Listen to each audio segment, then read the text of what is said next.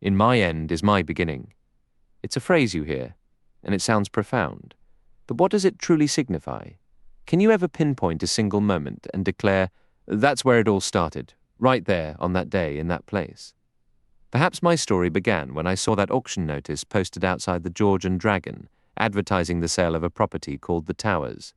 The bill featured an artist's flattering rendition of the house, depicting it as it might have looked a century ago. I was just wandering through the unremarkable main street of Kingston Bishop, with nothing better to do, when my eyes landed on it.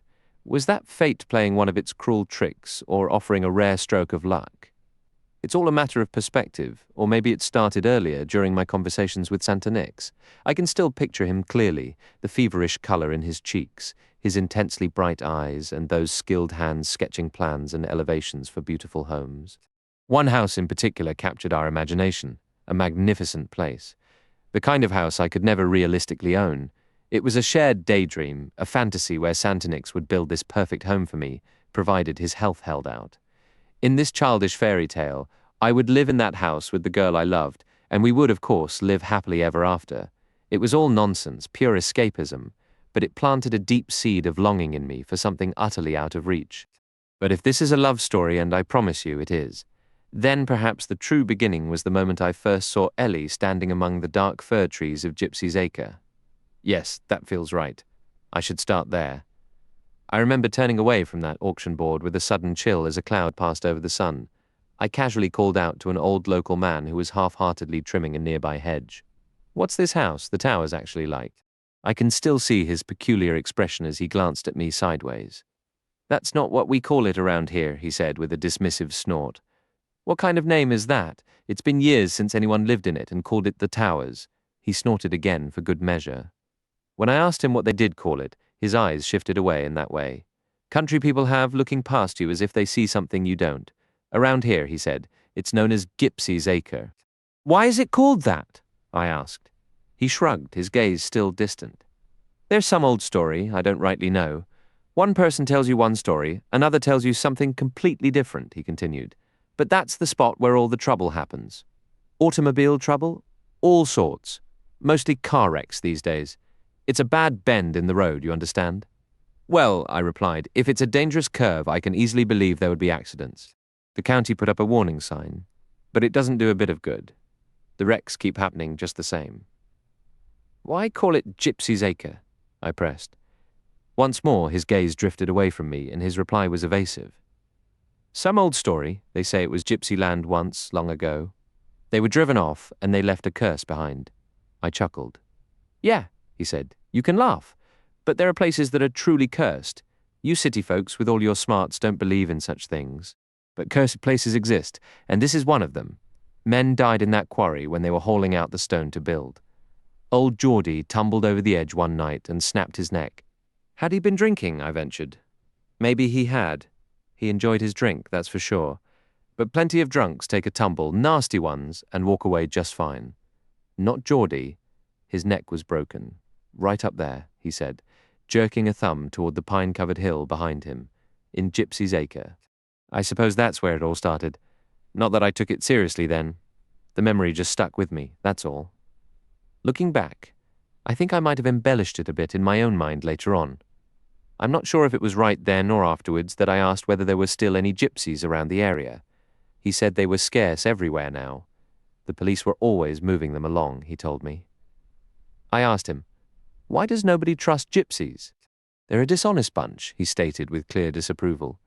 Then he squinted at me more intently. "Maybe you've got some gypsy in you," he suggested, studying my face. I said not that I knew of. "It's true, I do have a look about me that could pass for gypsy.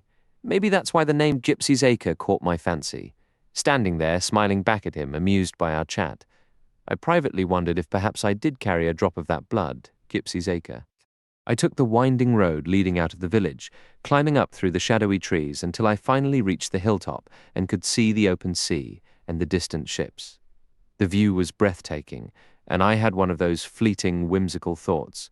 What if Gypsy's Acre belonged to me? It was a silly notion, really. When I passed the old man with his hedge clippers again, he added, "If you're looking for gypsies, there's always old Mrs. Lee. The Major lets her live in one of his cottages." "Who's the Major?" I asked. He sounded almost offended.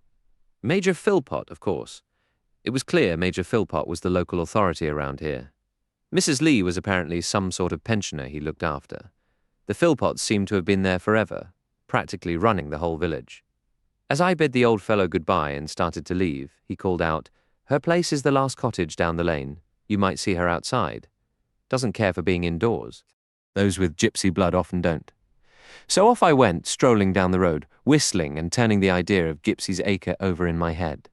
I'd nearly forgotten the warnings when I spotted a tall, dark-haired old woman watching me intently from over a garden hedge. I knew immediately it was Mrs. Lee. I stopped and spoke to her. "I hear you know about Gypsy's Acre up on the hill." She stared at me through a wild fringe of black hair. "Have nothing to do with it, young man. You listen to me. Put it out of your mind. You're a handsome lad. Nothing good has ever come from Gypsy's Acre, and nothing ever will." "I see it's for sale," I said. "Aye, that's true, and more fool the man who buys it. Who's looking to buy it?" "There's a builder interested. More than one. It'll go cheap. You'll see." "Why would it go cheap?" I asked, curious. "It's a prime piece of land." She wouldn't answer that. "If a developer gets it for a bargain, what's his plan?" she asked, a low, unpleasant chuckle escaping her. "Tear down the old wreck and build, naturally, 20 or 30 homes, perhaps, each one carrying a curse." I brushed off that last remark. The words came out before I could think. "That would be a real pity, a genuine loss. Oh, don't you fret. They'll find no happiness in it, neither the buyers nor the builders. There'll be a misstep on a ladder, a truck losing its load in a crash, a roof slate that finds its target on the way down. Even the trees, they might come crashing in a sudden storm. You'll see? No good comes from Gypsy's Acre. They'd be wiser to leave it be. Mark my words." She nodded fiercely, then muttered again, softer. "There's no luck for those who meddle with Gypsy's Acre. There never has been." I let out a laugh. Her voice turned sharp. "Don't laugh, boy. The day may come when that laugh sticks in your throat. There's never been any luck there, not in the house, nor on the land." "What happened in the house?" I pressed. "Why has it stood empty so long? Why let it crumble?" "The last family that lived there died, every one of them." "How did they die?" Curiosity got the better of me. "Best not to speak of it, but afterwards no one had the stomach to live there. It was left to rot. It's forgotten now, and that's for the best." "But you know the story," I coaxed. "You could tell me. I don't trade in tales about Gypsy's Acre." Then her tone shifted to a false, pleading whine. "I'll read your fortune, my fine young man, if you like. Cross my palm with silver. You're the sort who'll go far one day." "I don't put stock in that fortune-telling nonsense," I said, "and I'm short on spare silver." She edged closer, her voice wheedling. "A sixpence, then? Just a sixpence? It's nothing, really. I'll do it for a sixpence, because you're a handsome lad with a quick tongue and a certain charm. It could be you'll go far." I fished a coin from my pocket, not because I believed her superstitions for a second, but because, fraud though she was, I had a strange liking for the old woman. She snatched the coin and said, "Give me your hand." Both hands. She took my hands in her dry, claw-like grip and stared at my open palms. For a long moment she was silent, just staring. Then she dropped my hands abruptly, almost shoving them away. She took a step back, her voice turning harsh. "If you've any sense, you'll leave Gypsy's Acre this instant and never return. That's the best advice I can give. Don't come back." "Why not? Why shouldn't I?" "Because if you do, you'll find sorrow and loss waiting, and danger too. There's trouble ahead, black trouble. Forget you ever saw this place. I'm warning you." "Well, of all thee." But she had already turned, retreating to her cottage. She went inside and slammed the door. I'm not a superstitious person. I believe in luck, sure, who doesn't? But not this rubbish about cursed ruins. And yet an uneasy feeling settled over me, as if that sinister old woman had glimpsed something in my hands. I looked down at my own palms, spread before me. What could anyone possibly see in the lines of a hand? Fortune-telling was pure trickery, a way to fleece the gullible. I glanced up at the sky. The sun had vanished, and the day felt altered. A shadow had fallen, a kind of threat. Just a storm rolling in, I told myself. The wind was picking up, turning the leaves to show their pale undersides. I whistled a tune to bolster my spirits and walked on down the road through the village, the taste of her warning lingering in the air like the coming rain. My eyes lingered on the auction notice for the towers, and I jotted down the date. I'd never been to a property sale before, but something told me I should go to this one. I was curious to see who would end up with the place, who would become the new owner of Gypsy's Acre.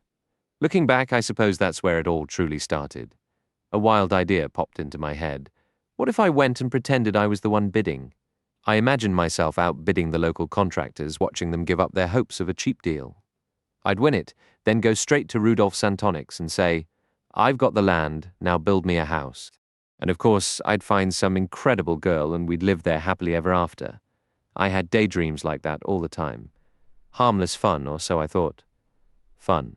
What a joke. If I'd known then what I know now. It was just coincidence that brought me near Gypsy's Acre that day. I was driving a hired car, taking a couple down from London to a sale, not a house sale, but an auction of the contents inside. The place was a large, frankly hideous house on the edge of town. From their chatter, I gathered this elderly pair was keen on a collection of papier-mâché. My only reference for that was my mother praising papier-mâché washing up bowls over plastic ones. It struck me as odd that wealthy people would travel all this way to bid on the stuff, but I made a mental note to look up what it really was later. I liked learning about things. I was 22 then, and I'd picked up a fair bit of knowledge here and there. I knew cars inside and out, a decent mechanic and a cautious driver. I'd once worked with horses in Ireland, nearly got mixed up with a drug ring, but had the sense to walk away in time. Driving for a high-end car service wasn't a bad gig. The tips were good and the work wasn't too hard, though it could be dull. I tried my hand at plenty. Fruit picking one summer, the pay was low, but I loved it. Working as a waiter in a modest hotel, lifeguarding, selling encyclopedias and vacuum cleaners. I'd even done some gardening at a botanical garden and learned a little about flowers. Nothing ever held me for long. Why should it? I found something interesting in almost everything I did. Some jobs were tougher than others, but that never bothered me. I'm not lazy. Restless, maybe. I wanted to go everywhere, see everything, try everything. I was searching for something, though I couldn't have told you what. Ever since leaving school, I'd had this vague, nagging feeling that what I was looking for was out there, and sooner or later I'd recognize it. Maybe it was a girl. I liked girls well enough, but none I'd met so far had meant much.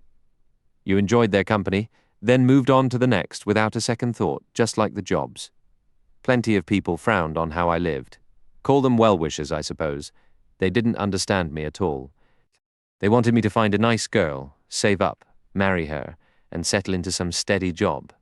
The same routine, day after day, year after year. What a thought. Not for me. There had to be more to life than that, more than just this predictable safety, the whole comfortable system plodding along in its well-meaning but uninspired way.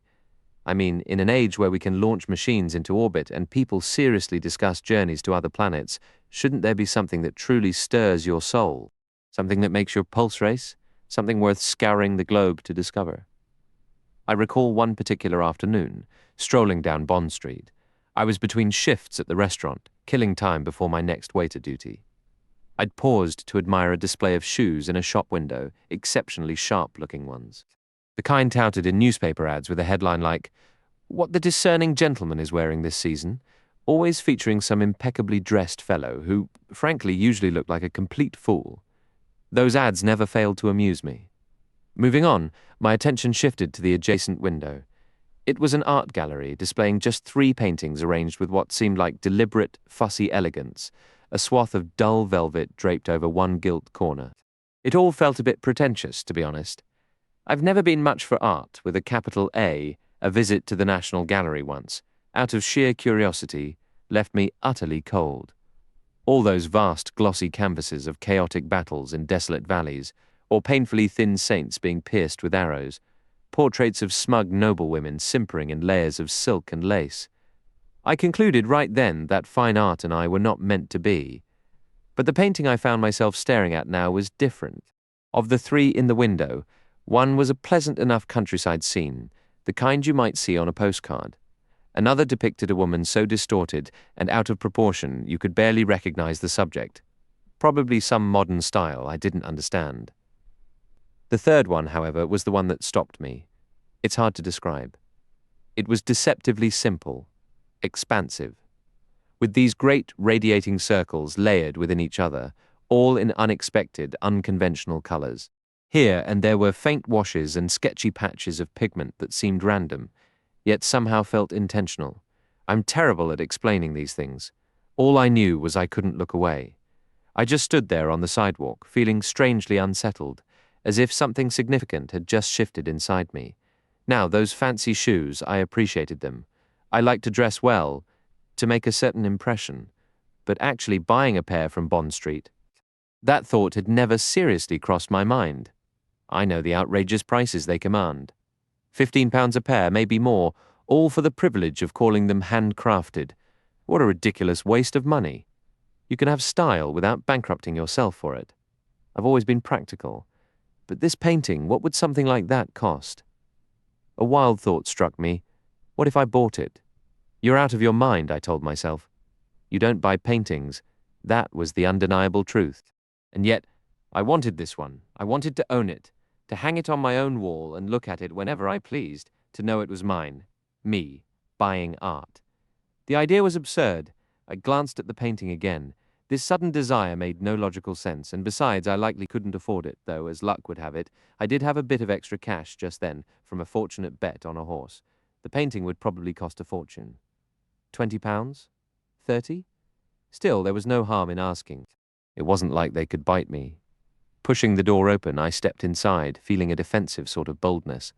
The interior was hushed and imposing, with muted grey walls and a single velvet settee placed for quiet contemplation. A man who could have stepped right out of a magazine ad for fine tailoring approached me, his tone hushed to match the gallery's atmosphere. Oddly, he lacked the usual air of superiority you find in high-end Bond Street establishments. He listened carefully, then retrieved the painting from the window, holding it against the wall for me to study as long as I wished. It struck me then, with that sudden clarity you sometimes get, that the rules here were different. A person in worn, shabby clothes might wander in and be a millionaire looking to expand a collection. Or someone flashy and a bit cheap, maybe like myself, could have scraped together the cash through some clever scheme, driven by an overwhelming desire to own a particular piece of art. A very fine example of the artist's later period, the man holding the painting remarked. "What's the price?" I asked, keeping my tone businesslike. His reply nearly stole the air from my lungs. 25,000, he said, his voice still gentle. I'm decent at keeping a straight face, and I believe I managed it. He mentioned a foreign-sounding name, presumably the artist, and noted it had recently come to market from a country estate where the owners hadn't known its true value. I held my ground and gave a thoughtful sigh. A significant sum, but I suppose it's justified, I offered. £25,000. What a joke. Indeed, he agreed, sighing softly himself. Yes, indeed. He lowered the canvas with care and returned it to the window display. Then he looked at me and smiled. You have an excellent eye, he said. I felt a strange, unspoken understanding pass between us. I thanked him and stepped back out onto Bond Street. I'm no author, not in any professional sense. Take that episode with the painting, for instance. On the surface, it doesn't connect to anything else. Nothing came of it. It led nowhere. And yet, I can't shake the feeling it was significant, that it holds a specific place in the story of my life. It was one of those experiences that carried weight, much like Gypsy's Acre did for me, or like Santonic's. I haven't said much about him yet. He was an architect. You've likely gathered that. Architects were another breed I'd had little to do with, though I knew a thing or two about the building trade from my wanderings. I met Santonic's while working as a chauffeur, ferrying wealthy clients around. The job took me abroad a few times, twice to Germany, where my basic German sufficed, and a couple of trips to France, getting by on my smattering of French. There was even a run to Portugal. My passengers were usually elderly, their vast fortunes balanced precariously against poor health. Driving people like that around, you start to think maybe money isn't all it's cracked up to be.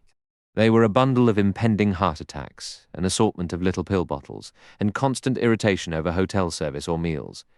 Most of the rich folks I've known have been fairly miserable, bogged down by their own worries about taxes and shaky investments. You'd hear them talking, always fretting. That anxiety is what's slowly killing half of them. And their love lives? Not exactly thrilling either. They're either married to some long-legged, blonde distraction who's probably got a boyfriend on the side, or they're shackled to a perpetually complaining wife who's about as pleasant as a toothache. No, thank you. I'd rather be myself. Michael Rogers, seeing the world and charming a pretty girl when the mood strikes. Sure, it's a bit of a hand-to-mouth existence, but I could handle that. Life was a good time, and I was content to keep it that way. I suppose that's the privilege of youth, isn't it? When that starts to fade, the fun just isn't fun anymore. Looking back, I believe there was always that deeper longing, a need for connection, for something more. To continue the story, I recall one particular gentleman I used to drive to the French Riviera. He was having a house constructed there and made trips to check on the progress. The architect was a man named Santonix. I never could quite place his nationality. At first, I assumed he was English, though his surname was unusual. Perhaps he was Scandinavian. He was clearly unwell, a young, fair-haired, thin man with a peculiar, asymmetrical face. He had a remarkable talent for being difficult with his clients. You'd think the person footing the bill would be the one in charge, but it was Santonix who did the bullying, radiating a confidence they sorely lacked. My employer on these trips, Mr. Constantine, would arrive in a state of apoplectic fury. I'd overhear fragments while standing by in my dual role as chauffeur and general assistant, half expecting the old man to succumb to a heart attack right there on the site. "You have disregarded my instructions," he would shriek. "The costs are astronomical, far beyond our agreement. This is unacceptable." "You're correct," Santonix would reply calmly, "and the money must be spent." "I refuse. You will adhere to the budget I provided. Is that understood?" "Then you won't get the house you desire," Santonix stated flatly. "I know what you want. The house I build will be that house. I'm certain of it, and in your heart you are too. Spare me your penny-pinching, middle-class anxieties. You want a residence of genuine quality, and you will have it. You'll show it off, and your friends will be green with envy. I don't just build houses for people. There's a vision involved. This won't be some cookie-cutter villa. It will be a monstrosity." "Not at all. Your problem is you don't know what you want, or so it seems. But you do know, deep down. You just can't articulate it. I can. That's my gift. Understanding what people are truly after. You have an instinct for quality, and I'm going to deliver it to you." I'd listened to these exchanges, fascinated, and I began to see it myself. This house rising among the pine trees with its view of the Mediterranean wasn't going to be ordinary. It was defiantly unconventional. Instead of a wall of glass facing the sea like every other villa, part of it turned inward, framing a specific curve of the coastal mountains and a sliver of sky between two hills. It was strange, thrilling, and utterly unique. During my off hours, Santonix sometimes spoke to me. "I only build for clients who interest me," he said. "You mean wealthy ones? They have to be wealthy to afford it. But it's not the fee I care about. They need resources because I create homes that demand investment. The structure itself isn't enough. The setting is everything. It's like a precious gem. A beautiful stone is just a stone. It lacks meaning until it's placed in the perfect setting, and that setting must be worthy of the jewel it holds. I take that setting from the landscape itself. It exists, but it has no purpose until my house sits within it proud and perfect, like the jewel it was meant to hold." He looked at me and gave a short laugh. "You probably think that's nonsense." "Not entirely," I said after a moment's thought. "I think I might understand a little. Perhaps you do," he replied, studying me with a curious intensity. We made that journey to the Riviera again later that season. The house was almost complete by then. I won't try to describe it. Words would fail me, but it was something truly remarkable and undeniably beautiful. I could see that much. It was the kind of home that filled you with pride, a place you'd be eager to show off, happy to admire on your own, and maybe even proud to share with the right person someday. Then, out of the blue one afternoon, Santonix turned to me and said, "You know, I could build a house for you. I'd understand the sort you'd want." I shook my head. "I don't think I'd even know myself," I admitted honestly. "Perhaps you wouldn't," he replied, "but I would know for you." He paused, then added with a sigh, "It's a real shame you don't have the money, and I never will," I said flatly. "You can't say that," Santonix countered. "Being born without money doesn't mean you're destined to stay that way. Money is a strange creature. It flows toward those who truly desire it." "I'm not clever enough," I told him. "It's not cleverness you lack," he said. "It's ambition. It hasn't awakened in you yet, but it's there, sleeping." "Oh, well," I said with a shrug. "Maybe someday, when I've stirred that ambition and made my fortune, I'll come to you and say, 'Build me that house.'" He let out a weary sigh. I can't wait that long, he said quietly. No, I don't have the time to spare. I've only got a little left now. One more house, perhaps two. That's all. Nobody wants to die young, though sometimes it can't be helped. I suppose it doesn't really matter in the end. I'd better wake up my ambition quickly then. No, Santonic said, almost sharply. You're healthy, you're enjoying your life. Don't go changing your way of living. I couldn't, if I tried, I replied, and I believed it then. I was fond of my life. I was having a good time, and my health had never given me trouble. I'd chauffeured plenty of men who'd made their money, who worked themselves ragged and ended up with ulcers and heart conditions and all the other prizes for relentless effort. I had no desire to work like that. I could do a job as well as the next person, but that was the extent of it. Ambition, I didn't think I had any. Santonics, I suppose, had possessed ambition in spades. I could see how designing and building these houses, the meticulous planning and that other intangible drive I couldn't quite name, had drained him. He hadn't started as a strong man. Sometimes I had this fanciful notion that he was burning himself out ahead of time, fueling that ambition with everything he had. Me? I didn't want to work. It was as simple as that. I didn't trust work. I actively disliked it. To my mind, it was a rotten invention the human race had unfortunately saddled itself with. I found myself thinking about Santonics often. He intrigued me more than almost anyone I knew. Isn't it odd, the things we choose to remember? Something inside must do the choosing. Santonics and his house were among my chosen memories, along with that painting in the Bond Street Gallery, visiting the crumbling ruin of the towers and hearing the old story of Gypsy's Acre. Then there were the girls I'd meet, and the trips to foreign places while ferrying clients around. The clients were all the same. Dull. They always booked the same bland hotels and ordered the same uninspired meals. All the while, I carried this peculiar restlessness, a feeling of waiting for something to be offered or for something to simply happen. I'm not sure which description fits better. I suppose in a way I was looking for a girl.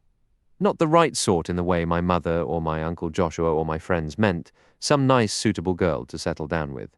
I didn't know the first thing about love back then. All I knew was sex. That's all anyone in my crowd seemed to know. We talked about it endlessly, I think, heard too much about it, and took it far too seriously. None of us, not my friends, and certainly not me, had any idea what it would actually be like when it finally hit us. Love, I mean. We were young and full of ourselves. We'd look over the girls we met, appreciating their curves and their legs and the particular glance they might throw your way, and you'd wonder to yourself, will she or won't she? It was a game, a distraction, but it never touched that deeper waiting emptiness. I used to think that was all there was to it. The more girls you could boast about, the more of a man you were considered, and the more you believed it yourself. It never crossed my mind that there could be anything more. Then it hits you, doesn't it? It comes out of nowhere. You don't sit there calmly thinking, she might be the one for me. At least I certainly didn't. I had no idea it would strike like lightning, that I'd find myself saying, that's her, I'm hers, completely, forever. Honestly, I never pictured it happening that way. Didn't some old comedian have a line about it? Something like, I fell in love once, and if I ever feel it coming on again, I'm getting on the next boat out. That was me. If I'd had any clue what was in store, I'd have booked a one-way ticket myself. If I'd been smart, that is. My plan to attend the auction was still on my mind. With 3 weeks left, I'd made 2 more trips to the continent, one to France and another to Germany. It was in Hamburg that everything finally came to a head. The couple I was driving for were unbearable. They embodied everything I despised. They were rude, utterly self-absorbed, and frankly unpleasant to look at. They sparked something in me, a final, simmering refusal to keep living this servile life. I was careful, of course. I didn't tell them off. No sense burning bridges with the agency. Instead, I called their hotel, claimed I was sick, and wired London with the same story, suggesting I might be quarantined and they should send a replacement. They wouldn't bother checking up on me. They'd just assume I was too feverish to report in. Later, I figured I could always show up in London with some tall tale about my illness. But deep down, I knew I was done. I was fed up with the whole driving racket. That small act of rebellion became a real turning point for me. Because of that, and a few other things, I found myself walking into the auction rooms on the scheduled day. The original for sale sign was still posted, with a new strip pasted across it, unless sold before by private treaty. Well, it was still there, so no private sale had happened. I was buzzing with a nervous energy, almost lightheaded. I'd never been to a property auction before. I'd built it up in my head as this thrilling event, but the reality was anything but. It was one of the most lifeless affairs I'd ever witnessed. The room was dim and stuffy, with only 6 or 7 people scattered about. The auctioneer was nothing like the jovial, joke-cracking types I'd seen at furniture sales. This man spoke in a flat, weary monotone, listing the acreage and a few features of the property before half-heartedly calling for bids. Someone offered £5,000. The auctioneer gave a tired smile, the kind you give a bad joke.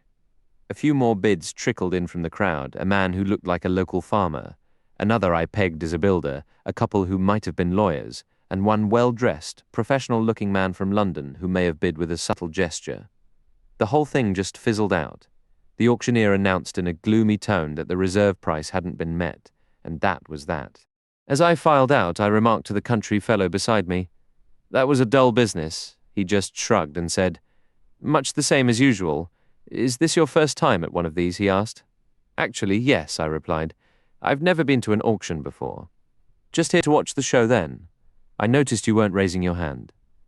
"That's right," I said. "I was curious to see how it all works." "Well, you saw a pretty typical performance. Half the people here are just spectators, trying to figure out who the real players are."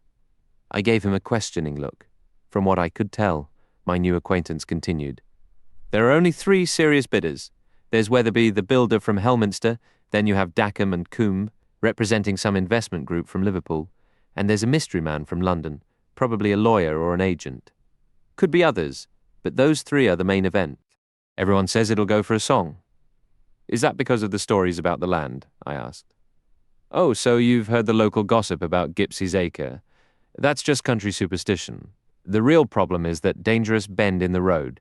The council should have straightened it out years ago. It's an accident waiting to happen. But the reputation persists. I'm telling you, it's all nonsense. The real bidding will happen privately now. My money's on the Liverpool group. Weatherby likes a bargain, and there are plenty of other properties coming up for development. Let's be honest, how many people can afford to buy a ruin, tear it down, and build a brand new house out here? It's a massive undertaking." "It doesn't seem to happen much anymore," I agreed. "Between the taxes and the difficulty of finding help, it's easier to just buy a luxury apartment in the city.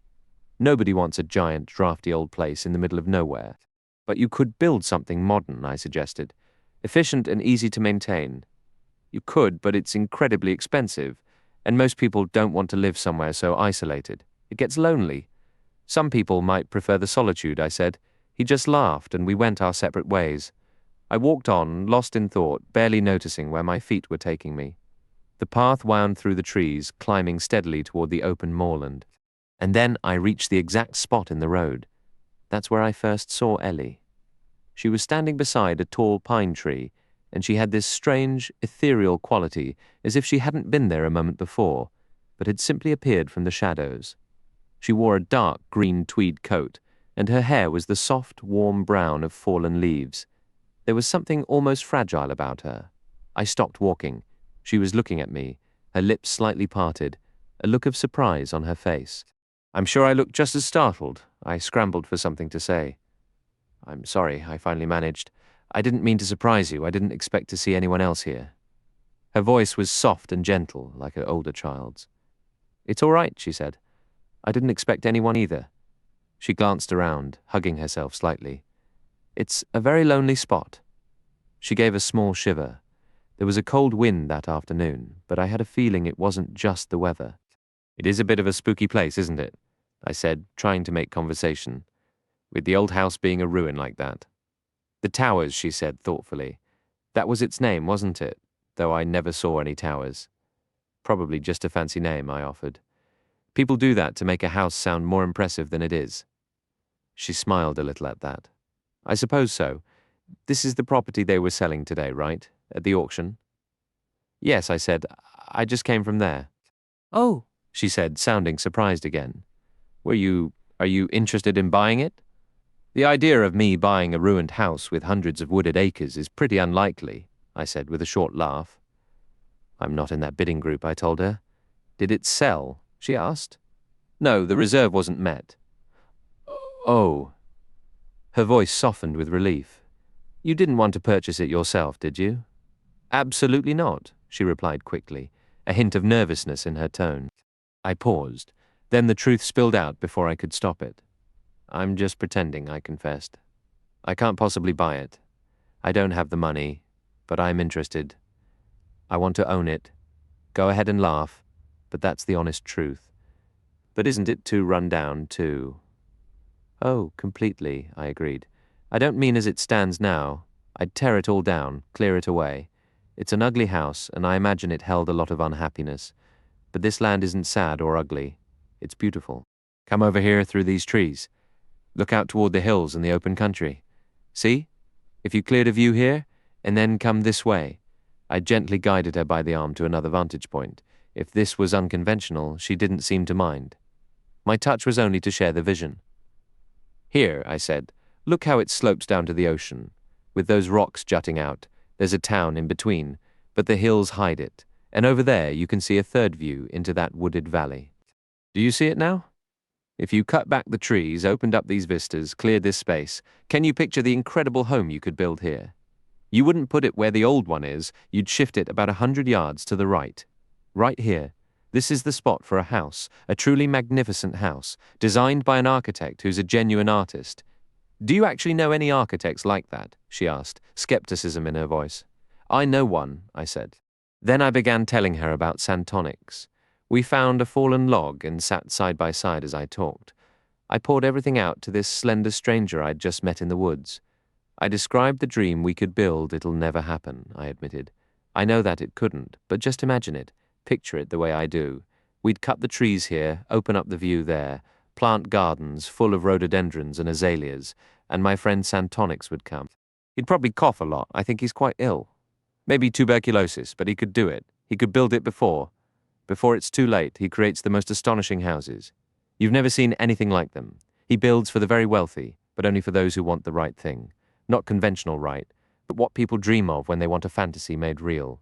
Something magical. I'd want a house like that, said Ellie. You make me see it, almost feel it. Yes, this would be a wonderful place to live. Like every daydream coming true. You could live here and be free, not held back, not surrounded by people forcing you into things you hate and stopping you from everything you love. I'm so tired of my life, of the people around me, of all of it. And that's how it started for Ellie and me with my grand visions and her with her fierce rebellion against the life she had. We fell silent, just looking at each other. What's your name? She finally asked. Mike Rogers, I said, then corrected myself. Michael Rogers. What's yours, Fenella? She hesitated, then added. Fenella Goodman, watching me with a slightly worried expression. That didn't get us much further, but we kept looking at one another. We both desperately wanted to meet again. We just didn't know how to arrange it in that moment. So, that was the beginning for Ellie and myself. It didn't progress very quickly, as we were both guarding our own private truths. We each held on to secrets, creating an invisible wall between us that made every conversation feel stilted. We couldn't just speak freely, ask when we'd meet again, or where the other lived, because those questions would invite the same in return. When Fenella told me her name, she looked so uneasy I briefly wondered if it was even real. But that was silly. I'd given her my real name. When it was time to part, neither of us knew how. The air had turned chilly as we left the towers, and an awkward silence settled between us. Are you staying nearby? I finally asked. She mentioned Market Chadwell, a nearby town with a well-known 3-star hotel where I guessed she was lodging.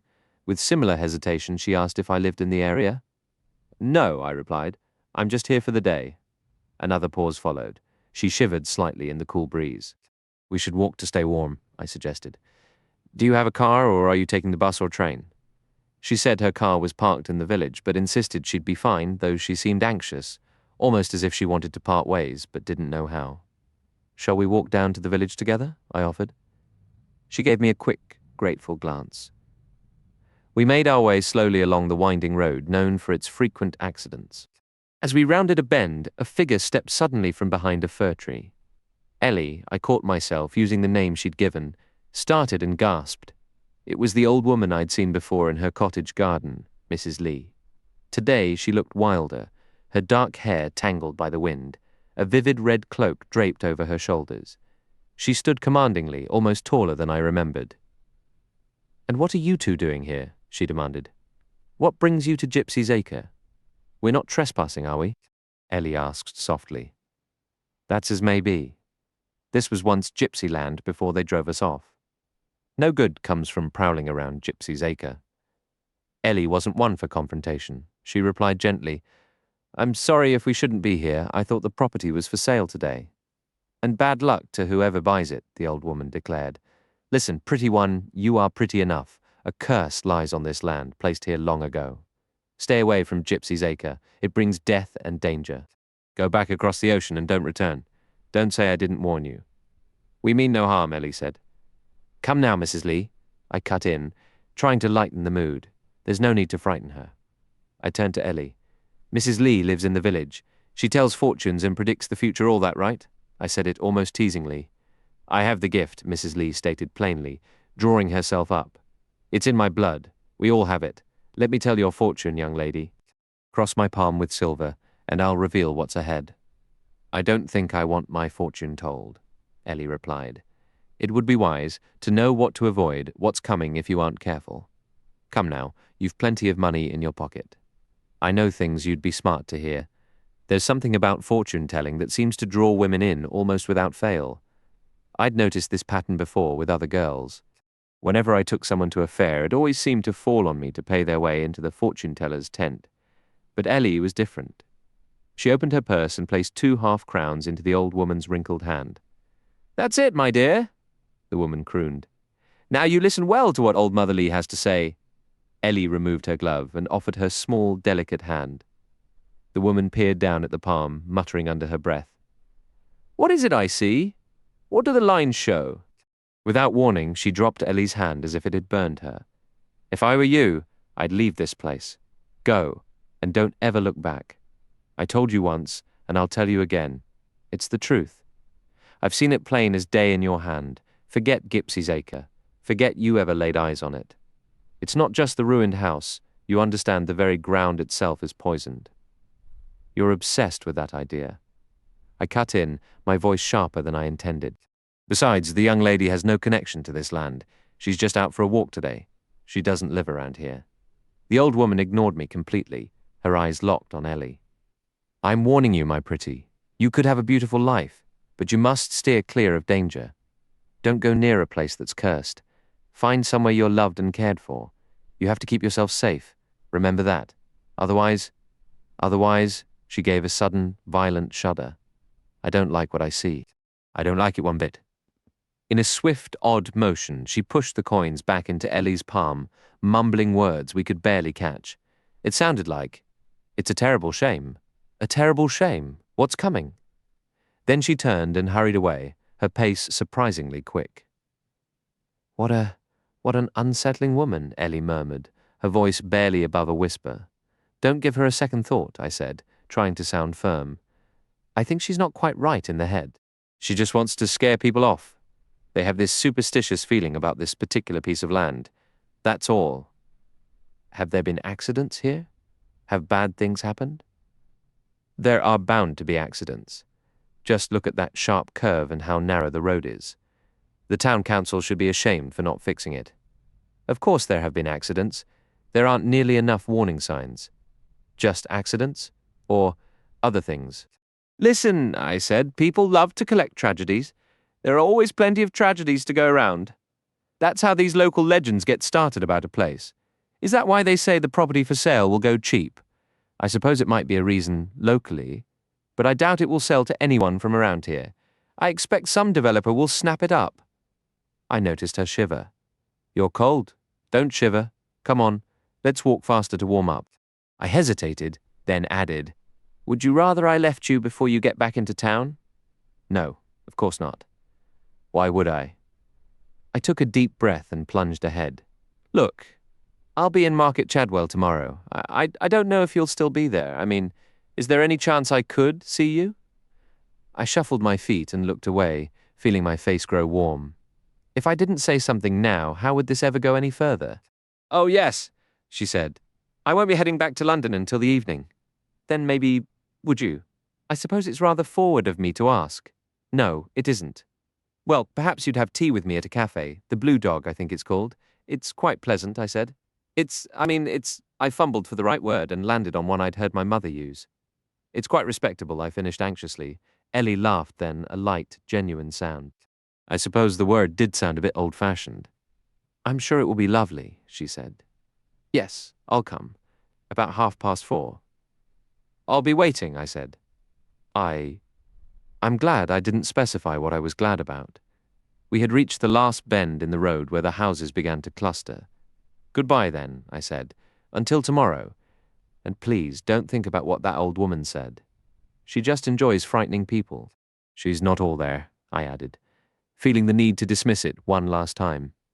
Ellie's question hung in the air. Do you think it's a frightening place, Gypsy's Acre? No, I don't, I replied, perhaps a bit too quickly.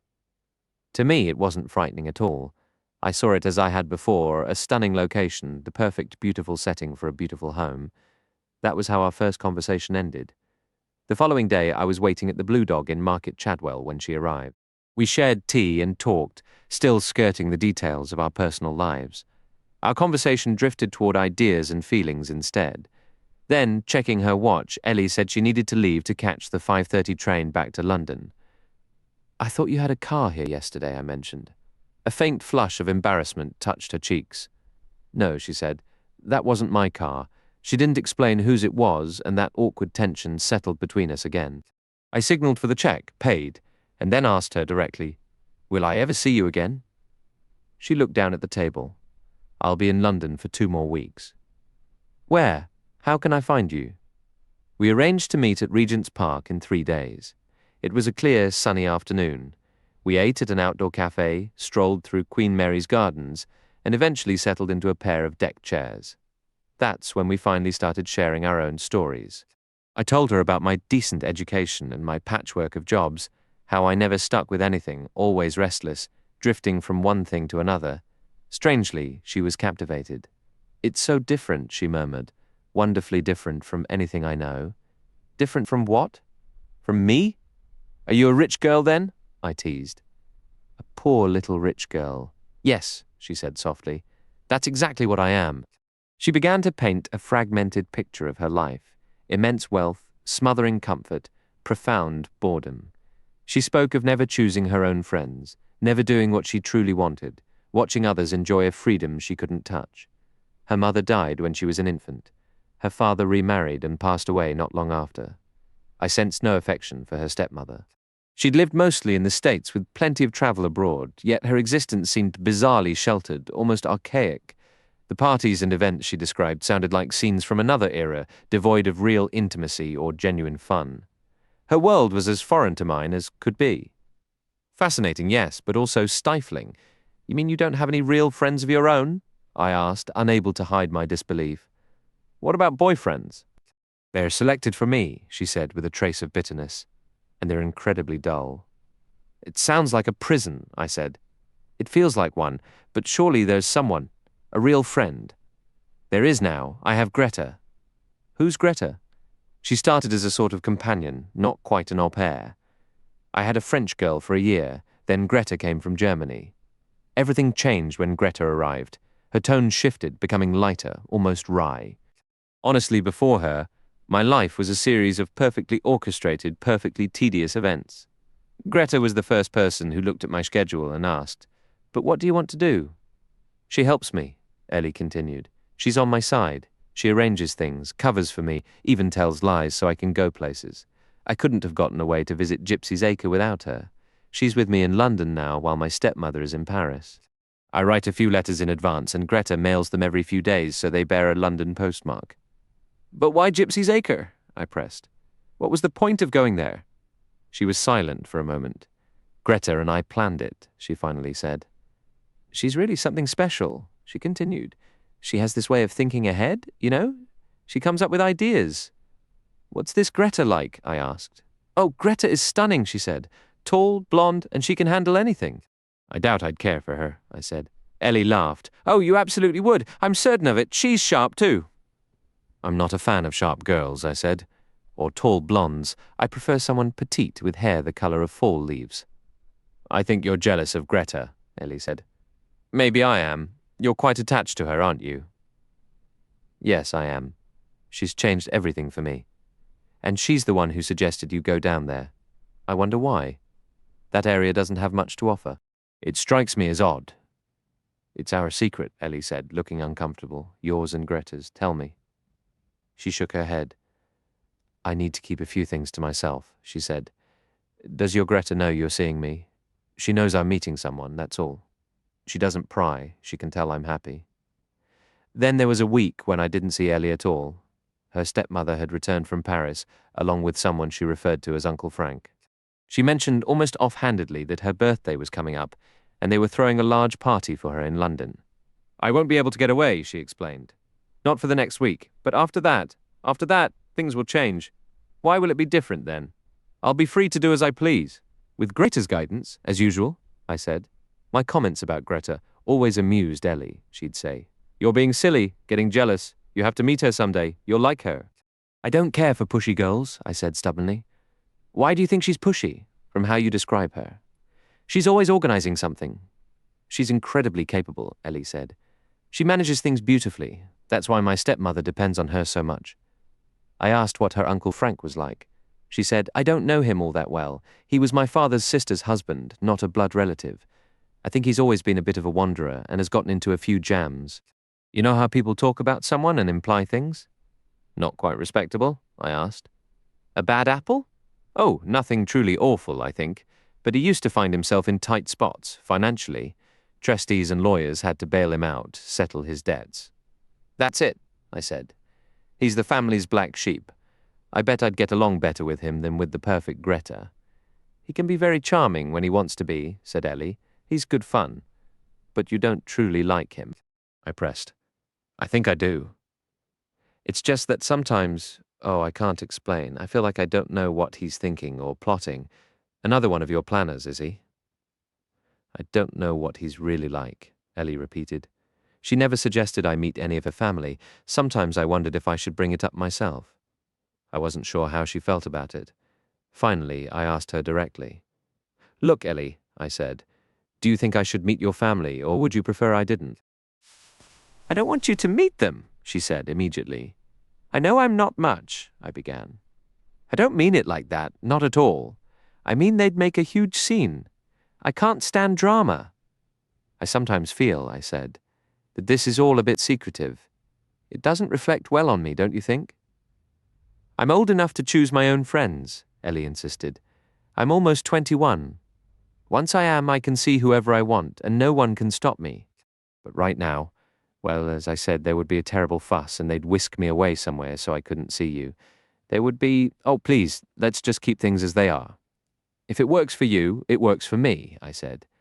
I just didn't want to feel like we were being too sneaky about everything. It's not being sneaky. It's simply having a friend you can talk to, someone you can share anything with. It's a person you can. She smiled suddenly, someone you can pretend with.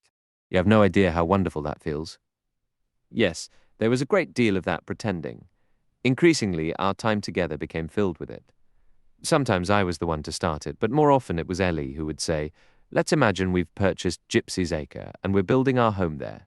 I had told her all about Santonix and the incredible houses he designed. I tried to explain his unique vision and the way he thought about spaces, though I'm not very good at describing things, so I probably didn't do him justice. Ellie undoubtedly formed her own mental picture of the house, our house. We never actually said our house, but we both knew that's what we meant. Then, for over a week, I didn't see Ellie. I had taken nearly all my modest savings and bought her a little green shamrock ring made from genuine Irish bogstone as a birthday gift. She loved it, her face lighting up with genuine happiness. It's beautiful, she said. She didn't wear much jewelry, and when she did, I was sure it was real diamonds and emeralds. But she truly seemed to cherish my simple Irish ring. This will be the birthday present I treasure most, she told me. Soon after, I received a hurried note from her. Her family was taking her abroad to the south of France immediately following her birthday. But don't worry, she wrote. We'll be back in 2 or 3 weeks, and then we're heading to America. We'll meet again then. There's something special I need to talk to you about. I felt restless and uneasy knowing Ellie was gone and I couldn't see her. I also had some news about the Gypsy's Acre property. It seemed it had been sold through a private arrangement, but details about the buyer were scarce. A firm of London solicitors was named as the purchaser on record. I tried to dig for more information, but it was impossible. The firm in question was incredibly secretive. Naturally, I didn't approach the partners directly. Instead, I befriended one of their clerks and managed to get a few vague hints. It had been bought for an extremely wealthy client as a long-term investment, expected to appreciate as the area developed. Trying to get information from these exclusive firms is maddening. Everything is treated like a state secret, as if they were part of military intelligence. Everyone is always acting on behalf of some mysterious, unnamed principal. Corporate takeover bids have nothing on this level of secrecy. The whole situation left me in a terrible state of agitation. To distract myself, I decided to visit my mother. I hadn't seen her for quite a long time. My mother still lived on the same street she had for the past 20 years, a row of drab, highly respectable houses, utterly devoid of beauty or character. The front doorstep at number 46 was neatly whitened, just as always. I pressed the doorbell. She opened the door and stood there looking at me, appearing exactly the same as usual, tall and angular, with grey hair parted in the middle, a mouth like a trap, and eyes that were perpetually suspicious. She looked as tough as nails. But where I was concerned, I knew there was a hidden core of softness somewhere inside her. She never showed it if she could help it, but I had discovered it was there. She had never stopped wishing I were different, though her wishes were never going to come true. A permanent stalemate existed between us. "Oh," she said, "so it's you." "Yes," I replied, "it's me." She stepped back slightly to let me pass, and I walked into the house, moving past the sitting room door and into the kitchen. She followed me and stood there, watching. "It's been quite a while," she remarked. "What have you been doing with yourself?" I shrugged. "This and that." "Ah," said my mother, "the usual then." "The usual," I agreed. "How many different jobs have you held since we last spoke?" I paused to consider. 5, I finally answered. "I really wish you'd just grow up." "I am grown up," I replied. "I've chosen the life I want to lead." "How have things been for you?" I asked, shifting the subject. "Much the same as always," my mother said. "Perfectly fine, if you must know." "I don't have the luxury of time to be unwell," she stated flatly. Then, without warning, she asked, "What exactly have you come here for?" "Do I need a specific reason to visit?" "You usually do." "I don't understand why you're so opposed to me exploring the world," I countered. "Driving expensive cars across Europe, is that what you call seeing the world?" "Absolutely. You won't get very far with that attitude. Not when you quit a job without notice and leave your clients stranded in some foreign city because you claim to be sick.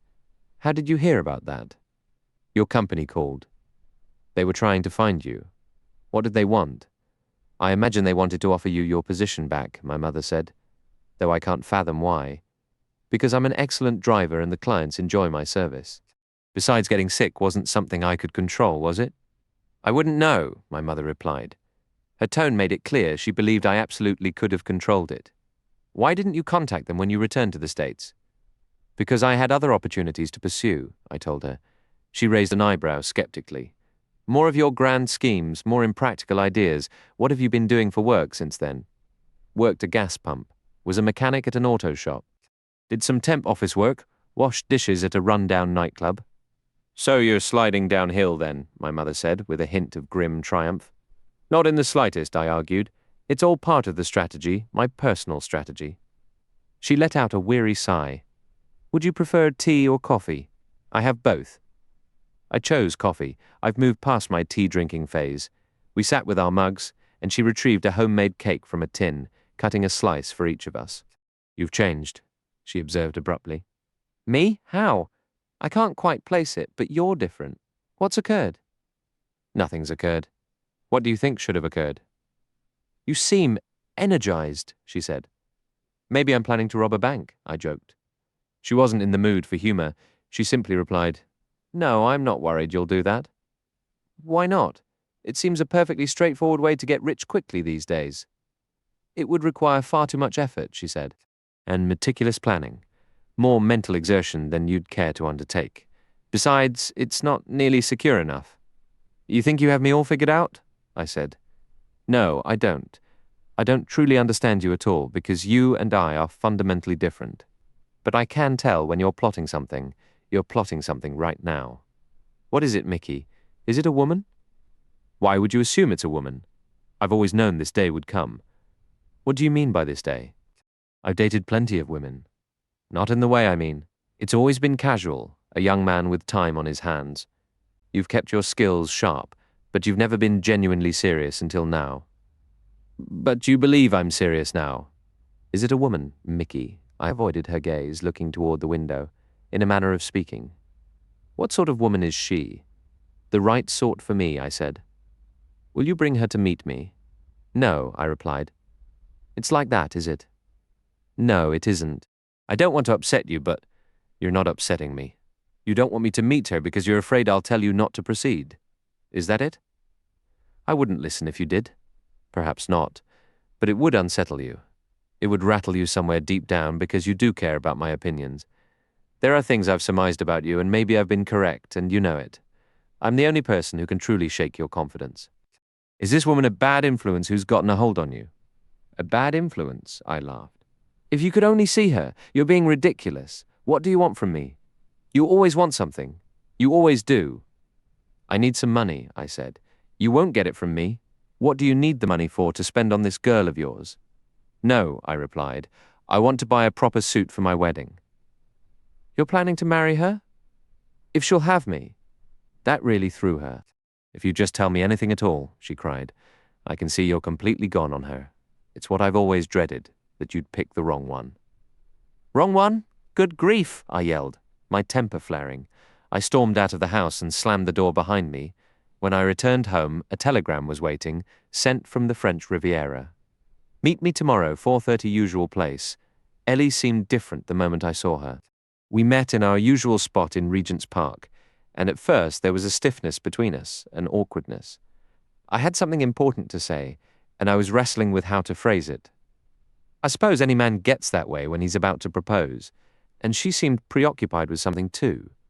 Maybe she was trying to find the gentlest way to turn me down. But deep down, I didn't believe that. My entire faith in life was built on the certainty that Ellie loved me. Yet there was a new self-assurance about her, a quiet confidence that felt like more than just the result of turning a year older. One birthday doesn't change a person that much. She told me a little about her trip to the south of France with her family. Then, somewhat hesitantly, she said, I saw that house you told me about, the one your architect friend designed. You mean Santonix's place? Yes, we went there for lunch one day. How did that happen? Does your stepmother know the owner? Dmitri Constantine? Not really. But she met him, and, well, actually, Greta arranged the whole thing. Greta again, I said, unable to keep the familiar irritation from my voice. I told you, Ellie replied. Greta is excellent at making arrangements. Fine. So she arranged for you and your stepmother. And Uncle Frank, Ellie added. Quite the family outing, I remarked. I suppose Greta came along too. Well, no, she didn't. Because, you see, Ellie paused. Cora, my stepmother, doesn't exactly treat Greta as an equal. So she's not family, she's the help, is that it? I said. Just the hired companion. That must grate on Greta sometimes. She's not the help, she's my companion. A chaperone, a governess, a duenna, I listed. There are plenty of names for it. Oh, stop it, Ellie said. I'm trying to tell you something. Now I understand what you meant about your friend Santonix. It's an incredible house. It's completely unique. I can see that if he built a house for us, it would be extraordinary. She had said us without even thinking. She'd gone to the Riviera and had Greta orchestrate a visit to that house, just so she could picture more clearly the home we, in the private world we'd imagined, would have built for us by Rudolf Santonix. I'm glad you felt that way about it, I told her.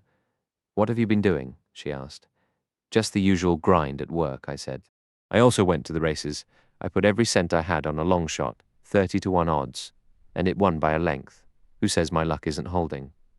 I'm glad you won, Ellie said, but without any real excitement. In her world, betting your last dollar on an underdog and having it come through didn't carry the same weight it did in mine. It was just another story, and I went to see my mother, I added. You've never talked much about her. Why would I said. Aren't you fond of her? I thought about it. I don't know, I admitted. Sometimes I don't think I am. You grow up, you outgrow your parents. It happens.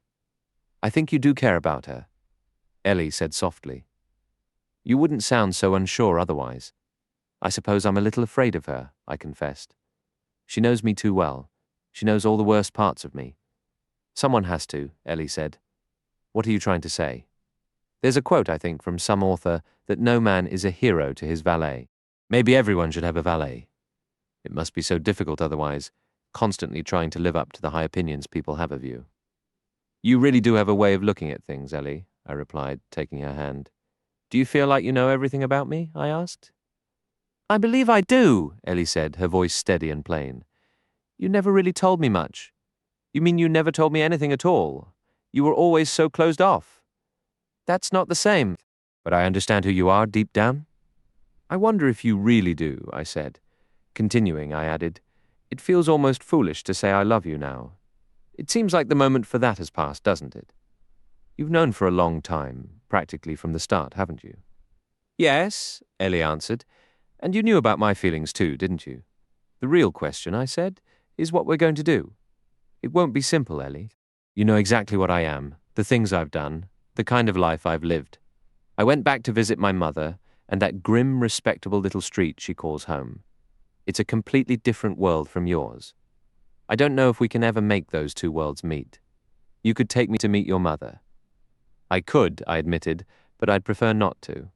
I know that probably sounds harsh, maybe even cruel to you, but you see, you and I are going to have to build a strange life together. It won't be the life you've known, and it won't be the life I've had either. We need to find some new middle ground between my rough edges and lack of polish, and your wealth, your culture, your social ease. My friends will think you're a snob, and your friends will see me as entirely unsuitable. So what's our plan? I'll tell you exactly what we're going to do, Ellie declared, a new decisive edge to her voice. We're going to live on Gypsy's Acre in a house, a perfect dream house that your friend Santonyx will design for us. That's the plan, she added. We'll get married first. That's what you mean, isn't it? Yes, I said, that's what I mean. If you're absolutely certain it's what you want. It's perfectly simple, Ellie stated. We can be married next week. I'm of age, you see. I can do as I please now. That changes everything. You might be right about family. I won't tell my people, and you won't tell your mother, not until it's all done. Then they can have their fits, and it won't matter a bit. That's incredible, I said. Truly incredible, Ellie. But there's one problem, and I hate to bring it up. We can't live on Gypsy's Acre, Ellie. Wherever we build, it can't be there. The land is sold. I know it's sold, Ellie said, and then she laughed, a bright, surprising sound. You don't understand, Mike. I'm the one who bought it. I sat there on the grass by the stream, surrounded by waterflowers and little winding paths with stepping stones. Plenty of other people were scattered around us, but we didn't notice them, just another young couple lost in planning a future. I stared at her, completely unable to form words. Mike, she said, her expression turning serious. There's something I have to tell you, something about me. You don't have to tell me anything, I managed to say. Yes, I do. I should have told you a long time ago, but I was afraid it would scare you off. But it helps explain things about Gypsy's Acre. You bought it? I asked, bewildered. But how?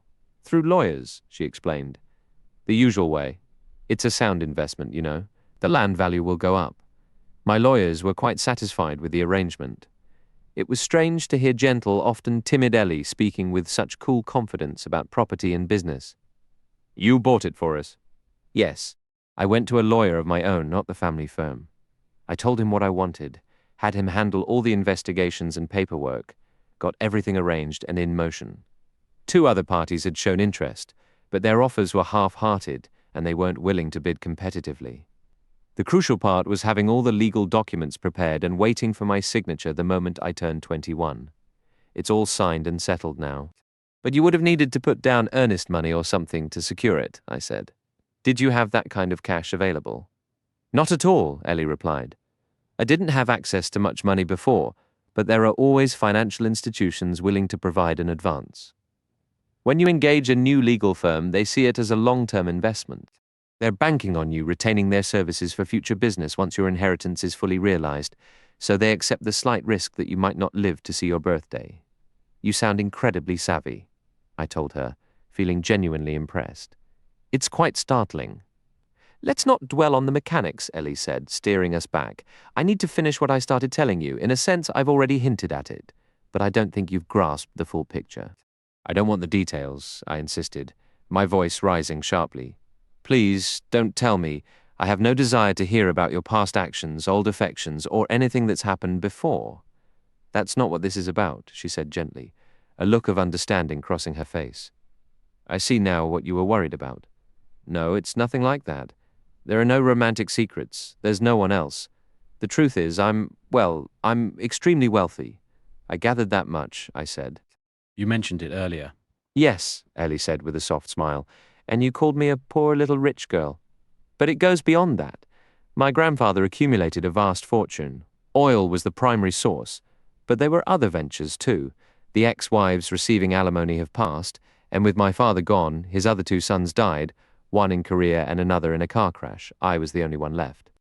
The entire estate was held in a massive trust, and when my father died unexpectedly, it all transferred to me. He had already provided for my stepmother separately, so she received nothing additional.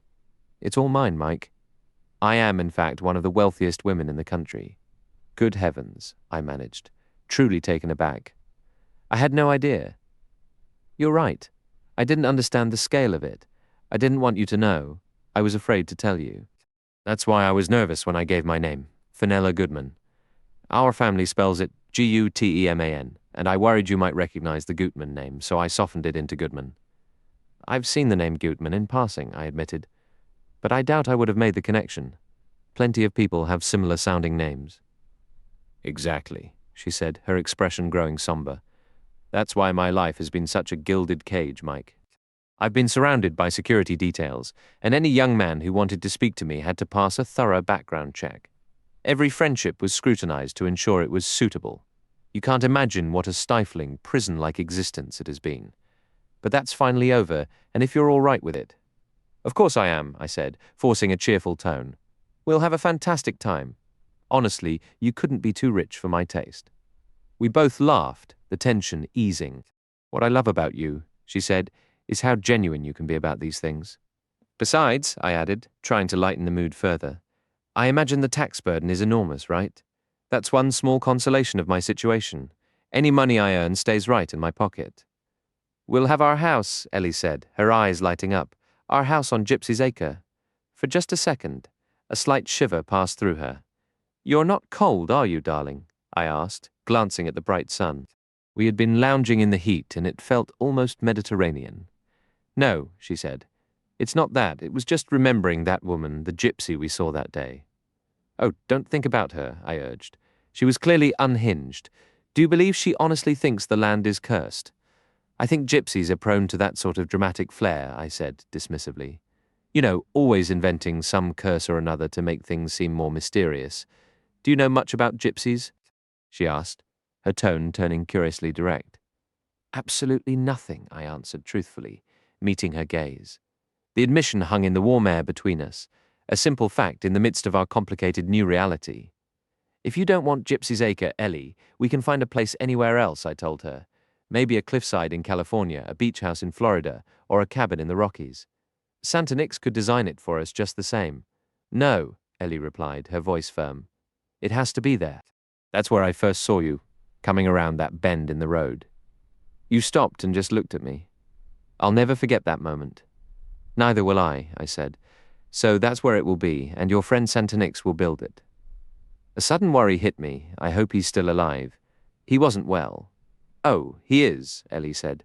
I visited him. You went to see him. Yes, when I was on the French Riviera. He was at a clinic there. Ellie, you constantly surprise me. The things you arrange. He's an extraordinary person, she said, but he scared me a little. Did he frighten you? Yes, for some reason he really did. Did you talk about us?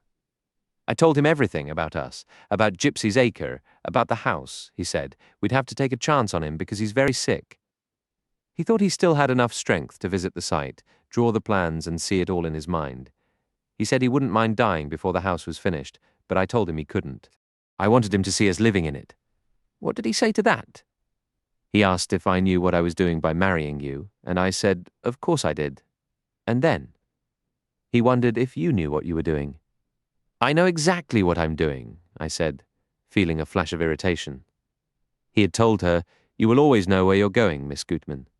You'll go where you want because it's your chosen path. But about me, he'd said, Mike might take a wrong turn. He isn't quite grown up enough to know his own direction yet. I told him, Ellie said, with that unshakable confidence of hers. He'll be safe with me. Her certainty was absolute. I was annoyed by Santonix's words, though. He reminded me of my mother, always seeming to understand me better than I understood myself. I know where I'm going, I insisted. I'm going the way I choose, and we're going together. They've already begun clearing the ruins of the towers, Ellie said, shifting to practical matters. It's going to be a rush job once the plans are ready. We have to move quickly. Santonix said so. Should we get married next Tuesday? Ellie suggested. It's a good day with no one else there, I said. Except Greta, Ellie added. To hell with Greta, I shot back. She's not coming to our wedding, just you and me. We can grab a couple of witnesses off the street if we need to. Looking back, I truly believe that was the happiest day of my life. So, Ellie and I got married. It sounds abrupt to say it like that, but that's honestly how it happened. We decided to do it, and we did. It was all part of the same flow, not some grand finale to a romance novel. You know, the "and they lived happily ever after" bit. You can't really make a drama out of just being happy. We were married, we were both happy, and it was quite a while before anyone caught up to us and started making the usual fuss. We were prepared for that. The whole thing was remarkably simple. In her pursuit of freedom, Ellie had covered her tracks expertly. The ever-useful Greta had handled all the necessary details and was always there in the background. And I had realized fairly early that there wasn't really anyone whose main concern was Ellie and what she did. She had a stepmother completely absorbed in her own social whirl and romantic entanglements. If Ellie didn't want to tag along to some corner of the world, she didn't have to. She had been provided with every advantage a wealthy upbringing could offer: governesses, personal attendants, and the finest education. If she wished to travel to Europe, what was to stop her? Celebrating her 21st birthday in London was entirely her prerogative. With her inheritance now fully under her control, she held considerable power over her family, at least where her own finances were concerned. Had she desired a villa on the French Riviera, a castle along the Spanish coast, or a private yacht, she needed only to express the wish. An entire entourage dedicated to serving the ultra-wealthy would have sprung into action to fulfill it. From what I understood, Greta was viewed by the family as a perfectly capable assistant, efficient, undoubtedly deferential, and charming to Ellie's stepmother, uncle, and an assortment of lingering cousins. Ellie herself casually mentioned having no fewer than 3 personal lawyers at her disposal.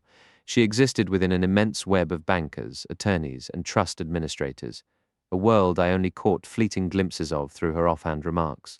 It never occurred to her that I might be unfamiliar with such things. To her, this was simply how life worked. In those early days of our marriage, one of our unexpected joys was discovering the peculiar details of each other's vastly different worlds. To state it plainly, and I often did, as it was the only way I could make sense of my new reality, the poor have no true idea how the rich live, and the rich are equally ignorant of life in poverty. For both of us, uncovering these truths was utterly fascinating. At one point, I voiced my anxiety. Ellie, tell me honestly, is this going to cause an enormous scandal? Our marriage, I mean... She thought for a moment, with what struck me as remarkable detachment. Oh, most likely, she replied. They'll probably be dreadful about it then, she added, almost as an afterthought. I do hope you won't mind terribly. Why should I mind? But what about you? Won't they pressure you? I suppose they'll try, Ellie said with a shrug. But one doesn't have to listen.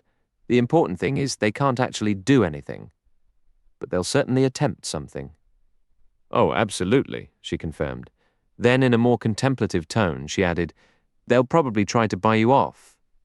Buy me off? I repeated, stunned.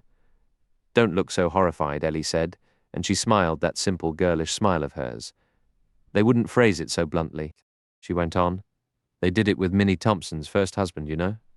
Minnie Thompson, the oil heiress? That's the one. She ran off and married a lifeguard from a public beach. A cold dread settled in my stomach. Ellie, I was a lifeguard one summer in Santa Monica. Really? How wonderful. Was it a career? Of course not. Just for one season. I shook my head, trying to steer back. What happened with Minnie Thompson? I believe they had to go up to $200,000 before he'd accept, Ellie stated matter-of-factly. He refused to settle for less. Minnie was rather boy-crazy and not terribly bright, to be honest. Her casual recounting left me breathless. You astonish me, Ellie. It seems I haven't just acquired a wife. I've obtained a negotiable asset. That's essentially correct, she said, continuing my crash course in high society transactions. You'd engage a powerful attorney, signal you're open to discussions, and he would arrange the divorce and the alimony settlement. She offered another piece of her world's logic. My stepmother has been married 4 times. She's profited quite handsomely from each one. Seeing my expression, she laughed softly. Oh, Mike, you really mustn't look so scandalized. The odd part was that I was scandalized. A priggish distaste for the corrupting influence of vast wealth washed over me. There remained something so childlike and genuine in Ellie's demeanor that her worldly, almost cynical understanding of these arrangements was jarring. Yet, beneath it all, I knew my initial impression of her was still true. I understood the essence of who Ellie really was, her genuine nature, her warmth, her innate kindness. None of that meant she was naive. It was just that the world she understood and accepted was a rather narrow segment of society. She knew little of my reality, the constant hustle for work, the gritty circles of trackside crews and drug crews, the raw and unpredictable perils of that life, the slick, fast-talking characters I'd grown up around. She had no experience of being raised in a proper, respectable home that was always scraping by, with a mother who wore her hands raw in the name of keeping up appearances, fiercely determined her son would make something of himself. Every cent pinched and saved, only to feel that sting of bitterness when her spirited, careless boy tossed his opportunities aside or bet everything on a hot tip for the afternoon race. She loved listening to stories of my life as much as I loved hearing about hers.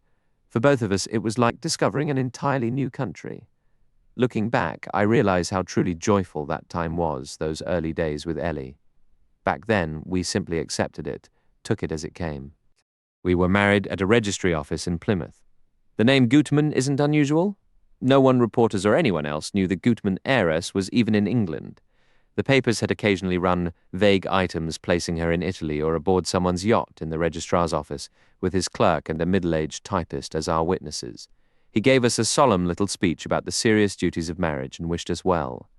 Then we stepped out, free and married. Mr. and Mrs. Michael Rogers. We spent a week at a seaside hotel before heading abroad. We had a magnificent 3 weeks traveling wherever the mood took us, with no thought to cost. We visited Greece and Florence, Venice, where we lounged on the Lido, then the French Riviera, and later the Dolomites. Honestly, I've forgotten half the names now. We flew, chartered a boat, hired sleek, impressive cars, and while we were indulging ourselves, Greta, according to Ellie, was holding down the fort back home, doing her part. She was traveling around in her own way, sending letters and forwarding all the postcards and mail Ellie had left with her. There'll be a day of reckoning, of course, Ellie said. They'll descend on us like a flock of vultures. But we might as well enjoy ourselves until then. What about Greta? I asked. Won't they be furious with her when they find out? Oh, absolutely, Ellie replied. But Greta won't care. She's tough. Couldn't it ruin her chances for another job? Why would she need another job? Ellie said. She'll come and live with us. No, I said firmly. What do you mean, no, Mike? We don't want anyone else living with us, I told her. Greta wouldn't be in the way, Ellie insisted, and she'd be incredibly helpful. Truly, I don't know what I'd do without her. She organizes and manages everything. I frowned. I don't think I'd like that. Besides, we want our own house, our dream house, Ellie. We want it to ourselves. I know what you mean, Ellie said, hesitating. But it would be terribly hard on Greta to have nowhere to go. She's been with me, done everything for me for 4 years now, and look how she helped me get married and all. I won't have her constantly coming between us. But she isn't like that at all, Mike. You haven't even met her yet. No, I know I haven't. But it's not about liking her or not. We need to be by ourselves, Ellie. Darling Mike, she said softly. We let the matter drop for the time being. During our travels, we ran into Santonix. That was in Greece. He was staying in a small fisherman's cottage near the sea. I was shocked by how ill he looked. Far worse than when I'd seen him a year before. He greeted both Ellie and me with real warmth. So you two went and did it, he said. Yes, Ellie said. So now we're finally going to build our house, right? I have the drawings right here, the blueprints, he said to me. She's filled you in, I assume, on how she tracked me down and issued her directives, he said, selecting the word with care. Oh, they weren't directives, Ellie protested. I simply asked. You're aware we purchased the land, I said.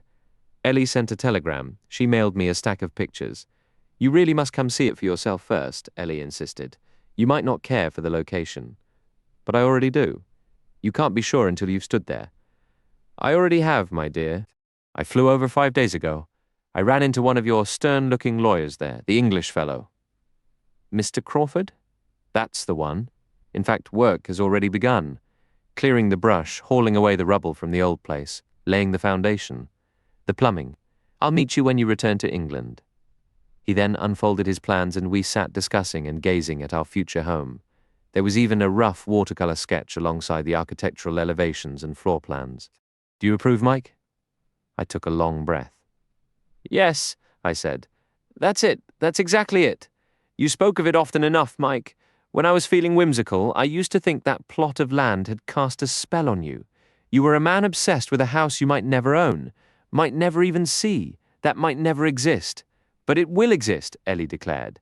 It's going to be built, isn't it? If fate allows it, Santonix replied. It's not up to me. You're not any better?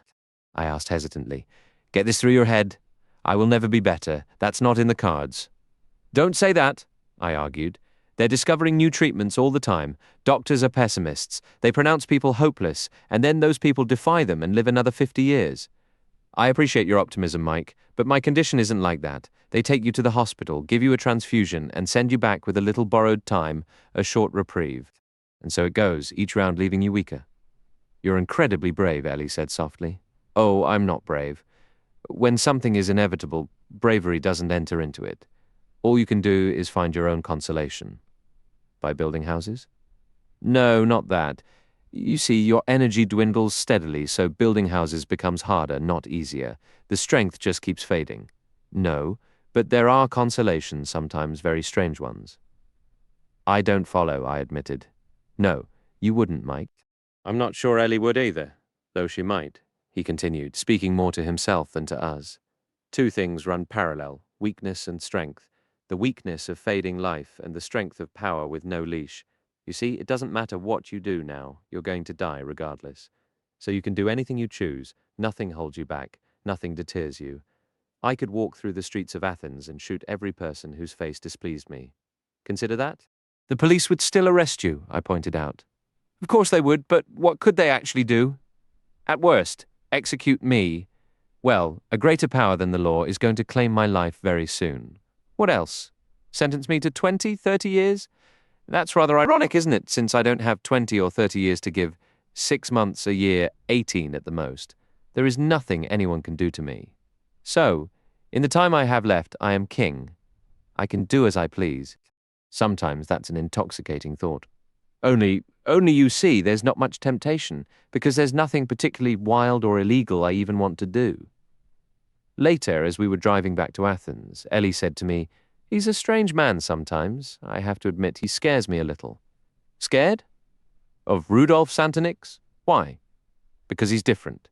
There's a coldness in him, a kind of ruthless pride. I think knowing his time is short has only made it sharper. Imagine, Ellie said, her face lighting up with a strange, fervent energy. Imagine he builds our perfect home, that beautiful castle on the cliff among the pines, and we arrive to live in it. He's there on the doorstep to welcome us inside, and then what, Ellie? Then imagine he steps in after us, slowly closes the door behind us, and sacrifices us right there on the threshold, cuts our throats or something equally dreadful. You're frightening me with these thoughts. That's our problem, Mike. We don't live in the real world. We dream up wild possibilities that will probably never come to pass. Please don't think about sacrifices in connection with Gypsy's Acre. It's the name, I suppose, and the old story of the curse. There is no curse, I insisted, raising my voice. It's all superstitious nonsense. You have to forget about it. That conversation happened in Greece. The very next day, I believe, we were in Athens. As we were climbing the steps of the Acropolis, Ellie suddenly stopped. She had spotted someone she knew from a Hellenic cruise group that had come ashore. A woman around 35 broke away from the crowd and hurried over, exclaiming with surprise, Well, I never. Ellie Guterman, is that really you? What on earth are you doing here? I had no idea. Are you on one of the cruises? No, Ellie replied calmly. We're just visiting. It's so wonderful to see you. How is Cora? Is she with you? No, Cora is in Salzburg, I believe. I see. The woman's eyes flicked curiously toward me, and Ellie said quietly, "Let me introduce you. This is Mr. Rogers, Mrs. Bennington. How do you do? How long will you be staying?" "We're leaving tomorrow," Ellie said. "Oh, what a shame. Listen, I'll lose my tour group if I don't run. They hustle us so much on these lectures, I'm utterly exhausted by evening.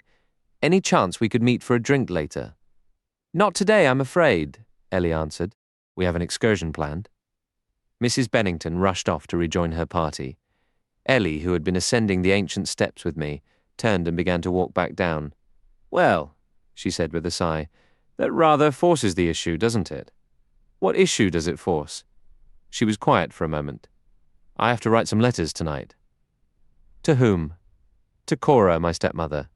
And to Uncle Frank, I suppose. And to Uncle Andrew." "Who's Uncle Andrew?" "You haven't mentioned him before. Andrew Lippincott. He's not a real uncle. He's my principal trustee, a very well-known lawyer." "What are you going to tell them?" "That I'm married. I couldn't just blurt it out to Nora Bennington back there. Let me introduce my husband.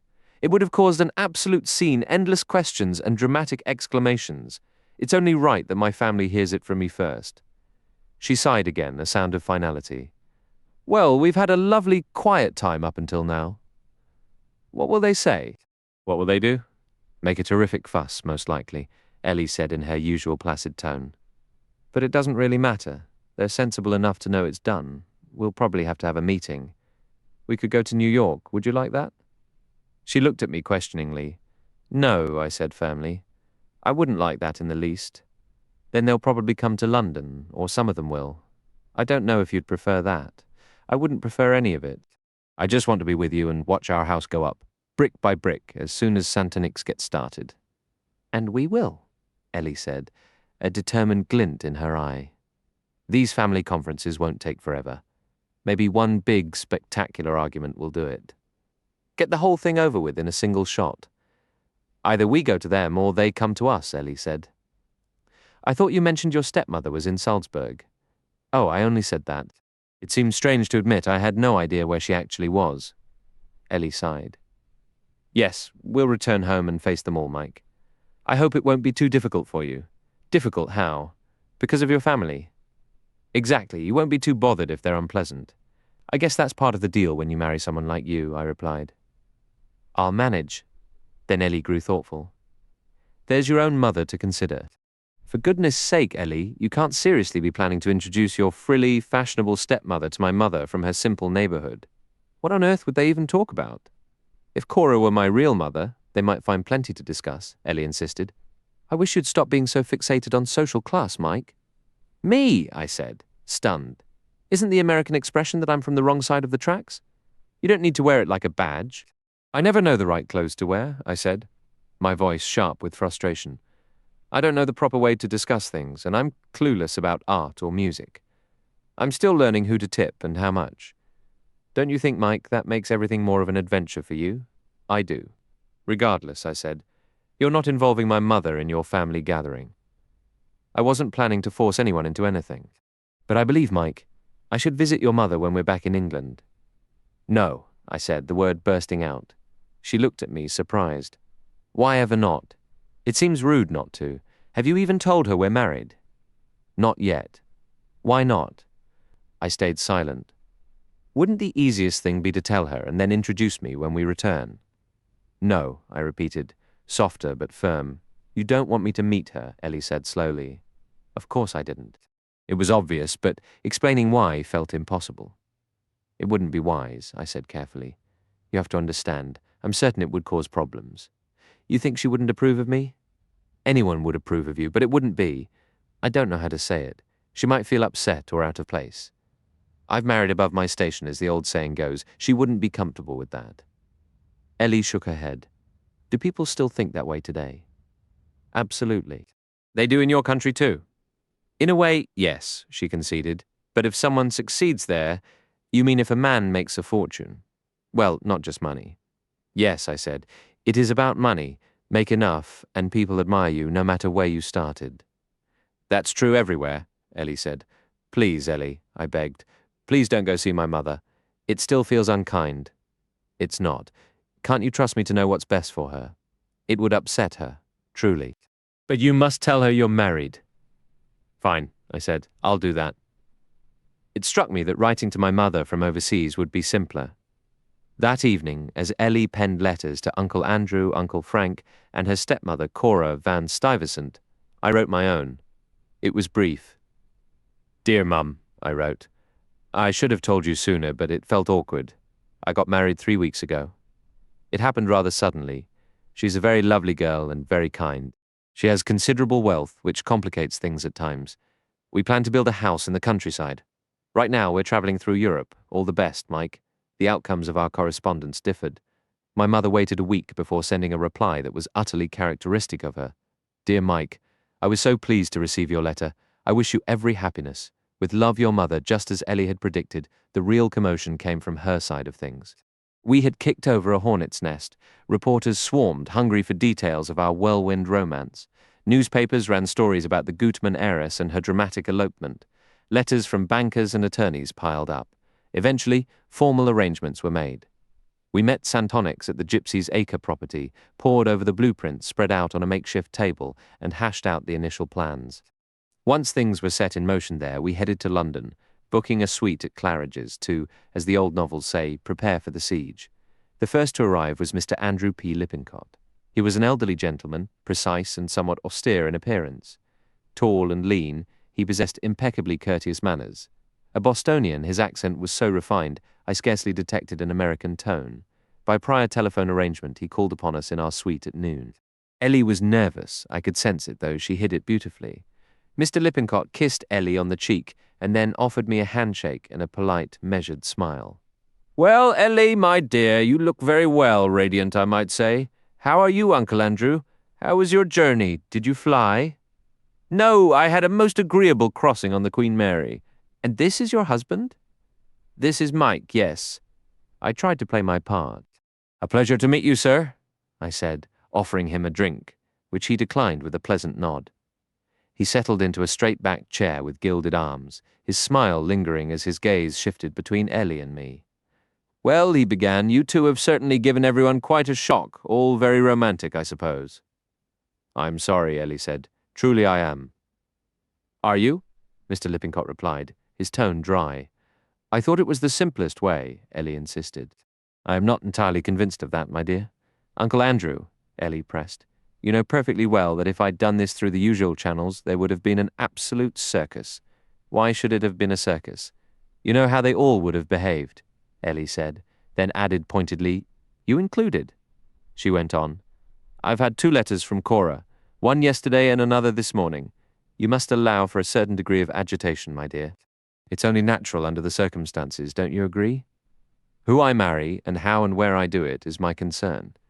You may see it that way, but you'll find the women of any family are rarely in agreement on such points. Honestly, I've saved everyone a great deal of trouble. You may choose to frame it that way. But it's true, isn't it? Yet you engaged in a significant deception, did you not, aided by someone who ought to have known better? Ellie flushed. You mean Greta? She only did what I asked. Is everyone terribly angry with her? Naturally. Neither of you could realistically expect otherwise, could you? She was, let us remember, in a position of trust. I'm of age. I can do as I please. I'm referring to the period before you came of age. The deceptions began then, did they not? You mustn't blame Ellie, sir, I interjected. To be honest, I wasn't fully aware of what was happening at first, and with all her family overseas, it wasn't exactly straightforward for me to make contact. I fully understand, said Mr. Lippincott. Greta posted certain letters and relayed specific information to Mrs. Van Stuyvesant and to myself, precisely as Ellie here requested, and executed it all, if I may say, with notable competence. You have met Greta Anderson, Michael. I may call you Michael, as you are Ellie's husband. Of course, I said. Mike is fine. No, I haven't actually met Miss Anderson. Indeed? I find that rather surprising. He fixed me with a long, contemplative stare. I would have assumed she would have been present at your wedding. No, Greta wasn't there, Ellie said quickly. She shot me a look that mingled reproach and anxiety, and I shifted in my seat. Mr. Lippincott's thoughtful eyes remained steadily on me. He made me uneasy.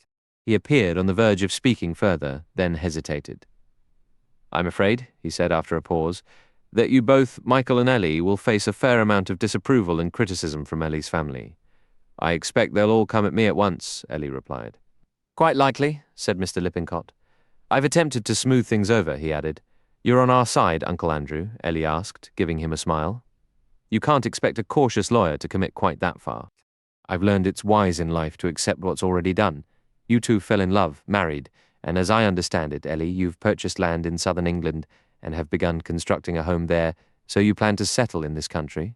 We want to make our life here, yes.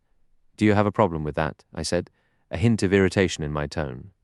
Ellie is married to me, and she's a British citizen now. Why shouldn't she live in England?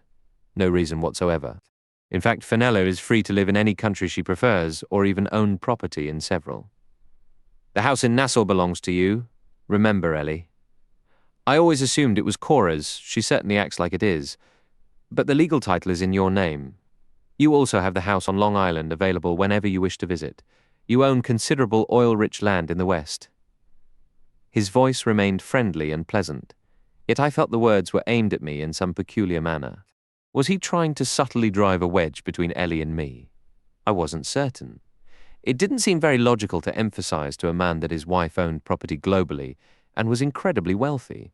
If anything, I would have expected him to downplay Ellie's assets and fortune.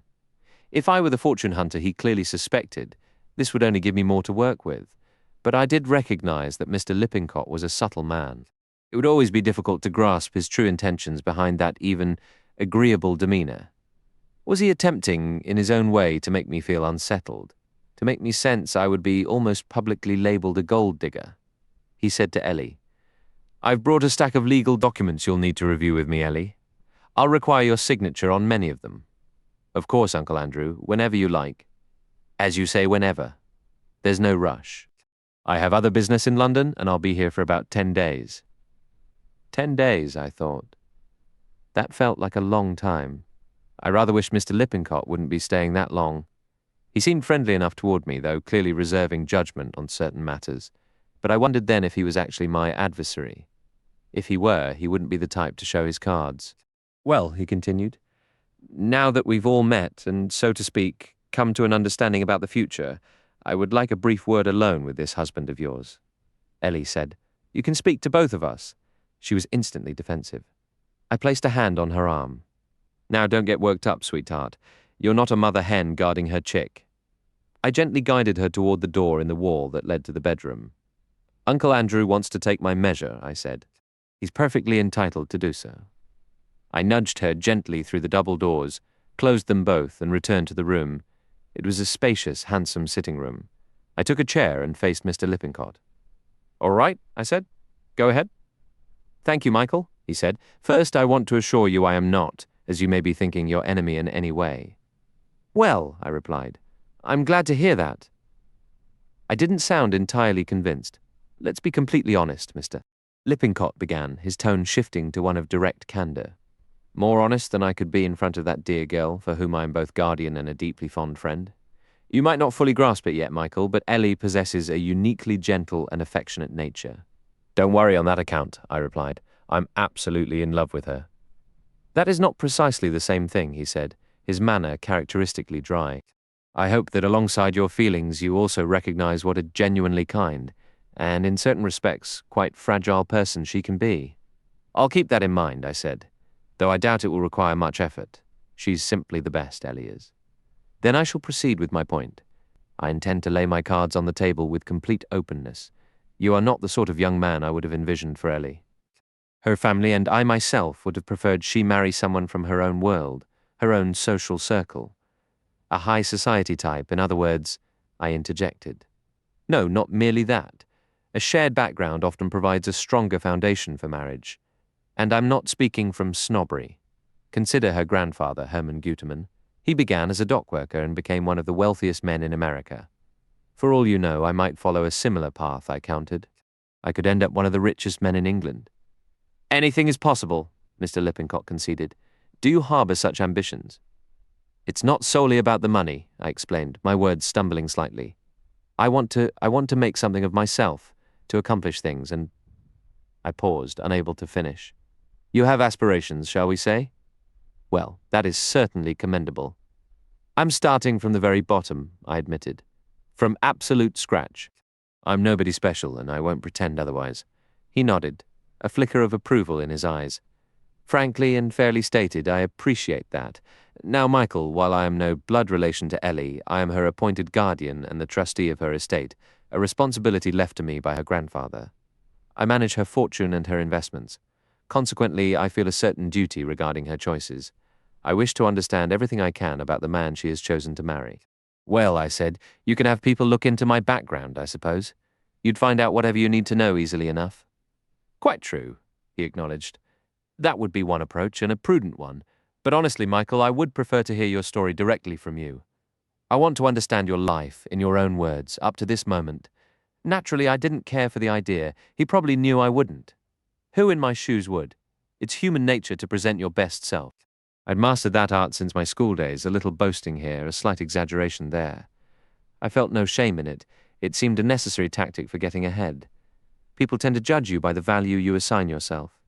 I had no desire to be like that character from Dickens. What was his name? Uriah something. Always going on about being humble, wringing his hands, all while scheming behind a mask of false modesty. That wasn't for me. I was perfectly willing to talk myself up with mates or to a potential boss. Everyone has a best and a worse side. There's no sense in leading with your flaws. I'd always painted my history in the most favourable light. But doing that for Mr. Lippincott felt wrong. He had dismissed the notion of private inquiries, but I wasn't convinced he wouldn't make them anyway, so I gave him the unvarnished truth. I told him of my humble, even grim beginnings, a father who drank too much, but a good mother who worked tirelessly to see me educated. I didn't hide that I'd been a rolling stone drifting from one job to another, never quite finding my footing. I even added a new detail, recalling a bleak winter I spent working in a warehouse in Chicago, a time that taught me the raw value of $1 and the loneliness of being far from home, a memory that still carried a sharp, sobering chill. He had a way of making you feel heard, offering just the right kind of encouragement. Every so often, however, I'd catch a glimpse of his sharpness. A subtle question slipped into the conversation, or an offhand remark that left me scrambling to decide whether to agree or disagree. It gave me the distinct impression I should stay alert. After about 10 minutes of this, I felt a wave of relief when he finally leaned back in his leather chair, signaling what felt like the end of a gentle yet thorough interrogation. You seem to embrace life with a sense of adventure, Michael, he observed. That's not a bad quality. Now tell me more about this house you and Ellie are building. Well, I began, it's situated not far from a town called Market Chadwell. Yes, Mr. Lippincott replied smoothly. I'm familiar with the area. In fact, I took a drive down to see the property myself just yesterday. That caught me off guard. It revealed a side of him I hadn't expected, a man who quietly gathered information in ways you wouldn't anticipate. It's a stunning piece of land, I said, a bit defensively, and the house we're designing is going to be extraordinary. The architect is a man named Rudolph Santonix. I don't know if you've heard of him, but— Oh, I certainly have, Mr. Lippincott interjected. His reputation is quite strong in architectural circles. He's done some work in the United States, I believe. Indeed, a very talented designer with a promising career, though I understand his health has been a concern lately. He talks as if he's living on borrowed time, I admitted. But I don't buy it. I think he'll pull through. Doctors aren't always right, you know. I hope your optimism proves correct. You strike me as someone who tends to look on the bright side. When it comes to Santonix, I am. May all your hopes for him come true, he said kindly. I should add that I believe you and Ellie have made an excellent investment in that property. I appreciated him saying you. It felt like a subtle acknowledgement that we were in this together, rather than highlighting that Ellie had funded the purchase alone. I've consulted with Mr. Crawford, he continued. Crawford. I frowned slightly, trying to place the name. Of the firm Rees and Crawford, a respected English legal practice. He handled the acquisition. From what I gather, the land was purchased at a surprisingly low price. I must admit, given current market values in this region, I found that somewhat puzzling. Even Mr. Crawford seemed reluctant to speculate when I pressed him on the matter. He appeared almost embarrassed. Oh, that's easy, I said with a half-smile. The place is supposed to be cursed. I beg your pardon, Michael. What was that? A curse, sir, I explained. You know, the old gypsy's warning sort of tale. Locally, they call it Gypsy's Acre. Ah, so there's a story attached to it. A rather murky one. It's hard to separate fact from local gossip. From what I've heard, there was a tragedy there years ago, a husband, his wife, and another man involved. The official story is the husband shot them both before turning the gun on himself, but all sorts of other versions float around. No one really knows what happened. It was a long time ago. The property has changed hands several times since, but nobody ever stays for long. Fascinating, Mr. Lippincott said, his eyes glinting with interest. A genuine piece of English folklore. He studied me for a moment, a faint smile playing on his lips. And you and Ellie aren't troubled by this so-called curse? Of course not, I replied, perhaps a little too quickly. Neither of us believes in that kind of superstition. In a way, it worked in our favor. We got the land for a steal because of it. As soon as the words left my mouth, another thought struck me. Sure, getting a bargain was lucky, but with Ellie's wealth and all her assets, did saving a bit of money on a plot of land really matter to her? Then again, maybe I was underestimating the situation. Her grandfather had started as a dock worker and built himself into a millionaire. A man like that always knows how to buy low and sell high. I'm not a superstitious man, Mr. Lippincott remarked, and the vista from your land is truly spectacular. He paused, choosing his words carefully. My only concern is that when you and Ellie finally settle into the house, she won't be exposed to too much of the local gossip circulating about the place. I'll shield her from it as much as possible, I assured him. I doubt anyone would say anything directly to her. Country communities have a particular fondness for passing along tales of that nature, Mr. Lippincott cautioned. And you must remember, Michael, Ellie isn't as resilient as you are. She can be quite impressionable in certain matters, at least. He trailed off, leaving his thought unfinished. He tapped a single finger thoughtfully on the table. I need to speak with you about a rather delicate subject now. You mentioned earlier that you have not yet met this Greta Anderson. No, as I told you, we haven't met.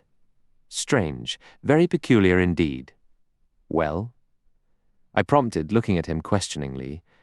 I would have assumed you'd have met her by now, he said slowly. What exactly do you know about her?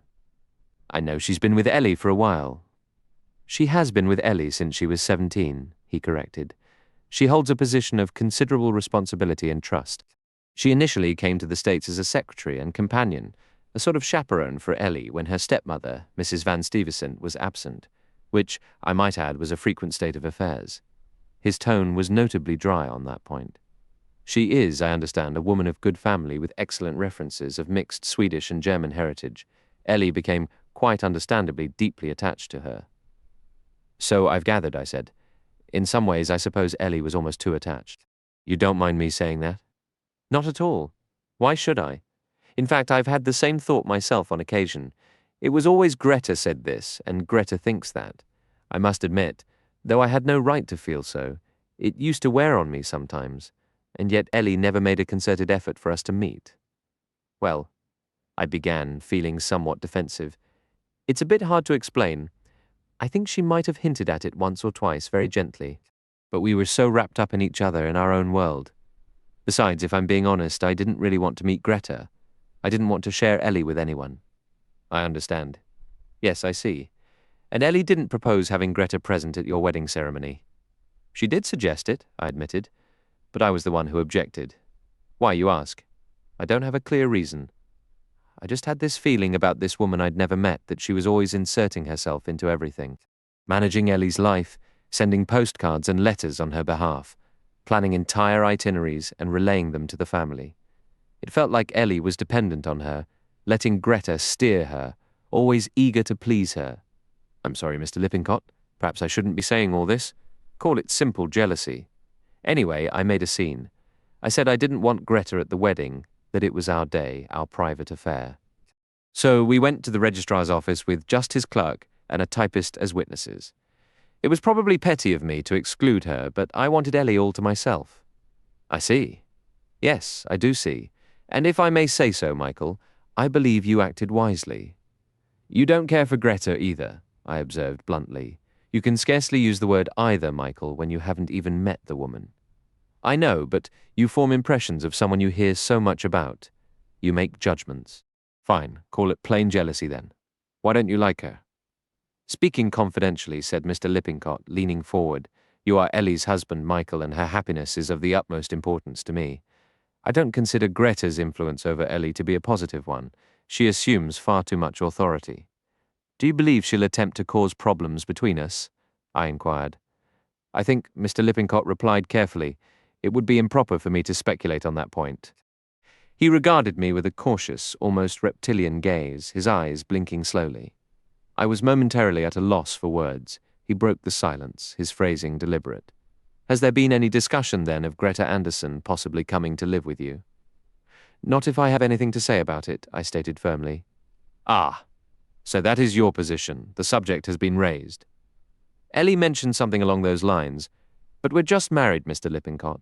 We want our home, our new life, to be our own. Naturally, she'll visit occasionally, that's to be expected. As you say, that would be expected.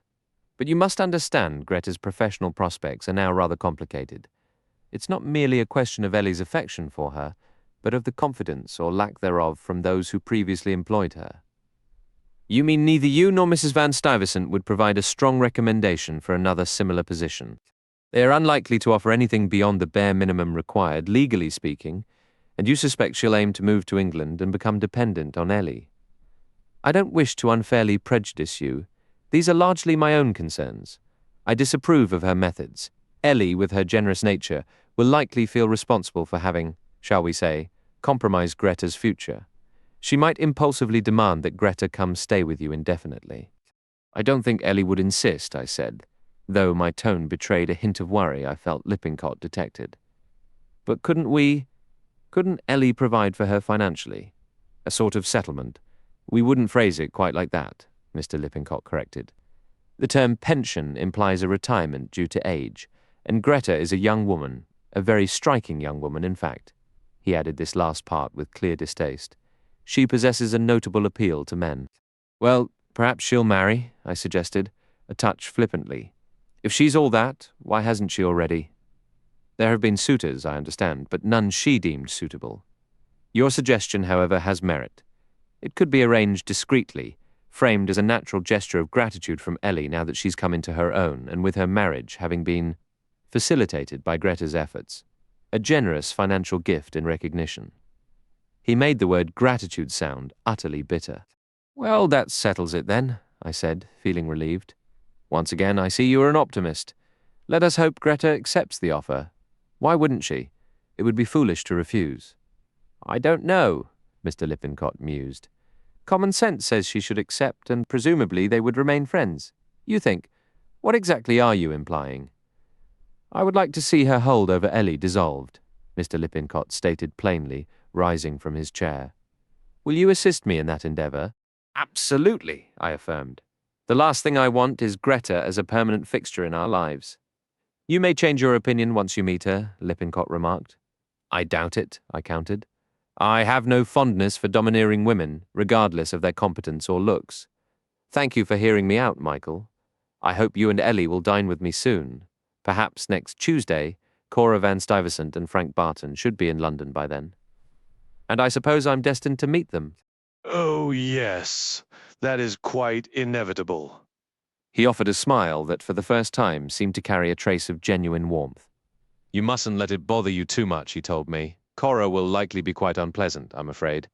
Frank will simply be awkward and clumsy. As for Reuben, he won't be around for the time being. I had no idea who Reuben was. Another family member, I assumed. I walked over to the adjoining doors and pulled them open. All right, Ellie? I called. The interrogation is finished. She returned to the room, her eyes darting quickly between Lippincott and me before she crossed over and gave him a kiss.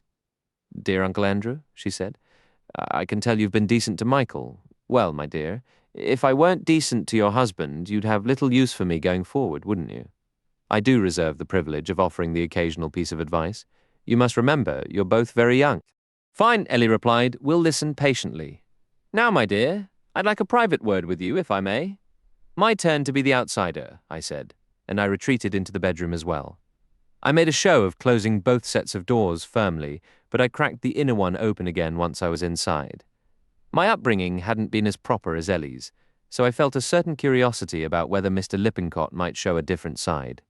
As it turned out, there was nothing worth overhearing. He offered Ellie a few sensible suggestions. He explained that she should understand I might struggle with the dynamic of being a man of modest means married to a wealthy woman, and then he gently broached the subject of arranging a financial settlement for Greta. Ellie agreed enthusiastically, saying she had been planning to ask him about that very thing. He also proposed that she consider an additional allowance for Cora van Stuyvesant. There is absolutely no requirement for you to do so, he stated.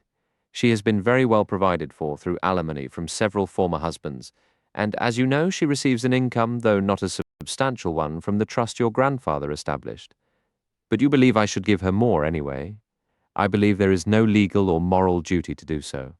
What I think is that you will find her far less irritating and, shall we say, spiteful if you do. I would structure it as an increased monthly allowance, which you could cancel at any time.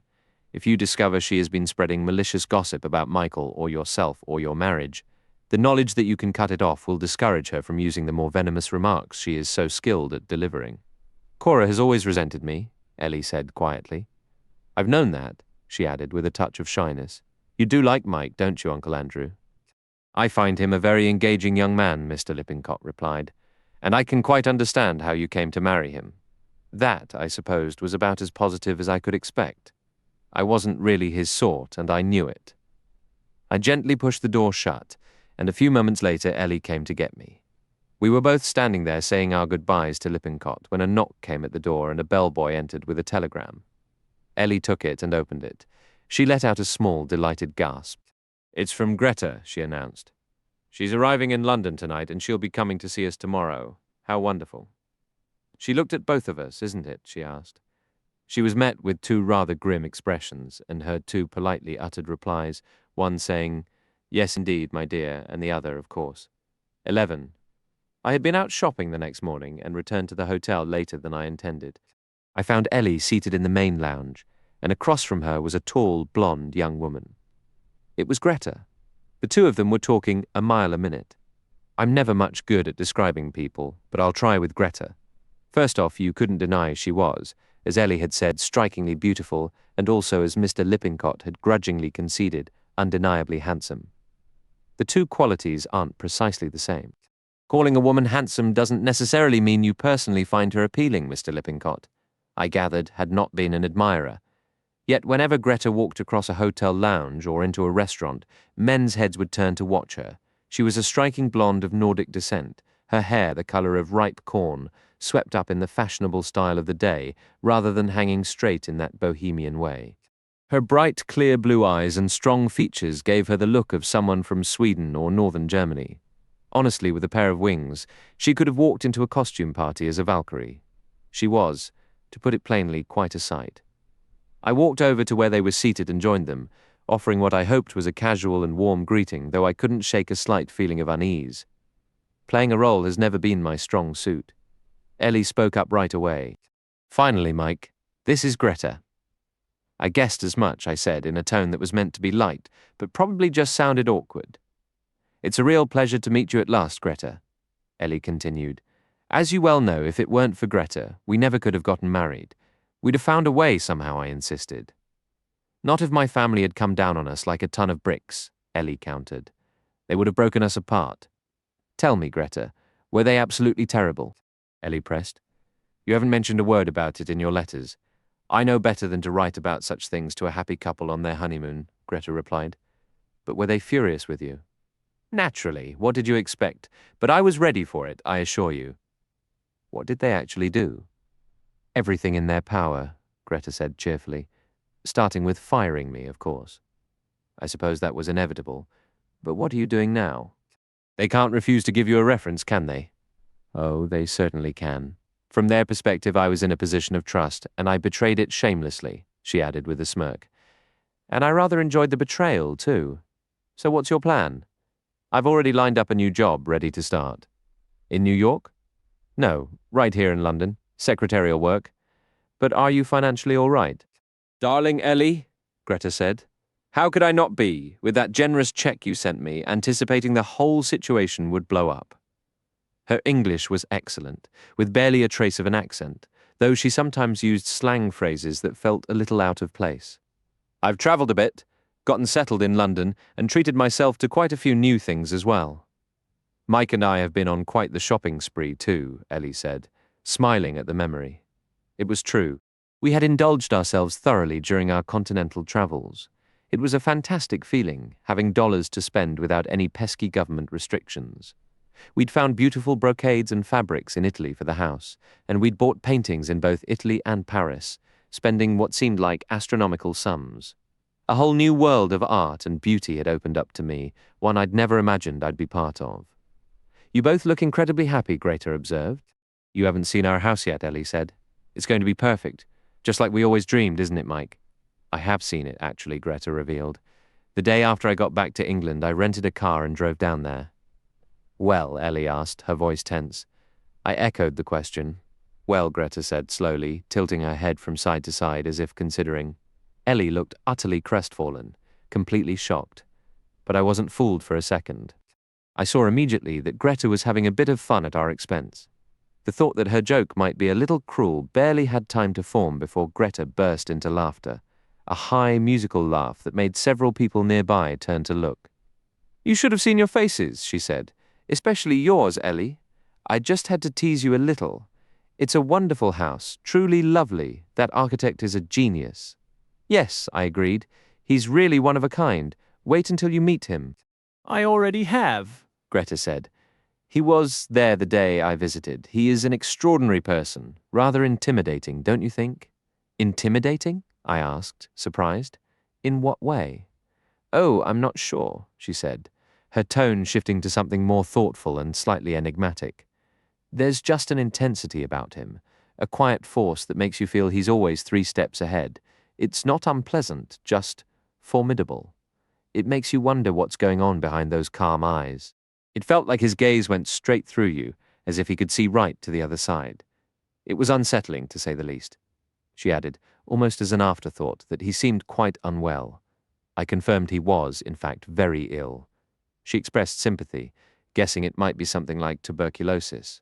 No, I replied, I don't believe it's that. It has more to do with his blood, I think. Oh, I understand, she said, with a wave of her hand. Modern medicine can work miracles until they accidentally finish you off in the process. But let's not dwell on that. Tell me about the house. When will it be ready? Soon, by the looks of it, I said. I'm amazed at how fast it's going up. That's the power of money, Greta remarked offhandedly. Double shifts, bonuses, the whole system. You don't fully realize, Ellie, how extraordinary it is to have the resources you do. But I was beginning to realize. The past few weeks had been a steep education. Through marriage, I'd entered a completely different world, and it wasn't anything like I'd pictured from the outside. My previous idea of wealth was hitting a lucky streak, a sudden windfall spent immediately on the grandest celebration I could find. It was crude, the straightforward indulgence of my background. Ellie's world, however, was something else entirely. It wasn't about endless luxury or accumulating more things for the sake of it. It wasn't bigger houses, faster cars, or lavish meals meant to impress. Strangely, it was simpler. Once you moved past the need to flaunt your spending, a curious simplicity emerged. You don't crave 3 yachts or 4 cars. You can only eat 3 meals a day. If you buy a truly exceptional painting, you don't need more than one in a room. The point was, whatever you chose was simply the best of its kind, not because it was the most expensive, but because there was never a moment of hesitation, never a thought of, I can't afford that. This created a simplicity I found hard to grasp at first. We were once considering a French Impressionist work, a Cézanne, a name I had to carefully remember, as I kept confusing it with Cigane, which I understood to be a gypsy orchestra. Later, while walking the streets of Venice, Ellie paused by some pavement artists. Most were churning out identical tourist pieces, portraits with gleaming teeth and flowing blonde hair, yet she bought a small, unassuming painting, just a glimpse of a canal. The artist sized us up, and she paid the equivalent of £6. The funny thing was, I could tell she wanted that modest piece just as much as she'd wanted the Cézanne. It was the same on a day in Paris. She suddenly suggested, wouldn't it be fun to get a crisp French loaf, some butter, and one of those cheeses wrapped in leaves? So we did, and I believe she enjoyed that simple meal more than the £20 dinner we'd had the night before. Gradually, I started to understand. The tricky part was realizing that being married to Ellie wasn't all fun and games. There was homework. I had to learn how to navigate a restaurant, what to order, the appropriate tips, and when to give a little extra. I had to memorize which wines went with which foods. Most of this I learnt through observation. I couldn't ask Ellie directly. She wouldn't have understood the question. She would have simply said, "But, darling Mike, you can have anything you like. Why should it matter what a waiter believes is the proper wine for a particular dish? For Ellie, born into that world, it was of no consequence.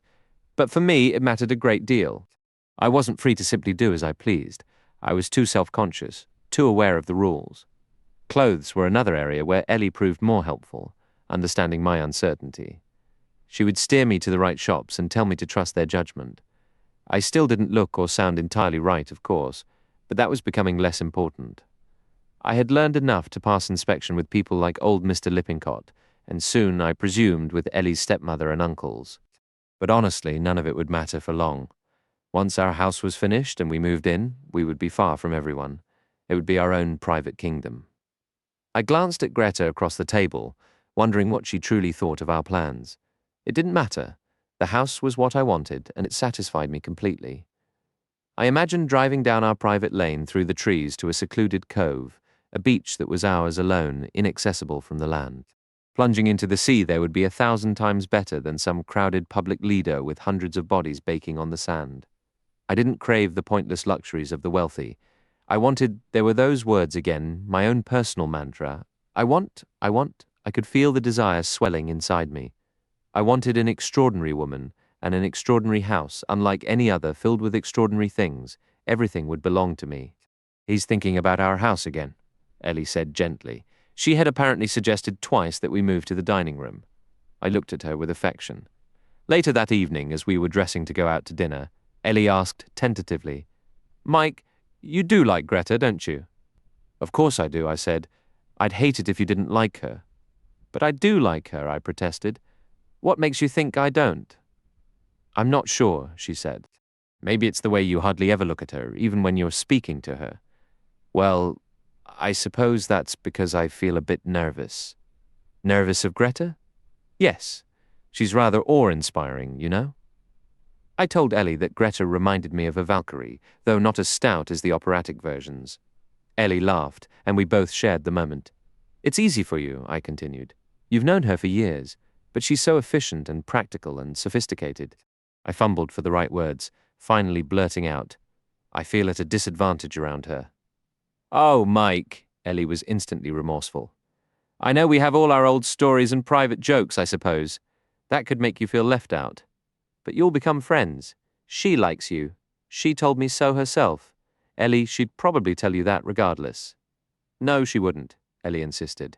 "Greta is very direct. You heard her today at lunch." It was true. Greta hadn't held back during the meal, speaking pointedly to me.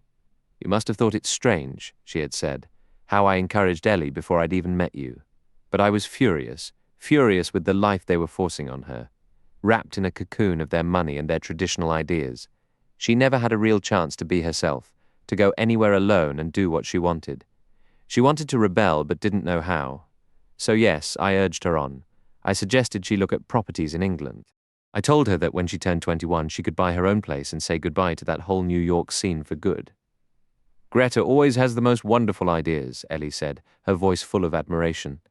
Mr. Lippincott's words echoed in my mind. "She has too much influence over Ellie." I questioned whether that was truly the case. Oddly, I didn't believe it was. I sensed there was a core within Ellie that Greta, despite knowing her so intimately, had never fully grasped.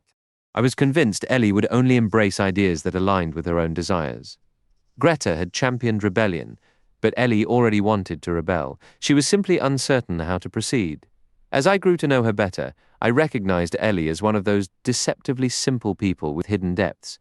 I believed she was perfectly capable of taking a firm stand of her own if she wished to. The trouble was, she wouldn't often wish to, and that realization made me ponder how difficult everyone was to truly understand. Even Ellie. Even Greta. Even perhaps my own mother with that fearful look in her eyes. My thoughts drifted back to Mr. Lippincott. As we peeled some oversized peaches, I remarked, "Mr. Lippincott has actually taken our marriage rather well. I must say, I'm surprised." "Mr. Lippincott," Greta stated flatly, "is an old fox." "You always say that, Greta," Ellie chimed in, "but I think he's rather sweet. Very proper and strict, of course." "Well, you go on believing that if you like," Greta retorted. "Personally, I wouldn't trust him an inch." Not trust him, Ellie exclaimed. Greta shook her head firmly. I know. He's the very picture of respectability and trustworthiness. He's everything a lawyer and trustee is supposed to be. Ellie laughed lightly. Are you suggesting he's embezzled my fortune? Don't be silly, Greta. There are auditors and banks and all sorts of checks in place. Oh, I'm sure he's perfectly fine on paper, Greta conceded with a dismissive wave.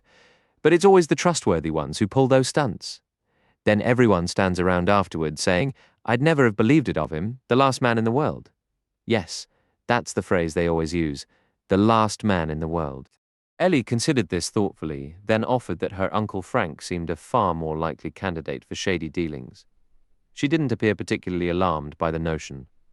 Well, of course he looks the part, Greta said with a smirk. All that false cheer and backslapping. But that actually handicaps him. He'll never be in a position to be a major league crook. Is he your mother's brother? I asked, feeling lost in the web of Ellie's family. He's my father's sister's husband, Ellie clarified. She left him, married someone else, and passed away 6 or 7 years ago. Uncle Frank has more or less clung to the family since. There are 3 of them, really? Greta explained helpfully, as if listing exhibits. 3 leeches, you might say. Ellie's actual uncles died, one in Korea, one in a car crash. So what she's left with is a rather broken stepmother, this Uncle Frank who's a permanent fixture in the family home, a cousin she calls Uncle Reuben, plus Andrew Lippincott and Stanford Lloyd. Who is Stanford Lloyd? I asked, thoroughly bewildered. Oh, another sort of financial manager, isn't he, Ellie? Greta said. He handles your investments and such. Not that it's terribly difficult work. When you have as much money as Ellie, it pretty much multiplies on its own. That's the main cast of characters, Greta concluded. And I have no doubt you'll be meeting them all quite soon. They'll be flying over to inspect you. I groaned and looked toward Ellie. She reached over, her hand briefly touching mine, and said with gentle reassurance, Don't worry, Mike. They'll look and then they'll leave. They did come over. None of them stayed very long that first visit. It was purely a reconnaissance mission to size me up. I found them challenging to read, largely because they were all Americans, representing social types I wasn't familiar with. Some were pleasant enough on the surface. Uncle Frank, for instance. But on that point I agreed entirely with Greta. I wouldn't have trusted him a single step. I recognized the type from my time in England. He was a large man, carrying a bit of extra weight around the middle, with heavy bags under his eyes that gave him a worn-out, indulgent appearance. An impression I suspected was fairly accurate. He seemed to have an eye for the ladies, but an even sharper one for any opportunity that might benefit him. On a couple of occasions, he borrowed small sums from me, just enough to get by for a day or two. I had a feeling it wasn't so much about the money itself, but more of a test to see how easily I'd open my wallet. It left me uneasy, unsure of the best response. Should I have flat out refused, marking myself as a miser, or pretended a generosity I didn't feel? In the end, I decided to just forget about Uncle Frank. Cora, Ellie's stepmother, was the one who truly captured my attention. She was a woman around 40, impeccably dressed with dyed hair and an overly effusive manner. She poured on the sweetness for Ellie. You mustn't pay any mind to those letters I sent, Ellie, she cooed. You have to admit your marrying so secretly was a dreadful shock. But I know it was Greta who talked you into doing it that way. Please don't blame Greta, Ellie replied. I never meant to upset everyone. I just thought, well, the less fuss, the better. Well, of course, dear, you have a point there, Cora said. The business managers were absolutely furious, Stanford Lloyd and Andrew Lippincott. I suppose they feared everyone would blame them for not watching over you more closely, and naturally they had no idea what Mike would be like. They didn't realize how utterly charming he'd turn out to be. I didn't either, for that matter. She flashed a smile in my direction, a sickly sweet gesture that was one of the most transparently fake I'd ever witnessed. It struck me then that if any woman ever despised a man, it was Cora who despised me. Her sugary act with Ellie was understandable, of course. Andrew Lippincott had returned to America and had undoubtedly given her a stern warning. Ellie was selling some of her American property, having firmly decided to settle in England, but she planned to provide Cora with a generous allowance to live wherever she pleased. Cora's husband was scarcely mentioned. I gathered he'd already departed for some distant corner of the world, and he hadn't gone alone. Another divorce was likely on the horizon, and this one wouldn't bring much in the way of alimony. Cora's latest marriage had been to a man considerably younger than herself, long on physical appeal but short on funds. That allowance from Ellie was crucial. Cora had expensive tastes. Old Andrew Lippincott had probably made it perfectly clear that the money could stop at any time if Ellie wished, or if Cora forgot herself and criticized Ellie's new husband too harshly. Cousin or Uncle Reuben didn't make the trip. Instead, he sent Ellie a pleasant, carefully neutral letter, wishing her happiness but doubting she'd enjoy life in England. "If you don't, Ellie, you come right back to the States," he wrote. "Don't think you won't get a welcome here, because you will. Certainly from your Uncle Reuben. He sounds rather decent," I remarked to Ellie. "Yes," she said thoughtfully, though she didn't seem entirely convinced. "Are you fond of any of them, Ellie?" I asked. "Or perhaps I shouldn't ask that. You can ask me anything," she said, but she was quiet for a moment before answering. "No," she finally stated, with a note of finality. "I don't think I am. It seems strange, but I suppose it's because they aren't truly mine. They're connected by circumstance, not by blood. None of them are my real family. I loved my father from what I remember of him. I think he was a rather gentle man, and my grandfather was disappointed in him because he didn't have much of a head for business. He never wanted that life. He preferred going down to Florida, spending his days fishing, things like that. Later on, my father married Cora, and we never really warmed to each other. I don't remember my own mother at all. I was always fond of Uncle Henry and Uncle Joe. They were a lot of fun, more light-hearted in some ways than my father, who I think was a quiet and often melancholy man. The uncles knew how to enjoy life. Uncle Joe especially had a wild streak, the kind that comes from having too much money and too few worries. He was the one who died in that car crash, and the other was killed in the war. By then, my grandfather was already in poor health, and losing all three of his sons shattered him. He never cared for Cora, and he wasn't particularly fond of the more distant relatives either, like Uncle Reuben. Grandfather used to say you could never tell what Reuben was plotting. That's why he set up a trust for most of his money, leaving sizable amounts to museums and hospitals. He made sure Cora was taken care of, and he provided for my father's brother, Uncle Frank. But the bulk came to you. Yes, and I think that made him a little uneasy. He did everything he could to arrange for others to manage it for me. People like Uncle Andrew and Mr. Stanford Lloyd, a lawyer and a banker. Exactly. I suppose he didn't trust me to handle it alone. What's strange is that he let me inherit fully at 21. Most people would have kept it in trust until 25, but I expect he thought differently because I was a girl. That's odd, I remarked. I would have assumed it would be the other way around. Ellie shook her head. No, I think grandfather believed young men were the ones who went wild, blowing money and getting tangled up with scheming women. He figured they needed extra time to get that out of their system, sow their wild oats, as you say in England. But he told me once, if a girl has any sense, she'll have it by 21. Waiting 4 more years won't change a thing. If she's bound to be foolish, she'll be foolish by then anyway. Ellie looked at me and smiled. He also said he didn't think I was a fool. You may not know much about life yet, he told me, but you've got good judgment, Ellie, especially about people. I believe you always will. I doubt he would have approved of me. I said thoughtfully. Ellie, ever honest, didn't try to soften the truth. No, she admitted, I think he would have been horrified at first, but he would have gotten used to you. Poor Ellie, I said suddenly. Why do you say that? I've said it to you before, remember? Yes. You called me a poor little rich girl, and you weren't wrong. I didn't mean it that way this time, I explained. It wasn't about the money. I meant you have too many people circling you, too many who want something from you but don't truly care about you. Isn't that true? I think Uncle Andrew genuinely cares, Ellie said, though a hint of doubt lingered in her voice. He's always been kind and understanding, but the others, you're right. They only want things. They're always coming to you, aren't they? Borrowing money? Asking for favors? Expecting you to bail them out of trouble? It's a constant pressure. I suppose it's natural in a way, Ellie replied calmly.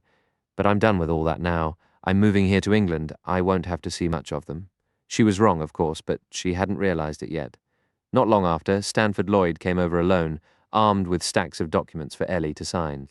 He discussed investments, shares, properties, and trust funds. All of it sounded like gibberish to me. I couldn't have advised her or protected her, and I certainly couldn't have stopped him if he'd decided to take advantage. I really hoped he wasn't, but how could someone as uninformed as me ever be certain?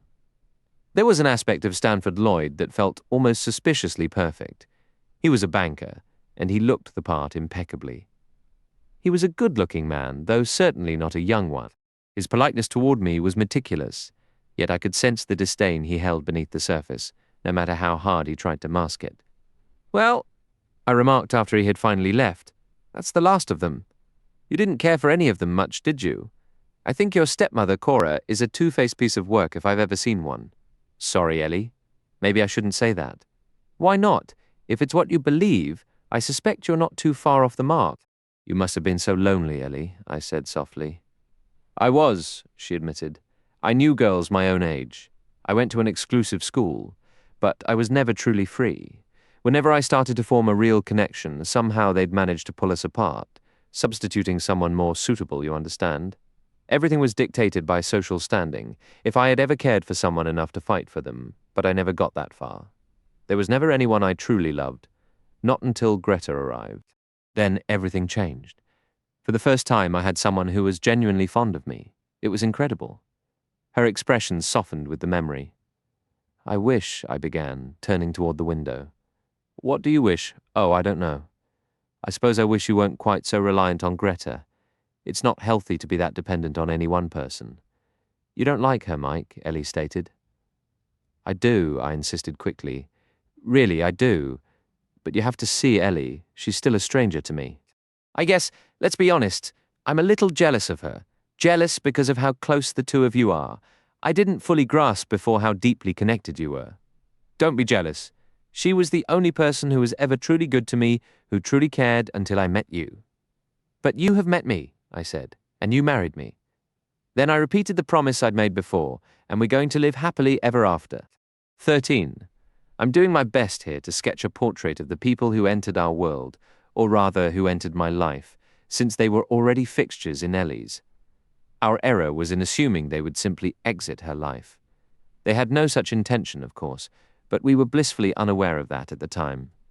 What happened next was the English chapter of our story. Our house was finally complete. We received a telegram from Santonix.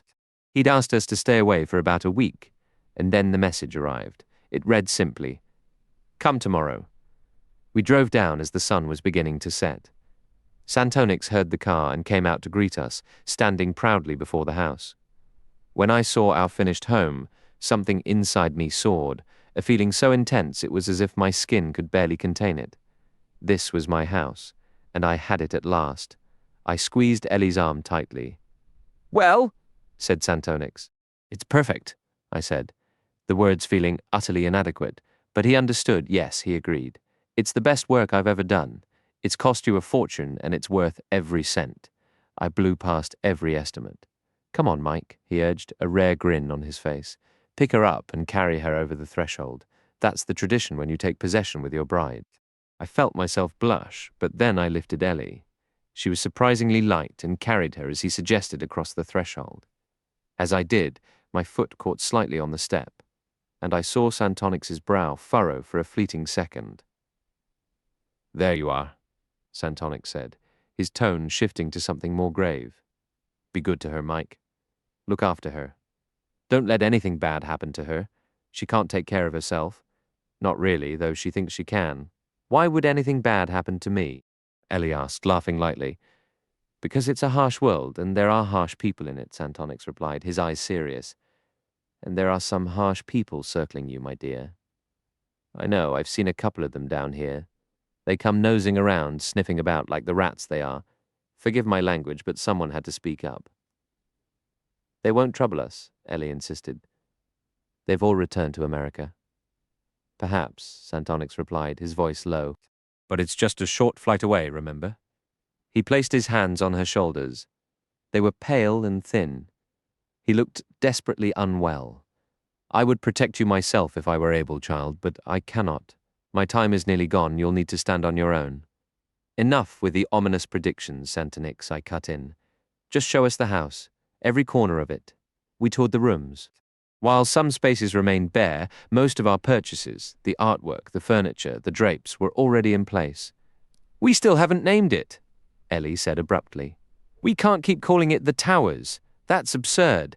What was that other name you mentioned once?" she asked, turning to me. "Wasn't it Gypsy's Acre?" "We are not calling it that," I said sharply. "I dislike that name intensely." "Locally, it will always be known by that," Santonix stated. They're just a bunch of superstitious fools, I retorted.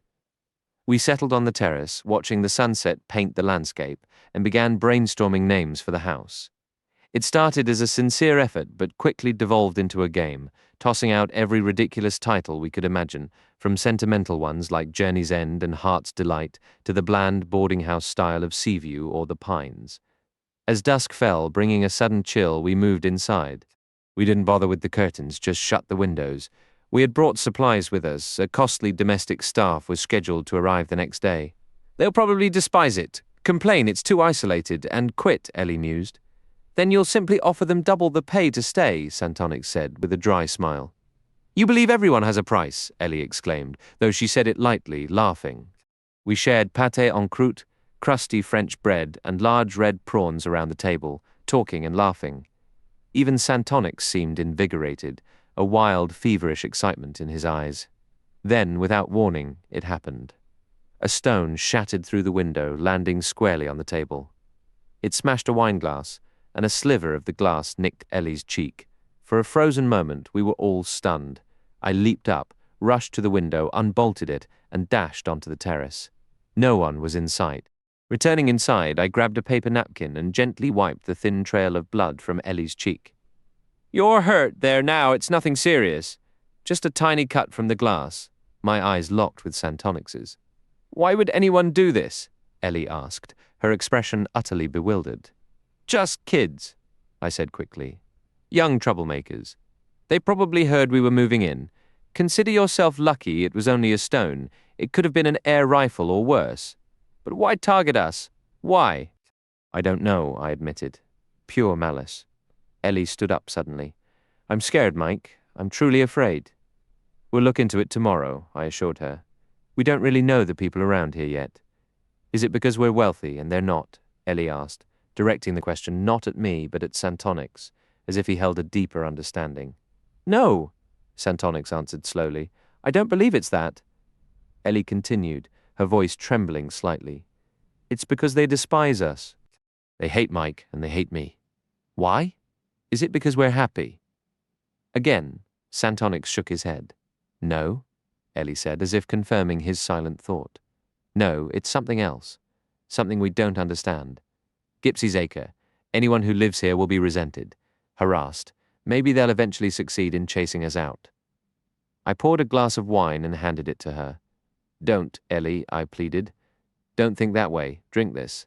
It was a nasty, cowardly prank. Nothing more. I wonder. Ellie murmured, her gaze intense and searching. I truly wonder. She stared hard at me. Someone is trying to drive us away, Mike. I can feel it. To chase us from the home we've made, the home we adore.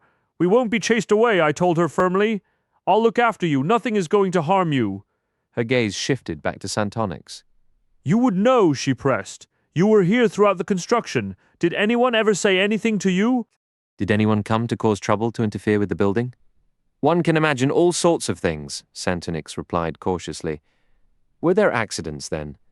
There are always minor incidents when building a house, nothing truly serious. A worker slips from a ladder, another drops a load on his foot, someone gets a splinter that becomes infected. Nothing beyond that? Nothing that felt intentional? No, Santonix stated with conviction. No, I give you my word, absolutely not. Ellie turned to me, her expression intense. You remember that fortune teller, Mike, how strange she was that day, how she warned me against coming here. She's just a little unhinged, a bit touched in the head. We built on Gipsy's Acre, Ellie said, her voice dropping. We did exactly what she told us not to do. Then, with a sudden flare of defiance, she stamped her foot. But I won't let them scare me off. I won't let anyone force me out. Nobody will force us out, I echoed, wrapping an arm around her shoulders. We are going to be happy here. We declared it like a dare thrown at destiny itself. 14. That is how our life at Gipsy's Acre truly began. We never settled on another name for the house. That first tense evening cemented the old title in our minds. We'll call it Gipsy's Acre, Ellie decided the next morning, a new spark in her eyes. Just to make a point, a sort of defiance, don't you think? It's our acre now, and to hell with that old woman's superstitious warning. She was back to her cheerful self by the following afternoon, and soon we were immersed in unpacking and exploring our new surroundings. Ellie and I took a walk down to the cottage where the fortune-teller lived. I thought it would help if Ellie saw her engaged in some mundane task like tending her garden. The only previous encounter had been during the fortune-telling. If Ellie could see her as just an ordinary, slightly eccentric local, perhaps weeding or hanging laundry, it might dispel the unease. But we didn't see her. The cottage was closed up, curtains drawn. I asked a neighbour hanging washing if the woman had passed away, but she shook her head. "Oh, she's likely gone off wandering," the woman said, pegging a shirt to the line. "She does that from time to time. You know, she's a gypsy at heart. Can't seem to stay put in a house for too long. She wanders off and then drifts back again." She tapped her temple meaningfully. Not all there, if you know what I mean. After a moment, she tried to mask her curiosity with a friendly tone. "You've come from the new house up on the hill, haven't you? The one that's just been finished?" "That's right," I confirmed. "We moved in just last night. It's a marvelous-looking place," she remarked. "We've all been up to have a peek while it was going up. Makes quite a change, doesn't it? Seeing a fine house like that, where all those dark old trees used to stand." She addressed Ellie with a shy smile. "You're the American lady, aren't you? That's what we heard." "Yes," Ellie said warmly. "I am American, or I was. Now I'm married to an Englishman, so I suppose I'm an Englishwoman. And you've come to settle down here and make a life." We assured her we had. "Well, I do hope you'll like it, I'm sure," she said, though her tone held a hint of uncertainty. "Why shouldn't we?" I asked. "Oh, well, it's very isolated up there, you know. Some folks don't care for living in such a lonely spot, surrounded by all those woods." "Gypsy's Acre," Ellie said brightly. "Ah, you know the local name, do you? Though the old house that stood there before was called the Towers. I never understood why. It didn't have any towers, at least not in my lifetime." "I think the Towers is a dreadful name," Ellie declared. "I think we'll stick with calling it Gypsy's Acre." "We'll have to inform the post office if we do," I pointed out, playing along. "Or we'll never receive any mail." "No, I suppose we wouldn't. Although, when I think about it," I said with a grin, "would that be so terrible, Ellie? Wouldn't it be rather lovely to get no letters at all? It would cause endless complications," Ellie laughed. "We wouldn't even get our bills." "Sounds perfect to me," I joked. "No, it wouldn't," she countered, her laughter fading into a mock-serious tone. "The bailiffs would march right in and set up camp. Besides," she added, her voice softening, "I'd want to get letters. I'd want to hear from Greta." "Never mind about Greta," I said, pulling her closer as we continued our walk. The strange warning momentarily forgotten in the crisp afternoon air, we decided to continue our exploration of Kingston Bishop. It was a pleasant village with friendly shopkeepers, and nothing about it felt unsettling. Our household staff weren't particularly fond of the area, so we arranged for hired cars to take them to the nearest seaside town or into Market Chadwell on their days off. Their reservations weren't about superstition. They simply didn't care for the house's location. I reminded Ellie that no one could claim the place was haunted, since it was brand new. "It's not the house," she agreed. "The house is fine. It's outside. It's that bend in the road through the trees and that patch of gloomy woods where that woman startled me that day. Maybe next year," I suggested. "We'll cut down some of those trees and plant rhododendrons or something similar instead." We kept making plans. Greta visited for a weekend and was full of praise for the house, complimenting our furnishings, artwork, and color choices with perfect tact. After the weekend, she said she shouldn't interrupt the honeymooners any longer and needed to return to her job in London. Ellie loved showing her around, and her affection for Greta was obvious. I made an effort to be pleasant and sensible, but I felt a distinct sense of relief when Greta left. Having her as a guest had put me on edge. After we'd been settled for a couple of weeks, we began to feel accepted locally and finally met the man everyone called God. He came to call one afternoon while Ellie and I were debating where to put a flower border.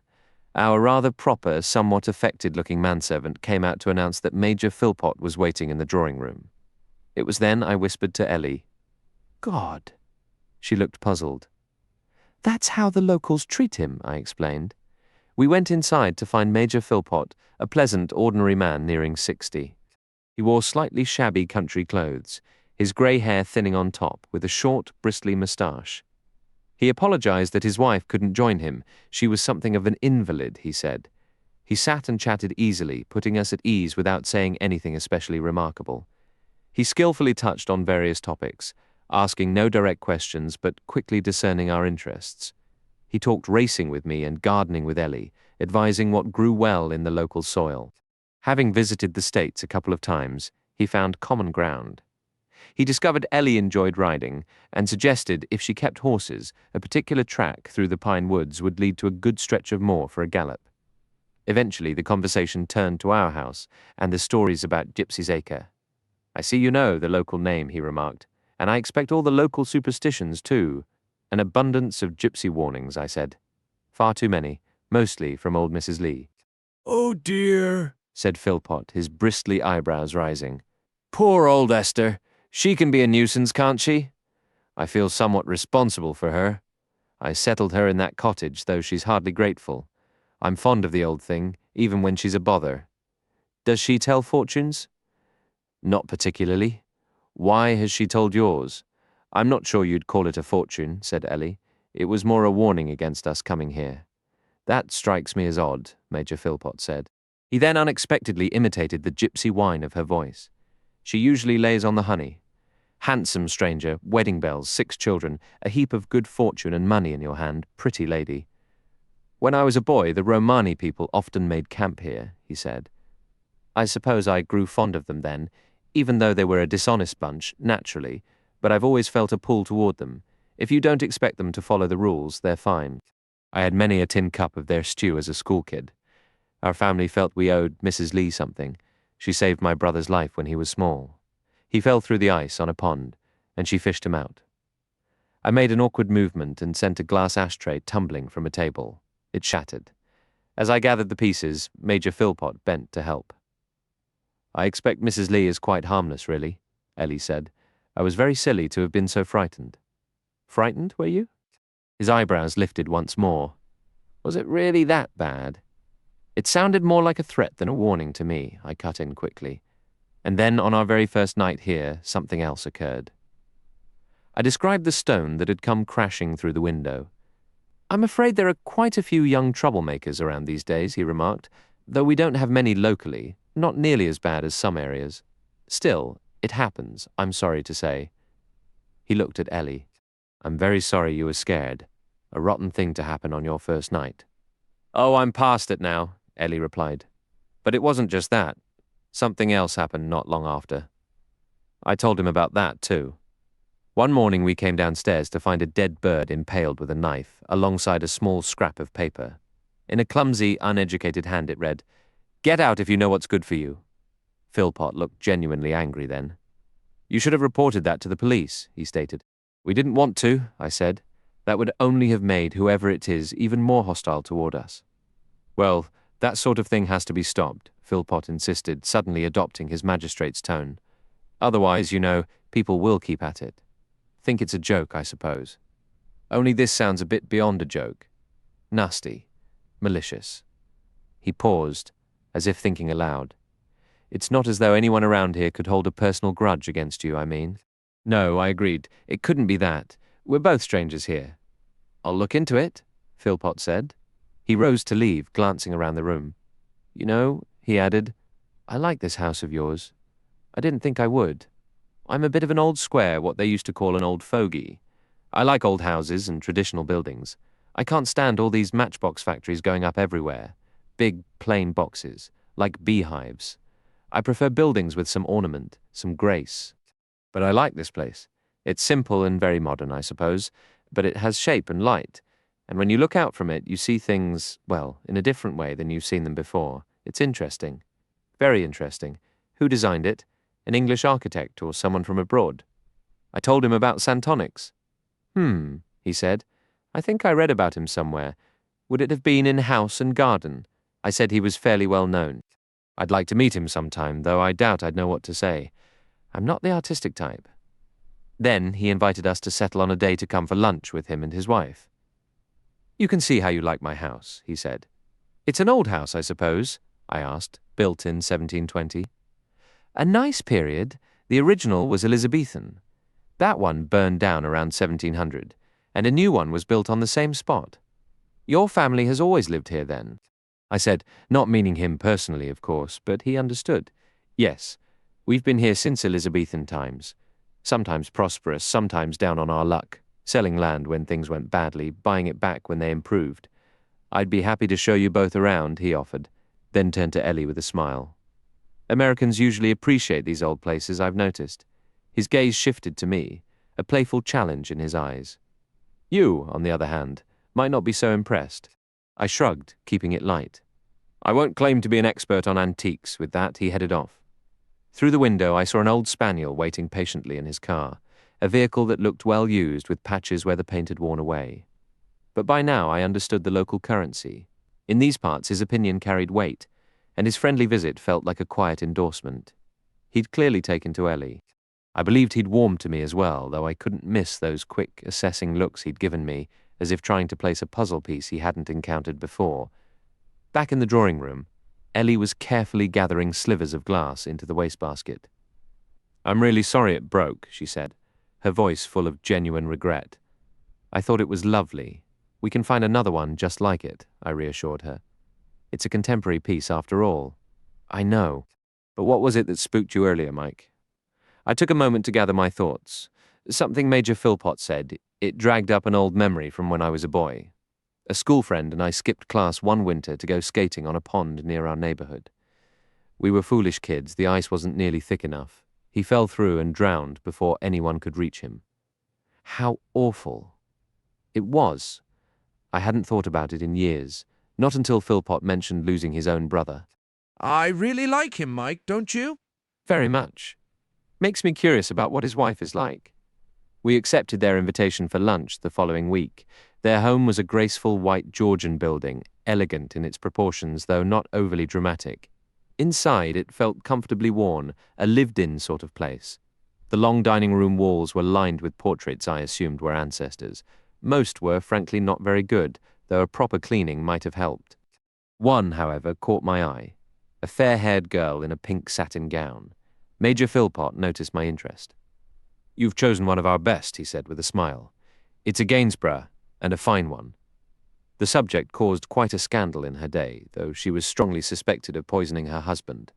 Could have been prejudice, of course. She was a foreigner. My ancestor Gervase Philpott brought her back from his travels abroad. A handful of neighbours had been invited to meet us.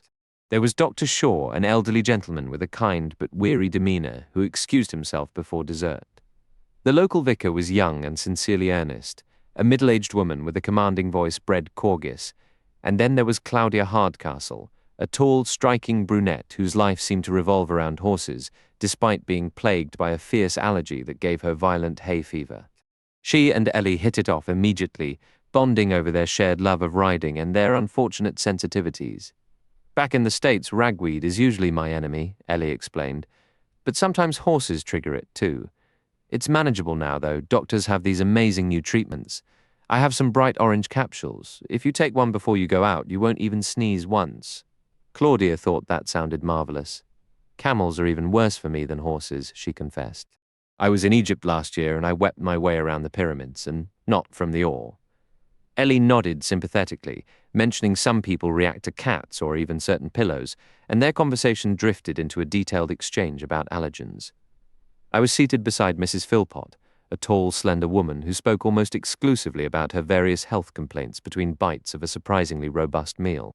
She provided a thorough catalogue of her ailments and recounted how numerous distinguished doctors had been baffled by her condition.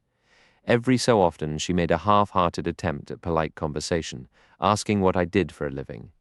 I deftly sidestepped the question, and she made a few unconvincing efforts to discover which circles I moved in. I could have simply said no one, but I decided it was better to hold back, particularly since she wasn't genuinely snobbish and didn't truly care to find out.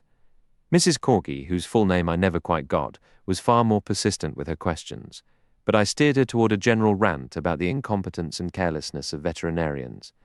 The whole afternoon was pleasant and calm, if a bit uneventful.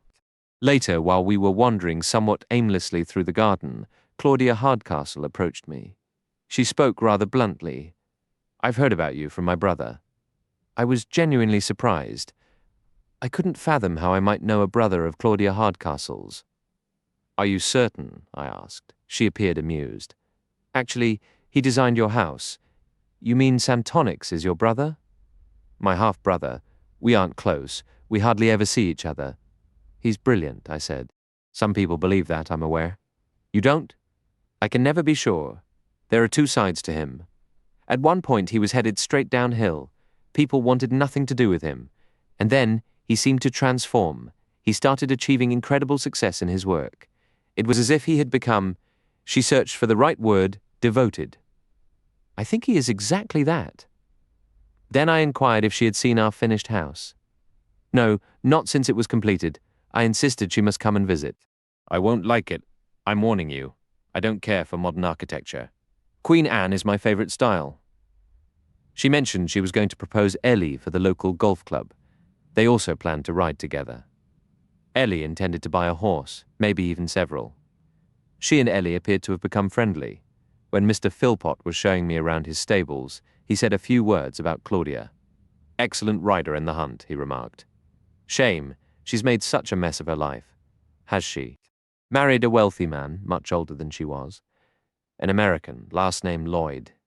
It didn't last, fell apart almost immediately. She went back to using her maiden name. Doubt she'll ever marry again. She's rather against men now, a real pity. As we drove home, Ellie said, a bit dull but nice. They're good people. We're going to be very happy here, aren't we, Mike? I replied, yes, we are, and took my hand off the steering wheel to cover hers. When we arrived, I let Ellie out at the house and put the car in the garage. Walking back, I caught the faint melodic strumming of Ellie's guitar. She owned a rather exquisite old Spanish guitar that must have been quite valuable. She would often sing to it in a soft, low, humming voice, a lovely sound to hear. I didn't recognize most of the songs. Some were American spirituals, I think, and others were old Irish and Scottish ballads, tender and a little mournful. They weren't pop tunes or anything like that. Perhaps they were folk songs. I circled around by the terrace and paused by the window before going inside. Ellie was singing one of my favorites. I don't know its title. She was murmuring the words softly to herself, head bowed over the guitar, fingers gently plucking the strings. It was a sweet, sorrowful, haunting little melody. Man was made for joy and woe, and when this we rightly know, thro' the world we safely go, every night and every morn. Some to misery are born. Every morn and every night, some are born to sweet delight. Some are born to sweet delight. Some are born to endless night. She looked up and noticed me. Why are you looking at me like that, Mike? Like what? You're looking at me as if you loved me. Of course I love you. How else should I be looking at you? But what were you thinking just then? I answered slowly and honestly. I was thinking of you as I first saw you standing by a dark pine tree. Yes, I had been remembering that initial glimpse of Ellie, the shock of it and the thrill. Ellie smiled at me and sang softly. Every morn and every night, some are born to sweet delight. Some are born to sweet delight, some are born to endless night. One never recognizes the truly pivotal moments in life, not until it's far too late. That afternoon, returning from lunch with the Philpotts, we were filled with a simple, perfect joy. I had no way of knowing it then, but that feeling was fleeting, a precious thing soon to be brushed aside. I remember asking her, sing that song about the fly. Her mood shifted, and she began a light, dancing tune, her voice weaving through the old verses. Little fly, thy summer's play my thoughtless hand has brushed away. Am not I a fly like thee? Or art not thou a man like me? For I dance and drink and sing, till some blind hand shall brush my wing. The words hung in the air between us, a playful yet piercing observation on fate. Oh, Ellie, my Ellie. Isn't it just incredible how life stubbornly refuses to follow the script you write for it? We had our house, our sanctuary, exactly as I'd dreamed, a clean break from the old world. Or so I'd naively believed. The ocean proved to be no barrier at all. First, it was Ellie's insufferable stepmother, Cora. The letters and cables started pouring in. She was suddenly obsessed with finding her own English country house, inspired by ours. She declared she simply had to spend a few months a year here, and before we could muster a protest, she was on our doorstep, demanding tours and viewings. She eventually zeroed in on a place a mere 15 miles away. We were horrified, but what could we do? Politely asking her not to would have been like asking the tide not to come in, utterly pointless. She would do precisely as she pleased. Just as we were despairing over Cora's impending proximity, the transatlantic dramas began. Uncle Frank, it seemed, had entangled himself in some dubious, possibly fraudulent scheme that required a significant payout to untangle. Then came the tension between Stanford Lloyd and Andrew Lippincott over Ellie's trust funds. I'd been foolish enough to think distance mattered. These people treated the Atlantic like a puddle, hopping on planes for 24-hour consultations. Ellie was constantly summoned to London for meetings. I struggled to grasp the financial intricacies, sensing everyone was choosing their words with extreme care, each subtly blaming the other for delays and discrepancies. It was a cloud over our peace. In a blessed lull between these storms, Ellie and I made a wonderful discovery. We had been exploring the wooded edges of our property, following faint, overgrown trails. One path, nearly invisible beneath brambles, led us to a charming little structure Ellie called a folly, a whimsical white temple-like pavilion, slightly ridiculous and utterly perfect. It was in surprisingly good shape. We cleaned it, gave it a fresh coat of paint, and furnished it with a table, chairs, a cozy divan, and a corner cupboard we stocked with glasses and a few bottles. It became our secret clubhouse. Ellie suggested we clear the path for easier access, but I argued for keeping it hidden. "Let's not tell a soul," I said, and she loved the romance of that idea. "We certainly won't let Cora know," I added, and Ellie's agreement was immediate and heartfelt. It was our private escape, a tiny fortress against the world that kept trying to crowd back in it. Happened after we'd come down from the hill. Not right away, but later, once Cora had left and we were hoping to settle back into a quiet routine. Ellie was skipping ahead of me when she caught her foot on a tree root and fell, twisting her ankle badly.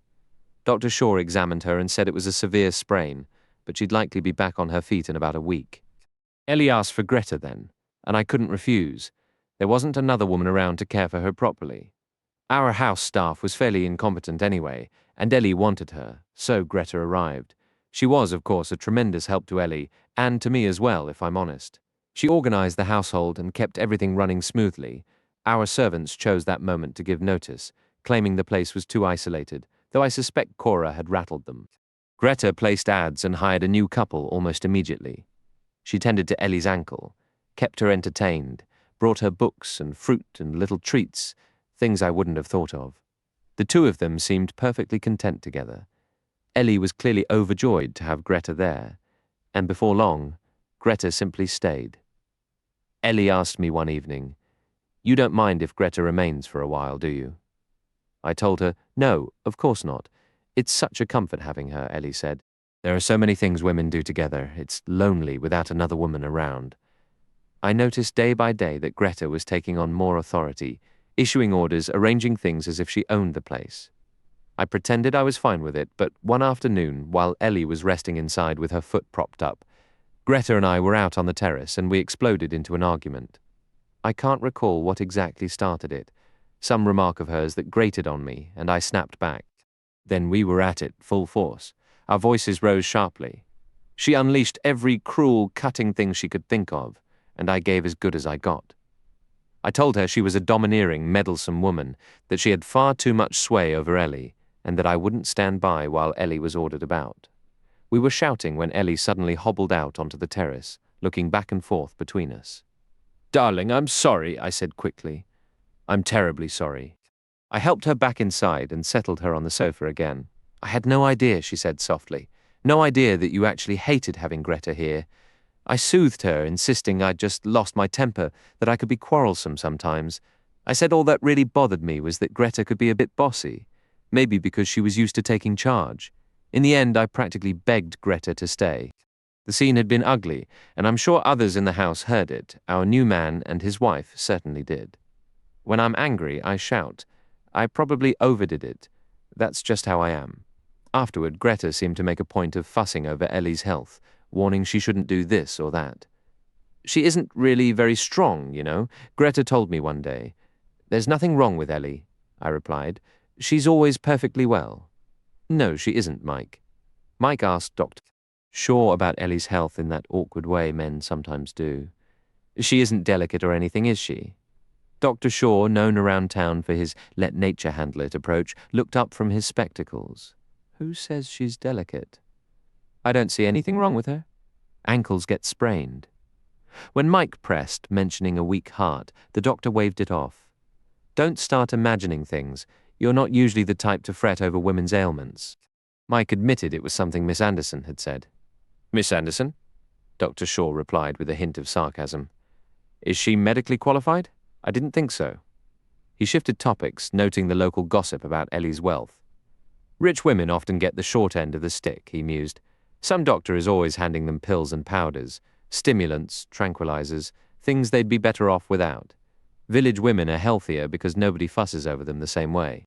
Mike mentioned Ellie did take some capsules. I'll give her a checkup, Dr. Shaw offered. Might as well see what muck she's been given. I've told people before to chuck the whole lot in the wastepaper basket. Before leaving, he spoke with Greta. At Mike's request, he explained he was giving Ellie a general examination.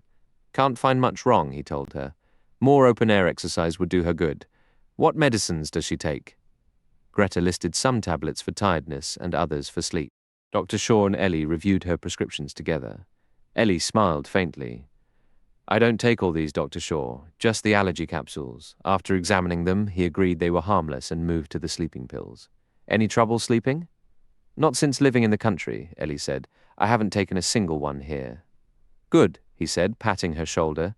There's nothing wrong with you, my dear. Maybe you worry a bit sometimes, that's all. The capsules are mild. Lots of people take them. Keep those if you like, but leave the sleeping pills alone. Later, Mike apologized to Ellie for his concern. I don't know why I worried. I suppose it was Greta. Ellie laughed. Greta fusses over me. She never takes anything herself. Then, with a determined spark in her eye, she added, Let's have a clean-out, Mike. We'll throw most of this stuff away. Ellie was growing closer to our neighbors. Claudia Hardcastle visited often, and she and Ellie began riding together. I'd spent my life with cars and engines. Horses were a mystery to me, despite a brief stint mucking stables in Ireland once. I made a private plan to take proper riding lessons at a fancy stable in London someday. Starting here would only invite laughter. Riding seemed good for Ellie. She clearly enjoyed it. Greta encouraged her, though Greta knew nothing about horses either. On a trip to a local sale, guided by Claudia's advice, Ellie bought a chestnut horse she named Conker. I urged her to be careful riding alone, but she just laughed it off. One afternoon, after a long ride, she came back with grass stains on her jeans and a story about Conker shying at a rabbit, a small, ordinary moment that made her seem more vibrant and alive than any pill ever could. I've been riding since I was practically a toddler, she explained, so it was normal for her to go out on horseback several times a week. Greta would usually take the car into Market Chadwell for the groceries. One afternoon over lunch, Greta brought it up. You and your gypsies! There was this awful-looking old woman this morning. She planted herself right in the middle of the road. I almost hit her, just stood there, bold as brass on the hill. I had to slam on the brakes. What did she want, I asked. Ellie was listening quietly, but I noticed a faint line of worry on her forehead. The nerve of her, she threatened me. Greta stated, Threatened you? I asked, my voice sharp. She told me to leave, she said. This is gypsy land. Go back, all of you. Go back where you came from if you want to be safe. Then she shook her fist at me. She said, If I curse you, you'll never have good luck again. Buying our land, building your houses where our tents should stand. We don't want houses here. Greta went on for a while. Later, Ellie said to me, her brow slightly furrowed, It all sounds so far-fetched, don't you think, Mike? I think Greta might be embellishing things, I replied. It just doesn't feel right, Ellie murmured. I wonder if she invented some of it. I thought about that. Why would she make it up? Then I asked more pointedly, You haven't seen that Esther woman lately, have you? Not while you've been out riding, the gypsy, no. You don't sound completely certain, Ellie, I pressed. I think I've seen glimpses of her, Ellie admitted. You know, just a figure standing back in the trees watching, but never close enough to be sure. But one day, Ellie returned from her ride, pale and trembling. The old woman had stepped out from between the trees. Ellie had pulled her horse to a stop and spoken to her. She said the woman was shaking her fist and muttering curses under her breath. This time I was angry, Ellie told me. I said to her, What do you want here? This land isn't yours. It's our land and our house. The old woman had replied, It will never be your land, and it will never belong to you. I warned you once, I've warned you twice. I won't warn you again. It won't be long now, I can tell you that. I see death right there behind your left shoulder. Death is standing beside you, and death will take you. That horse you're riding has one white foot. Don't you know it's bad luck to ride a horse with one white foot? I see death, and that fine house you built falling into ruins. This has to stop, I said, furious. Ellie didn't try to laugh it off this time. Both she and Greta were visibly shaken. I went straight down to the village. I went first to Mrs. Lee's cottage, but seeing no light inside, I continued on to the police station. I knew the officer in charge, Sergeant Keane, a solid, sensible man. He listened to my story, then said, "I'm sorry you're dealing with this. She's very old and she might be getting difficult.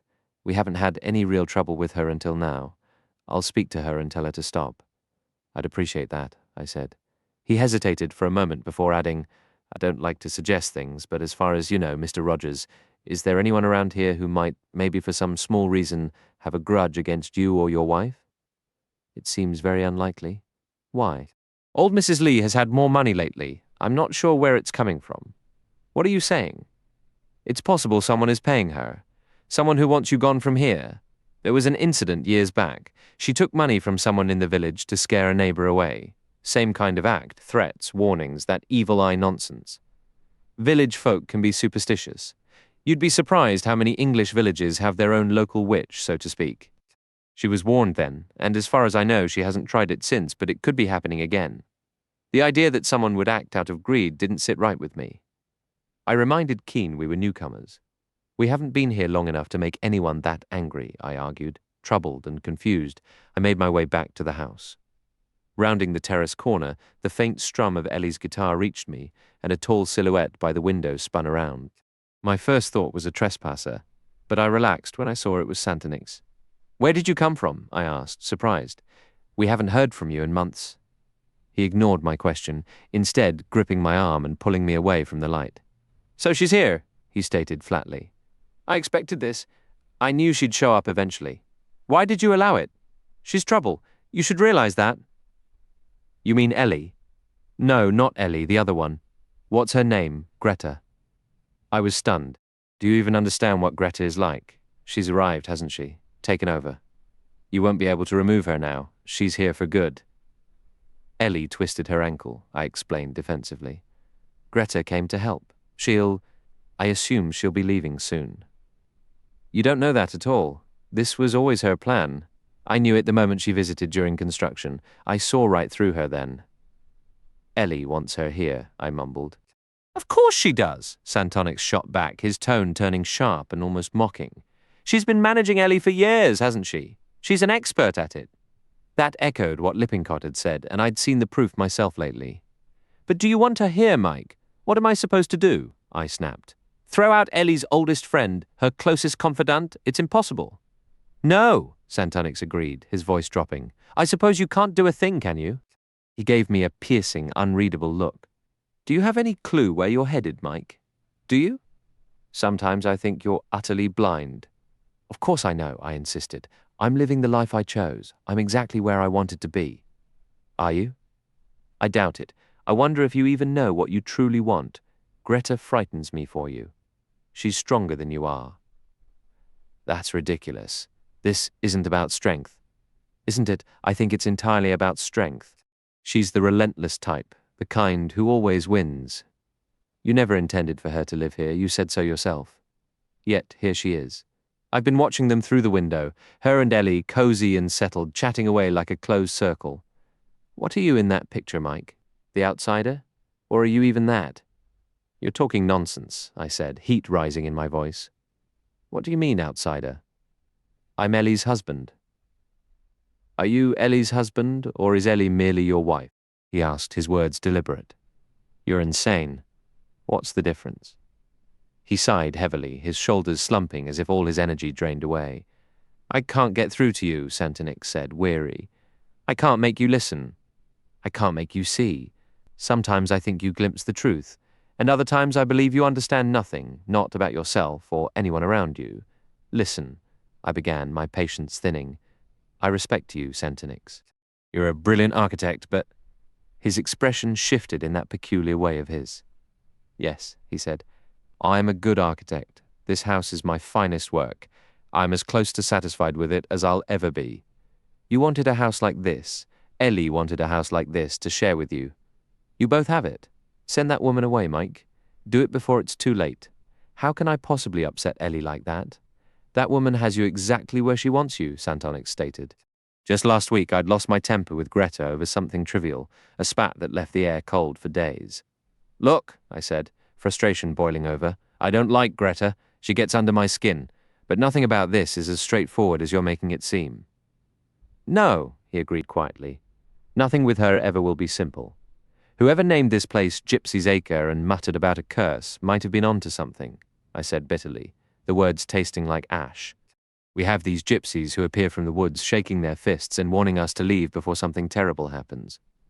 It's strange because this place should feel peaceful and lovely. The words felt odd as I spoke them, almost as if someone else was saying them. It should be that way, Santonix agreed. It should, but it can't be, not if something wicked has taken hold here, can it? You don't actually believe in. There are many strange things I accept as true, he interrupted. I understand evil. Haven't you ever sensed that I carry a part of it within me? I always have. That's how I recognize its presence. Even if I can't always pinpoint its source, I need the house I built to be cleansed of that darkness. Do you grasp that? His voice turned threatening. Do you? It is vitally important to me. Then, abruptly, his entire demeanor shifted. Enough of this, he said lightly. Let's not dwell on such talk. Come inside and see Ellie. We entered through the window, and Ellie welcomed Santonix with genuine delight. That evening he was entirely himself again, charming, light-hearted, without a trace of his earlier intensity. He directed most of his attention and considerable charm toward Greta, as if offering her a special performance. Anyone would have thought he was thoroughly taken with her, eager to win her favor. It struck me then how dangerous Santonix could be. There were depths to him I had never fully appreciated. Greta, always responsive to admiration, was at her most radiant. She had a way of revealing her beauty selectively, and tonight she was breathtaking, smiling at Santonix as if enchanted by every word. I couldn't help but wonder what his true intentions were. With Santonix you never really knew. Ellie expressed hope that he would stay for several days, but he declined, saying he had to leave the next morning. Are you working on a new project? Are you busy? She asked. He said no. He had just been released from the hospital. They've patched me up once more, he explained, though it's likely for the final time. Patched you up? What did they do? They drained the bad blood from my body and replaced it with fresh, good blood, he said. Ellie gave a slight shudder. Don't worry, Santonix reassured her. That will never happen to you. But why must it happen to you? Ellie asked. It seems so cruel. Not cruel, no, Santonix replied. I heard you singing earlier. Man was made for joy and woe, and when this we rightly know through the world, we safely go. I go safely because I understand my purpose. And for you, Ellie, every morn and every night some are born to sweet delight. That is you. I wish I felt safe, Ellie confessed. Don't you feel safe here? I don't like being threatened, she said. I don't like anyone putting a curse on me. You're thinking of your gypsy. Yes. Forget about that for tonight, Santonix urged. Let's simply be happy, Ellie, to your health, a long life to you, and a quick, merciful end for me. And good luck to Mike here. He paused, his glass raised toward Greta. Yes? Greta prompted. And what for me? And for you, he said, a quizzical, ironic edge in his tone. Whatever is coming to you. Success, perhaps. He departed early the next morning. What a strange man he is, Ellie remarked afterward. I've never quite understood him. I never understand half of what he says, I admitted. He knows things, Ellie said thoughtfully. You mean he knows the future? No, she clarified. Not that. He knows people. I've said it before. He understands them better than they understand themselves. Sometimes he hates them for it, and sometimes he pities them, though he doesn't pity me, she added, almost to herself. Why should he? I asked. Oh, because, Ellie began, then let the thought trail off. The following afternoon, I was walking briskly through the deepest section of the woods, where the shadows cast by the pines felt particularly oppressive. On the drive ahead, I spotted the silhouette of a tall woman. Instinctively, I veered off the path, assuming it was the local traveler who sometimes passed through. I halted abruptly, a jolt of surprise running through me. It was my mother. She stood there, imposing and stern, her hair a steely grey. Good heavens, I exclaimed. You gave me a start. What brings you out here, Mum? Finally decided to visit? We have extended invitations, after all. That was a generous interpretation. In truth, I had offered only a single half-hearted suggestion, phrased carefully to ensure she would decline. I never wanted her here. I had never wanted her to see this life. You're correct, she stated flatly. I've come at last to see how you're faring, so this is the impressive house you've built. Her gaze travelled past me toward the structure. And it is impressive, she conceded, though I caught the familiar, critical edge in her tone I had braced myself for. Too impressive for someone like me, is that it? I challenged. I never said that, son. You were thinking it. It's not the world you came from. Stepping out of your place rarely leads to anything good. If everyone followed that advice, nobody would ever get anywhere. Yes, I know that's your view, but I've yet to see where ambition leads except to disappointment. It's the sort of thing that turns to ash when you finally grasp it. For pity's sake, don't prophesy doom, I snapped. Come on then, come up and see the grand house for yourself and disapprove to your heart's content. And come meet my grand wife too. See if you dare to look down your nose at her. Your wife? I've already met her. What do you mean you've already met her? I demanded, my confusion immediate. So she didn't tell you, my mother observed, a hint of something, satisfaction in her voice. Tell me what, I pressed, that she came to see me. She came to see you, I was utterly stunned. Yes. She appeared at my door one day, ringing the bell and looking rather nervous. She's a lovely girl, kind-hearted, despite the expensive clothes, she said. You're Mike's mother, aren't you? I confirmed it and asked who she was. I'm his wife, she said. I felt I had to come. It didn't seem right, not knowing you. I told her. I'll wager he didn't want you to. She paused, and I said, You needn't worry about saying so. I know my son and what he would or wouldn't want. She insisted. You might think he's ashamed because our backgrounds are different. But that isn't true. It isn't like him at all, really, it isn't. I told her again. You don't have to explain, my dear. I know my boy's flaws. That isn't one of them. He isn't ashamed of his mother or where he started. My mother's voice shifted then, taking on a drier, almost sarcastic note. He isn't ashamed of me, I said to her. If anything, he's afraid of me. You see, I know too much about him. That seemed to amuse her, she said. I suppose all mothers feel they know everything about their sons, and I suppose all sons feel awkward precisely because of it. I agreed that could be true. When you're young, you're always performing for the world. It reminded me of being a child at my aunt's house. There was a large picture in a gilded frame on the wall above my bed. It depicted a single, enormous eye with the inscription, Thou God seest me. It sent chills down my spine every night before I slept. Ellie should have told me she visited you. I said, my initial shock hardening into anger. I don't understand why she would keep it a secret. She should have told me. The idea that she had concealed this from me was infuriating. I had believed we shared everything. Perhaps she was a little apprehensive about what she'd done, my mother said. But she had no reason to be frightened of you, my boy. Come on, I said brusquely, the warmth gone from my voice. Come and see the house. I never discerned whether she approved of it or not. Probably not. She moved through the rooms, her eyebrows arched slightly, offering no comment, until we entered the terrace room. Ellie and Greta were sitting there. They had just stepped inside, Greta's scarlet wool cloak still draped loosely over her shoulders. My mother stood motionless for a moment as if her feet were planted in the floor. Ellie sprang up and crossed the room. Why, it's Mrs. Rogers, she exclaimed, turning to Greta. Mike's mother has come to see our home and meet us. Isn't that lovely? This is my friend, Greta Anderson. Ellie reached out, taking both of my mother's hands. Mum studied her face intently. Then her gaze shifted sharply over Ellie's shoulder to Greta. I understand now, she murmured, almost to herself. I see. What do you see? Ellie asked brightly. I was curious, Mum replied. I wanted to know what everything was like here. She let her eyes travel around the room. Yes, it's a beautiful house, fine curtains, fine furniture, fine art. You must have some tea, Ellie insisted. It looks like you've finished yours. Tea is something one can always have more of, Ellie said with a laugh. She turned to Greta. I won't ring, Greta. Would you mind going to the kitchen to brew a fresh pot? Of course, darling, Greta said, but as she left the room she threw one last, almost frightened glance back at my mother. Mum settled into a chair. Where is your luggage? Ellie asked. Have you come to stay? I do hope so. No, dear, I won't be staying. I'm catching the train back in half an hour. I just wanted to stop by and see you. Then she added quickly, likely wanting to say it before Greta returned. Now, don't you fret, love. I told him how you came to visit me. It was a kindness. I'm sorry, Mike, that I didn't mention it, Ellie said firmly, but I thought it might be better not to. She came out of the goodness of her heart, my mother affirmed. She's a good girl you've married, Mike, and a pretty one. Yes, a very pretty one.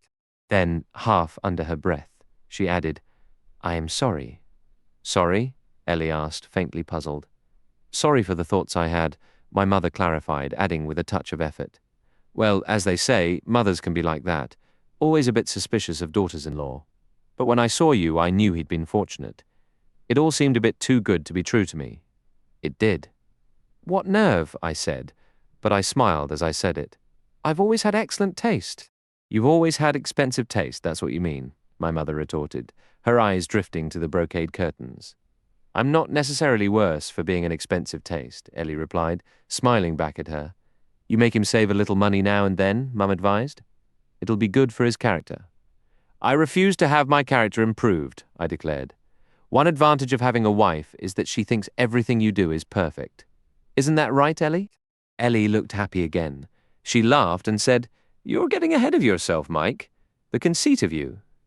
Greta returned then with the teapot. We had been easing into a comfortable rhythm, but somehow her re-entry brought the tension back into the room. My mother politely resisted all of Ellie's efforts to persuade her to stay the night, and Ellie didn't press the point for long. She and I walked with my mother down the winding drive through the trees to the gate. What do you call this place? My mother asked abruptly. Ellie said Gypsy's Acre. Ah, said my mother. Yes, you have gypsies around here, don't you? How did you know that? I asked. I saw one as I was walking up. She gave me a queer look, she did. She's harmless, really, I said. Just a little eccentric, that's all. Why do you say she's eccentric? She had a strange expression when she looked at me. Does she have some grievance against you? I don't think it's based on anything real, said Ellie. I believe she's imagined it all, that we cheated her out of her land or something similar. I expect she just wants money, said my mother. Gypsies are often like that. They'll make a big fuss about being wronged one way or another, but it usually stops once they get a bit of cash in their itching palms. You don't care for gypsies, Ellie observed. They're a dishonest bunch, she remarked. They don't hold down regular jobs, and they can't seem to keep their hands to themselves. Oh, well, Ellie replied, her voice softening. We don't let it trouble us much anymore. After saying her goodbyes, my mother paused, curiosity getting the better of her. And who is that young woman staying with you? Ellie explained how Greta had been by her side for 3 years before the wedding, and how, without her, life would have been bleak. Greta has done so much for us. She's an incredible person, Ellie said warmly. I honestly don't know how I'd manage without her. Is she living with you or just visiting? Oh, well. Ellie hesitated, sidestepping the question. She's staying with us right now because I twisted my ankle and needed someone to help, but I'm perfectly fine again. Newlyweds usually do better on their own when they're starting out, my mother observed. We lingered by the gate, watching her determined stride fade into the distance. She has a very forceful character, Ellie mused. I was genuinely upset with Ellie, furious even, for seeking out my mother and visiting her behind my back. But when she turned, one eyebrow slightly arched and that familiar, timid yet pleased little girl's smile playing on her lips, my irritation melted away. You're a sneaky little thing, I told her. Well, Ellie said simply, I've had to be, on occasion. That reminds me of a Shakespeare play I saw once, back in school. I quoted a bit awkwardly. She has deceived her father and may thee. Were you in it, playing Othello? No, I admitted. I was the girl's father. That line is practically all I had to say, so it stuck with me. She has deceived her father and may thee. Ellie repeated thoughtfully. I don't think I ever deceived my father, at least not that I know of. Maybe I would have, eventually. I doubt he would have been thrilled about you marrying me, I said. Any more than your stepmother was. No, Ellie agreed. He was quite traditional, I think. Then that playful smile returned. So I suppose I would have had to be like Desdemona, deceiving my father and running off with you. Why were you so set on meeting my mother, Ellie? I asked, genuinely curious. It wasn't so much that I wanted to meet her, she explained, but I felt awful not making any effort. You haven't talked about her often, but I gathered she's always done everything for you, stepping in to help, working hard to get you extra schooling, things like that. It felt terribly snobbish of me to keep my distance. Well, that would have been my fault, not yours, I insisted. Yes, Ellie said. I can understand why you might not have wanted me to see her. Do you think I have some kind of inferiority complex about my mother? That's not it at all, Ellie, I promise. It wasn't about that. No, she said thoughtfully. I realize that now. It was because you didn't want her to launch into all that motherly advice. Motherly advice? I echoed. Well, Ellie continued, I can see she's the type who knows exactly what other people should do. She'd want you to pursue certain careers, settle into something stable. Exactly, I said. A steady job. Putting down roots. It wouldn't matter so much now, Ellie reflected. I'm sure her advice was well-meaning, but it never would have been right for you, Mike. You're not the settling type. You don't want steady. You want to explore, to see things and do things, to feel on top of the world. I want to be right here in this house with you, I told her, for a while, maybe. And I believe we'll always come back here. I think we'll return every year, and we'll be happier here than anywhere else. But you'll want to travel too. You'll want to see new places, find treasures, maybe dream up fresh ideas for the garden here. Maybe we'll travel to see Italian gardens, or Japanese ones, and all sorts of landscape gardens, Ellie suggested, her enthusiasm infectious. You make everything sound like an adventure, Ellie, I replied, feeling a pang of regret. I'm sorry I was so irritable earlier. Oh, I don't mind your temper, Ellie said with a light shrug. You don't scare me. Her expression then turned thoughtful, a slight frown appearing. Your mother really didn't take to Greta. Plenty of people don't care for Greta, I pointed out. You included? Come on, Ellie, you keep saying that, and it's just not accurate. I admit I felt a little jealous initially, but that's long past. We actually get along quite well now. I paused, searching for the right words. I suppose she has a way of putting people on edge, making them feel they need to defend themselves. Mr. Lippincott isn't fond of her either, is he? Ellie noted. He believes she has too much sway over me, does she? Why do you ask that now? Well, yes, I suppose she might. It's understandable she's a strong personality, and I needed someone I could truly depend on, someone who would advocate for me, and make sure you got exactly what you wanted. I teased, laughing as we linked arms and stepped into the house. The interior felt unusually dim that afternoon, the sunlight having just retreated from the terrace and left a cool, shadowed stillness in its wake. Ellie sensed my shift in mood. What's wrong, Mike? I'm not sure, I confessed. I just had this sudden, strange chill, like the old saying about someone walking over your grave. The saying is a goose walking over your grave, isn't it? Ellie corrected gently. Greta was nowhere to be found. The staff mentioned she had gone out for a walk. With my mother now fully aware of my marriage and having met Ellie, I finally acted on a desire I'd held for a while. I sent my mother a substantial check, urging her to move to a nicer home and buy whatever new furnishings she liked. Deep down, I worried she might refuse it. This wasn't money I'd earned myself, and we both knew it. True to form, she returned the check, torn neatly in two, with a hastily scribbled note.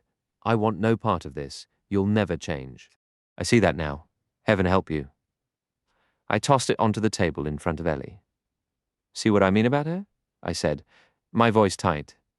I married a wealthy woman, I live on my wife's money, and the old warrior queen condemns me for it. Please don't let it upset you, Ellie said softly. A lot of people see it that way. She'll come around. She loves you deeply, Mike, she added. Then why is she always trying to reshape me, to force me into her mold? I'm my own person. I'm not a pattern for her to cut out. I'm not her little boy to be sculpted to her liking. I'm a grown man, I'm me. You are you, Ellie affirmed, and I love you. Perhaps to steer my thoughts elsewhere, she then brought up something rather unsettling. What's your opinion of our new manservant? I hadn't given him much thought. If anything, I preferred him to our previous one, who hadn't bothered to hide his disdain for my background. He seems fine, I said. Why do you ask? I just wondered if he might be security, a detective. I thought perhaps Uncle Andrew arranged it. Why would he? Well, as a precaution against kidnapping, I suppose. Back in the States, we often had guards, especially at the country estates. It was another grim aspect of great wealth I hadn't considered. What a horrible notion. I'm used to it, I guess. You don't really notice after a while. Does it matter? Is his wife involved too, then? She'd likely have to be, though her cooking is excellent. I imagine Uncle Andrew, or maybe Stanford Lloyd, whoever thought of it, probably paid off our last servants to leave and had these two ready to step in. It would have been simple to arrange. Without even telling you, I was still skeptical. They wouldn't dream of telling me. I might have objected. Anyway, I could be completely mistaken about them. Her voice grew distant, reflective. It's just a feeling you develop when you've always had that sort of person around. Poor little rich girl, I said, the words coming out with a sharp, unintended edge. Ellie didn't seem bothered in the slightest. I guess that's a pretty accurate way to put it, she replied. The discoveries I keep making about you, Ellie, I told her. 17, sleep is such a strange phenomenon. You lie down at night with your head full of anxieties, worrying about drifters and hidden foes, about undercover agents in your own home, the threat of abduction, and countless other fears. Then sleep simply sweeps you away from it all. You journey to distant places without a map, and when you open your eyes, it's to a brand new morning. The old dreads are gone. In fact, when I awoke on September 17th, I was buzzing with restless energy. Today is going to be spectacular, I announced to myself with absolute certainty. And I believed it. I felt like one of those eager characters from commercials ready to tackle any adventure. My mind was busy with the day's arrangements. I had plans to meet Major Philpott at an estate sale roughly 15 miles out. The catalogue had already caught my eye with a few promising lots, and the whole prospect had me genuinely excited. Philpott had an expert's grasp of antique furniture and silver, not from any artistic inclination. He was a sportsman through and through, but simply because he knew it ran in his family. I was reviewing the catalogue over breakfast. Ellie came down, dressed for riding, a routine she'd embraced, often going out alone or with Claudia in the mornings. She stuck to her American breakfast custom, just coffee and orange juice, nothing more. My own tastes, now gloriously unchecked, leaned toward the hearty appetite of a Victorian country gentleman. I delighted in the array of hot dishes on the sideboard. That morning, I helped myself to kidneys, sausages, and bacon. Absolutely delicious. What's on your agenda, Greta? I inquired. She informed me she was meeting Claudia Hardcastle at the Market Chadwell station. They were heading up to London for a white sale. I had to ask what that was. Does everything actually have to be white? She gave me a look of pure disdain and explained it was a sale for bed linens, blankets, towels, and the like. She'd received a catalogue from a particular shop on Bond Street promising excellent bargains. I turned to Ellie. Well, if Greta's off to London for the day, why don't you drive in and meet us at the George in Bartington? Philpott mentioned the food is quite good there. He suggested you join us. 1 o'clock. You go through Market Chadwell and take a turn about 3 miles past it. It should be signposted. Sounds good, Ellie said. I'll be there. I saw her off as she mounted and rode away through the trees. Ellie adored riding. Her usual route took her up one of the winding paths onto the open downs for a gallop before heading back. I left the smaller car for Ellie, since it was easier to park, and took the big Chrysler myself. I arrived at Bartington Manor just as the sale was about to begin. Philpott was already there and had saved me a spot. Some rather nice pieces here, he noted. A couple of good paintings. A Romney and a Reynolds. Any interest? I shook my head. My artistic preferences at the time were strictly modern. Several dealers are here, Philpott continued, a couple down from London. See that thin fellow over there with the pinched mouth? That's Cressington, quite well known. Didn't bring your wife? No, I said. Sales aren't really her thing. Besides, I didn't particularly want her along this morning. Oh? Why's that? It's going to be a surprise for Ellie, I confided. Did you notice lot 42? He glanced at his catalogue and then across the room. The papier-mâché desk? Yes, a rather exquisite little piece. One of the finest examples of papier-mâché I've seen. A desk is quite uncommon too. Plenty of small writing slopes meant for tables, but this is an early, standalone piece. Never quite seen one like it before. The little desk was inlaid with a scene of Windsor Castle, its sides decorated with bouquets of roses, thistles, and shamrocks. Beautiful condition, Philpott remarked, giving me a curious look. I wouldn't have guessed it was your style, but, oh, it's not, I admitted. It's a bit too ornate and delicate for my taste. Ellie adores that sort of thing, though. Her birthday is next week, and I want it as a gift, a surprise. That's why I kept her from knowing I was bidding today. I honestly can't think of anything she'd love more. She'll be completely astonished. We entered and took our seats as the auction commenced. The piece I wanted was driven up quite high. Both London dealers appeared determined, though one was so skilled and restrained you'd barely notice the slight, deliberate lift of his catalogue that the auctioneer watched intently. I also purchased a carved Chippendale chair I thought would suit our hallway, along with some large, well-preserved brocade curtains. "Well, you certainly seem to enjoy yourself," Philpott said, standing as the morning session concluded. "Planning to return this afternoon?" I shook my head. "No, the second half doesn't have anything I need. It's mostly bedroom sets and carpets." "No, I didn't think you'd be interested." Well, he checked his watch. "We should get going." "Is Ellie meeting us at the George?" "Yes, she'll be there. And, Miss Anderson." "Oh, Greta's in London," I said. "She went to one of those white sales, with Miss Hardcastle, I think." "Ah, yes, Claudia mentioned it. The price of linens these days is outrageous. Do you know what a linen pillowcase costs now?" 35 shillings. I remember buying them for 6 bob. "You're quite the expert on domestic shopping," I said. "Well, I hear my wife's constant complaints about it." Philpott smiled. "You're looking in excellent spirits, Mike? Happy as a clam?" "That's because I secured the papier-mâché desk," I said, "or at least that's part of it. I just woke up feeling wonderful this morning. You know those days when everything in the world feels perfectly right?" Said Philpott. "Be careful. That's what they call being fey." "Fey?" I asked. "That's a Scottish term, isn't it? It often comes right before disaster, my boy," Philpott warned. "You might want to temper that enthusiasm." "Oh, I don't believe in those silly superstitions," I said, "nor in gypsy prophecies for that matter." "We haven't seen our gypsy lately," I noted. "Not for at least a week." "Perhaps she's left the area," Philpott suggested. He asked if I could give him a lift, and I agreed. No sense taking both cars. "You can drop me off on your way back, can't you?" "What about Ellie? Is she bringing her car over?" "Yes, she's taking the small one." "I hope the George serves a decent meal," Major Philpott said. "I'm famished." "Did you buy anything?" I asked. I was too wrapped up to notice. "Yes, you have to stay sharp when you're bidding. Need to watch what the dealers are up to." "No, I made a couple of bids, but everything soared past my limit." I understood that while Philpott owned vast stretches of land locally, his actual income was modest. He was what you might call a poor man with extensive property. Only by selling a significant portion of his land would he have spending money, and he had no desire to part with it. He cherished it too much. We arrived at the George to find quite a few cars already parked, likely some auction attendees. I didn't spot Ellie's car yet. We went inside and I scanned the room for her, but she hadn't arrived. It was only just after 1, though. We headed to the bar for a drink while we waited. The place was rather crowded. I peeked into the dining room. Our table was still being held. I recognized many local faces, and sitting at a table by the window was a man who looked familiar to me, though I couldn't immediately place him. As we waited, Philpott shared an unexpected story about a bidding war he once witnessed over a simple porcelain teacup, a tale that ended with the cup shattering before the winner could even take it home. A reminder, he said with a wry smile, that sometimes the pursuit itself is the real folly. I was certain I recognized him, yet the memory of where we'd met remained just out of reach.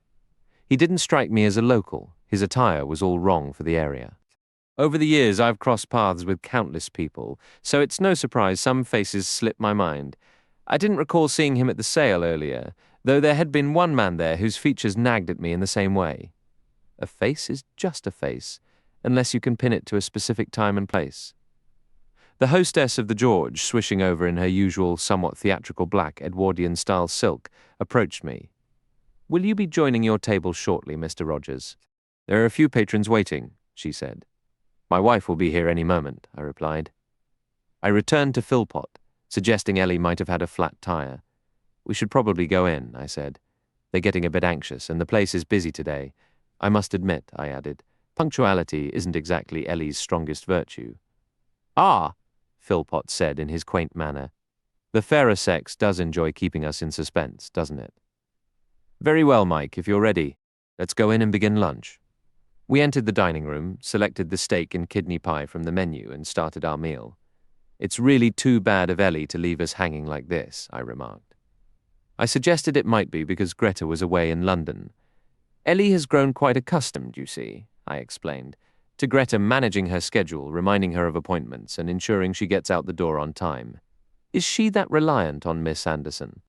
"In that regard, yes," I confirmed. We continued eating, moving from the pie to an apple tart, crowned with a rather unconvincing piece of decorative pastry. A sudden thought struck me. You don't suppose she's forgotten entirely, do you? Perhaps you should telephone the house. Yes, I believe I should. I excused myself to use the phone and dialed home. Our cook, Mrs. Carson, answered. Oh, Mr. Rogers. Mrs. Rogers hasn't returned yet. What do you mean, hasn't returned? Returned from where? She hasn't come back from her morning ride.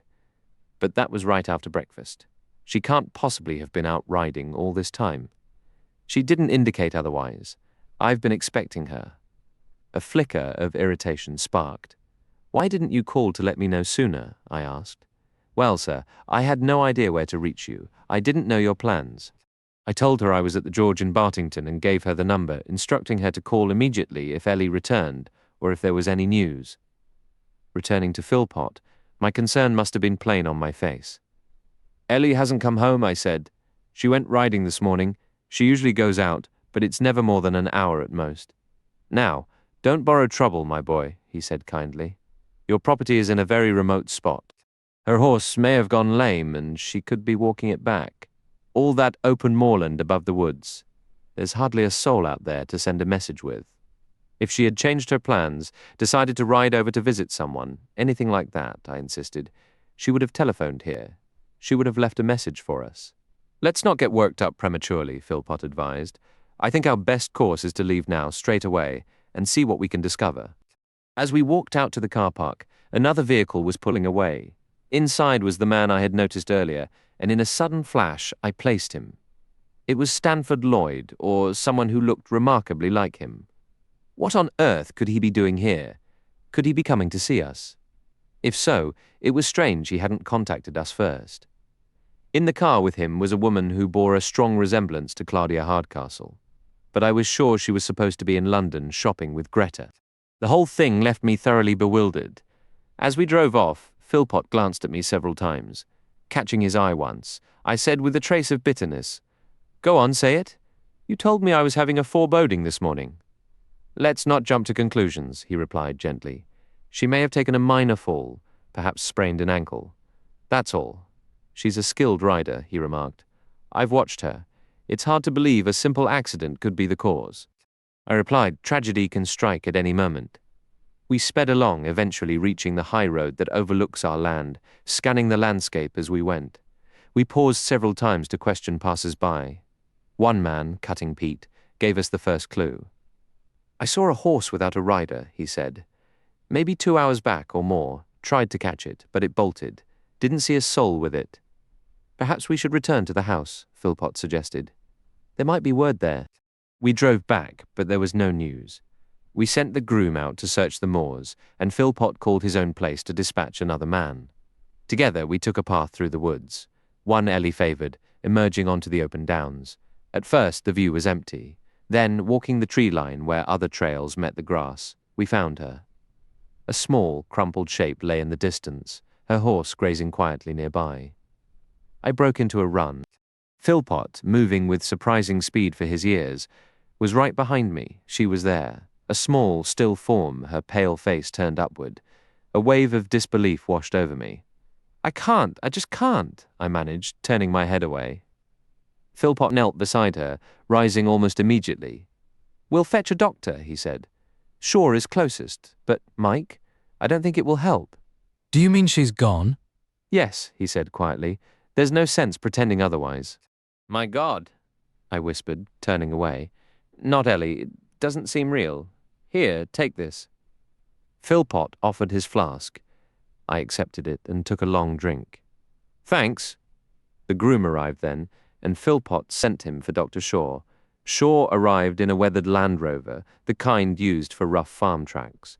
He gave us only a brief glance before going straight to Ellie. After a moment, he walked back. She's been gone for 3 or 4 hours, he stated. What happened? I explained she had gone for her usual morning ride. Had she had any recent riding accidents? No, I said. She was an excellent rider. I know she was. I'd seen her out.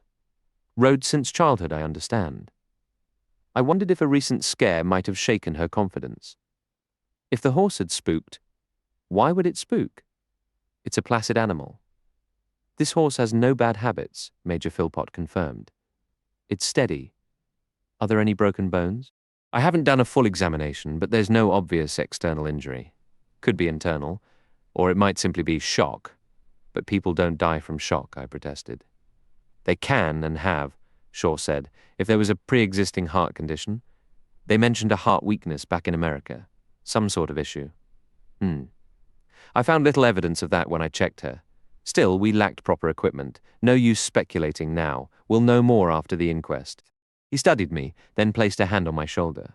You should go home and rest. You're the one in shock now. As often happens in the countryside, a small crowd had gathered from seemingly nowhere, a hiker drawn from the main road, a rosy-cheeked woman likely taking a farm shortcut, and an elderly road worker. Their murmurs floated over. Poor young thing. So young. Thrown from her horse, was she? Ah, you can never trust a horse, can you? It's Mrs. Rogers, isn't it? Isn't that Rogers, the American woman from the towers? Only after the others had all expressed their shock in various ways did the old road worker finally speak up. He offered what he knew, shaking his head slowly. I reckon I saw it happen. I must have seen it. The doctor spun around to face him. What exactly did you see? I saw a horse running wild across the fields. Did you witness the lady fall? No, sir, I didn't. She was riding along the edge of the woods when I noticed her. Then I turned my back to cut stones for the road. Next thing I heard was hoofbeats. I looked up and there was the horse galloping hard. It never crossed my mind there'd been an accident. I figured maybe the lady had dismounted and the horse got loose. It wasn't coming toward me. It was heading the other way. You didn't see her body on the ground?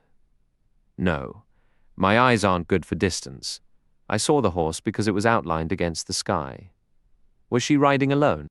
Was anyone with her or nearby? Nobody near her. She was all by herself. She rode past me, not too far off, going that way. She seemed to be heading toward the woods. No, I didn't see a soul except her and the horse. Could have been that gypsy who scared her, suggested the woman with the rosy cheeks. I turned quickly. What gypsy? When? Oh, it must have been, well, maybe 3 or 4 hours ago when I was walking down the road this morning. Around 9:45, I saw that gypsy woman, the one who lives in the village cottages, at least. I think it was her.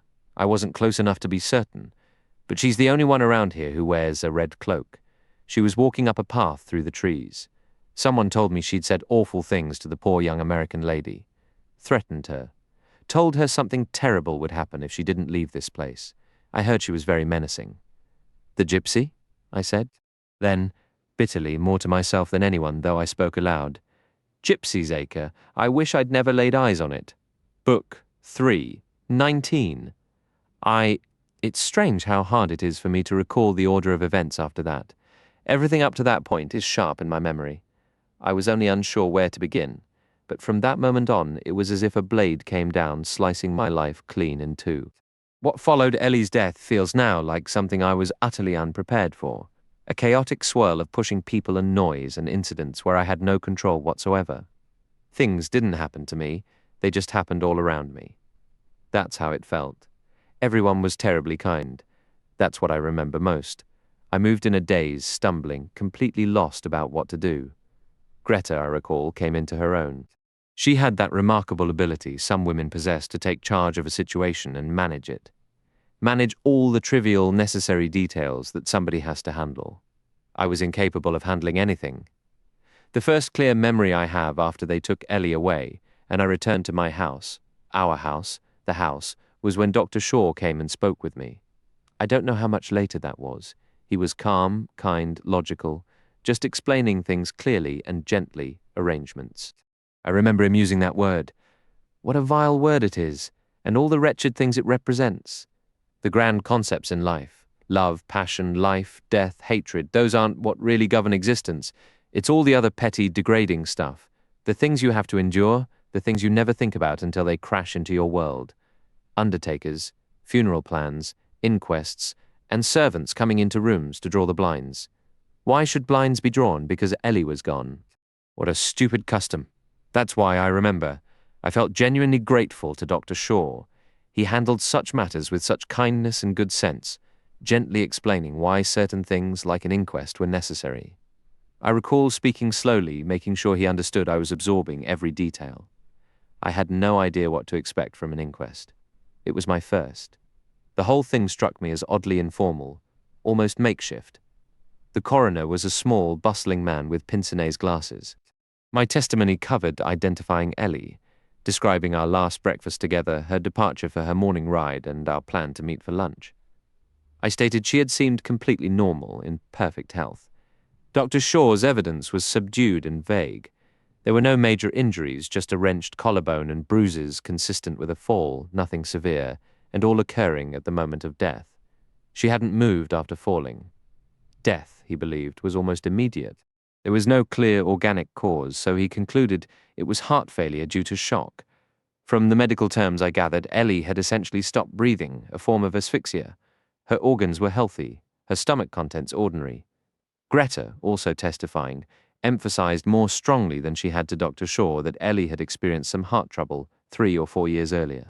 She'd never heard specifics, but Ellie's family occasionally mentioned a weak heart and the need to avoid overexertion. That was all she knew. Then came the witnesses who were near the accident. The old man cutting Pete was first. He'd seen the lady pass about 50 yards away. He knew who she was, though they'd never spoken. She was from the new house. You recognized her? Not exactly by face, but I knew the horse, sir. It has a white fetlock. Used to belong to Mr. Carey over at Shettlegroom. I've only ever known it to be calm and well-mannered, fit for a lady. Was the horse acting up when you saw it? Misbehaving in any way? No, it was quiet. It was a pleasant morning. He said there weren't many people around. That path across the moor wasn't heavily used, except as a shortcut to a farm now and then. Another trail crossed it about a mile farther on. He'd noticed a few passers-by that morning, but didn't pay attention. A man on a bicycle, another walking. They were too distant to identify. Earlier, before seeing the rider, he thought he'd spotted old Mrs. Lee.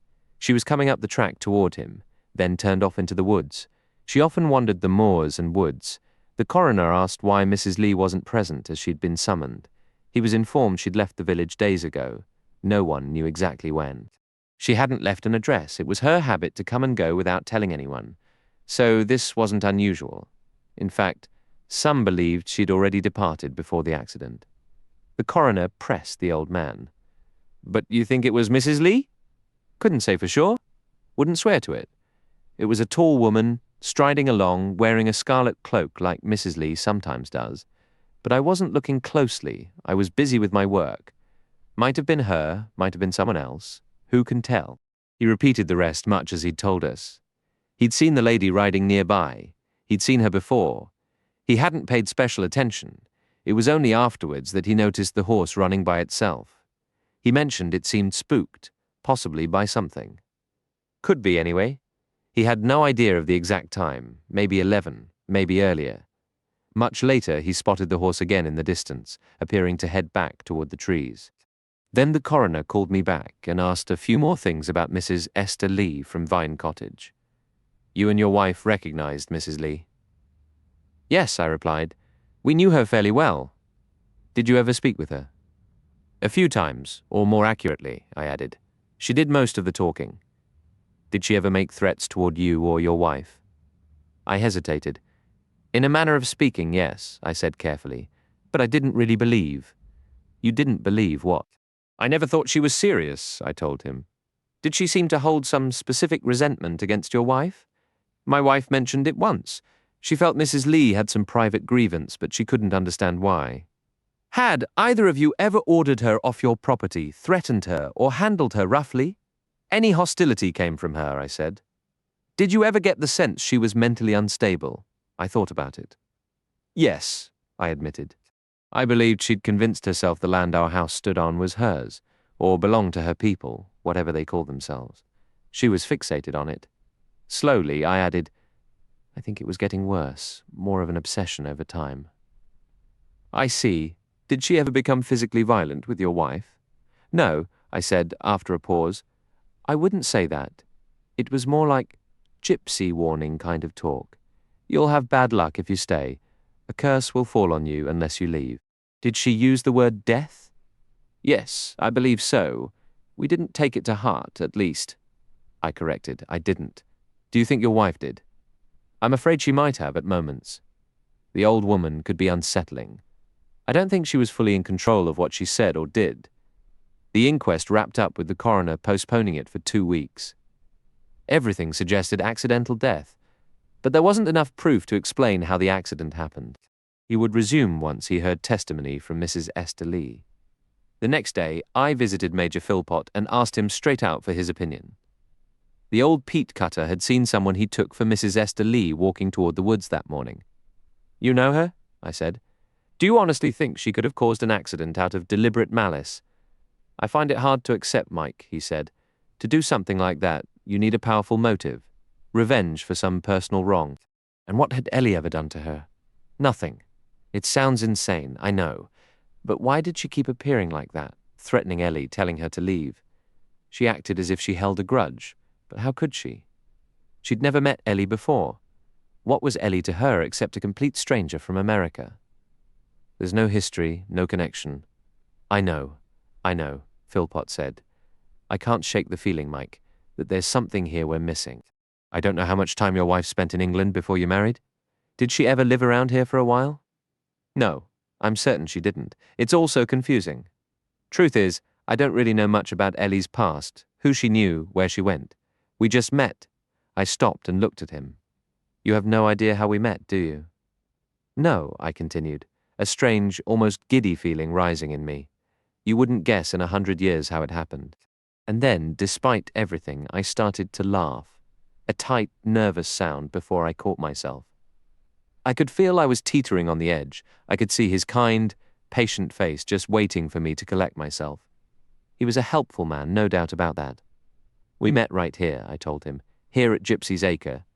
I'd been reading the sale notice for the towers and walked up the road, up the hill, out of curiosity. That's when I first saw her. She was standing under a tree. I startled her, or maybe she startled me. However it happened, that's how it all started. That's how we ended up living in this damned, cursed, unlucky spot. Did you feel that way from the beginning, that it would be unlucky? No. Yes, honestly, I don't really know. I never admitted it. I never wanted to, but I think she knew. I think she was frightened the whole time. Then I said slowly, I believe someone deliberately wanted to scare her. He responded sharply. What do you mean by that? Who would want to frighten her? Presumably the gypsy woman. But somehow I'm not entirely convinced. She used to lie in wait for Ellie, you know, telling her this place would bring her bad luck. Telling her she ought to leave. Cha! He spoke angrily. I wish I'd been told more about that. I'd have had a word with old Esther. Told her she couldn't get away with things like that. Why did she do it? I asked. What was her reason? Like so many people, said Philpott. She likes to feel important. She enjoys giving warnings or telling fortunes and predicting happy lives. She likes to pretend she knows the future. Suppose, I said slowly, somebody gave her money. I've heard she's fond of money. Yes, she was very fond of money. If someone paid her, that's what you're suggesting. What put that idea in your head? Sergeant Keene, I said. I never would have thought of it myself. I see. He shook his head doubtfully. I can't believe, he said, that she would deliberately try to frighten your wife to the point of causing an accident. She may not have counted on a fatal accident. She might have done something to startle the horse, I said. Set off a firecracker or waved a white sheet or something. You know, sometimes I did feel she had some entirely personal grudge against Ellie, a grudge for a reason I don't understand. That sounds very far-fetched. This place never belonged to her, did it? I asked. The land, I mean. No, gypsies may have been warned off this property, probably more than once. Gypsies are always getting moved along, but I doubt they hold a lifelong grudge about it. No, I said, that would be far-fetched. But I do wonder if, for some reason we don't know about, she was paid. A reason we don't know about? What reason? I thought for a moment. Everything I say is going to sound crazy. Let's say, as Keene suggested, someone paid her to do what she did. What did that person want?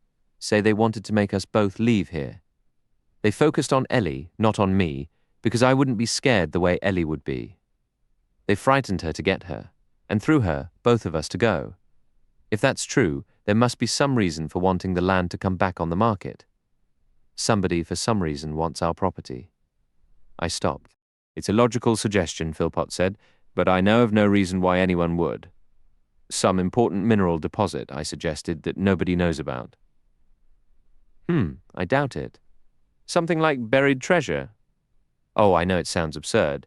Or Well, say the proceeds from some big bank robbery. Philpott was still shaking his head, but a little less firmly now. The only other idea, I said, is to go one step further back, as you did just now, behind Mrs. Lee to the person who paid Mrs. Lee. That might be some unknown enemy of Ellie's. But you can't think of anyone it would likely be. No, she didn't know anyone down here. I'm sure of that. She had no connection to this place. I stood up. Thank you for listening to me, I said, feeling a sudden sharp memory of Ellie laughing in the sunlight, a moment of pure joy that now seemed to belong to another lifetime entirely. I wish I could have done more, I said, stepping out the door, my fingers tracing the object hidden in my coat. On impulse, I spun around and re-entered the room. There's something I think you should see, I told him. To be honest, I was planning to take it to Sergeant Keene to get his opinion. I reached into my pocket and pulled out a stone wrapped in a crumpled piece of paper with printed text. This came through our kitchen window this morning, I explained. I was on the stairs when I heard the glass break. We had a rock thrown once before, right after we moved in.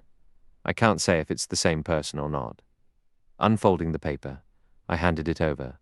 It was a rough, grubby scrap. The printing was faint. Philpott adjusted his glasses and leaned in to examine it. The message was brief, just a single line. It was a woman who killed your wife. Philpott's eyebrows shot up. Remarkable, he murmured. Was the first message printed like this? I honestly can't recall. That one was just a warning to leave town. I don't even remember the exact words anymore. That one felt like simple vandalism. This feels different.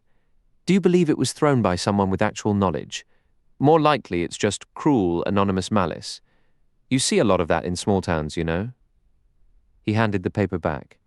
Still, your instinct was correct. Take it to Sergeant Keene. He has more experience with this sort of anonymous nonsense than I do. I found the sergeant at the local station, and he was immediately intrigued. Strange business happening around here, he remarked. What's your take on it? I asked. Hard to tell.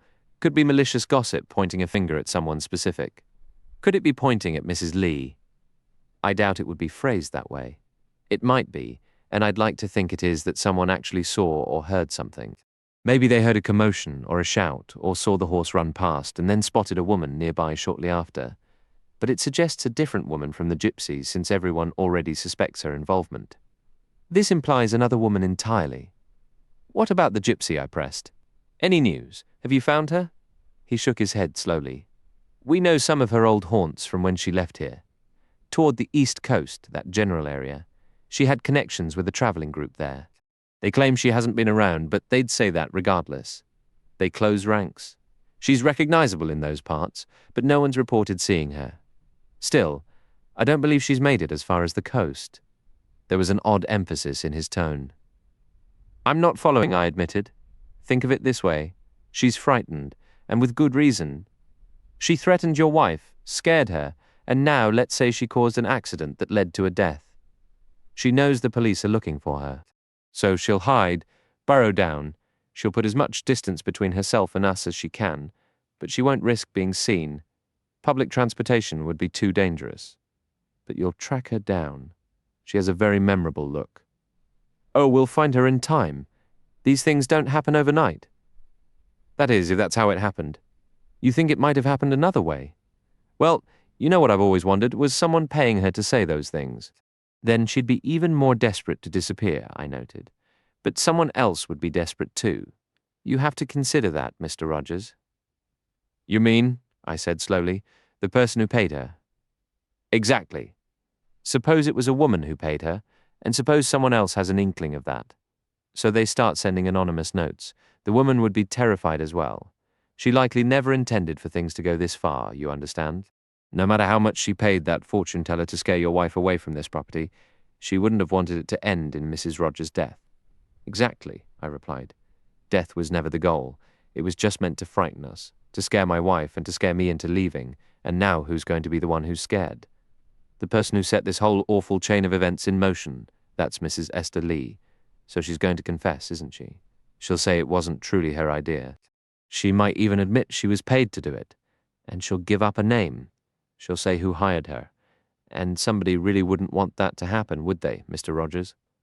You're referring to this shadowy figure we've been theorizing about, without any proof they even exist. Man or woman, let's say someone paid her. Well, that someone would want her silenced in a hurry, wouldn't they? You think she might already be dead? It's a distinct possibility, isn't it? Keene said. Then he shifted gears abruptly. Speaking of your property, Mr. Rogers, you know that little gazebo or folly you have up at the edge of your woods? Yes, I said. What about it? My wife and I had it fixed up. We used to visit sometimes, but not often. Not recently, for sure. Why do you ask? Well, we've been conducting a thorough search, you see. We checked the folly. It wasn't locked. No, I admitted. We never bothered to lock it. There was nothing valuable inside, just some old furniture. We considered that Mrs. Lee might have been using it as a hideout, but we found no sign of her. We did find this, however. He opened a desk drawer and produced a small, elegant gold lighter. It was clearly a woman's, engraved with a diamond initial, the letter C. This wouldn't belong to your wife, would it? Not with a C? No, it's not Ellie's, I said firmly. She didn't own anything like that.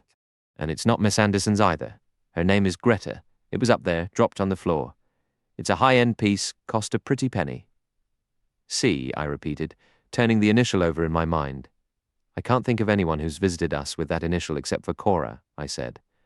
That's my wife's stepmother, Mrs. Van Stuyvesant, but I seriously can't picture her hiking up that overgrown path to the folly. Besides, she hasn't stayed with us for quite a while, over a month. I don't recall ever seeing her use a lighter like this. Then again, I might not have noticed, I added. Miss Anderson might know. Well, take it with you and ask her. I will. But if it is Cora's, it's strange. We never saw it during our recent visits. There's so little in there, you'd spot something like this on the floor.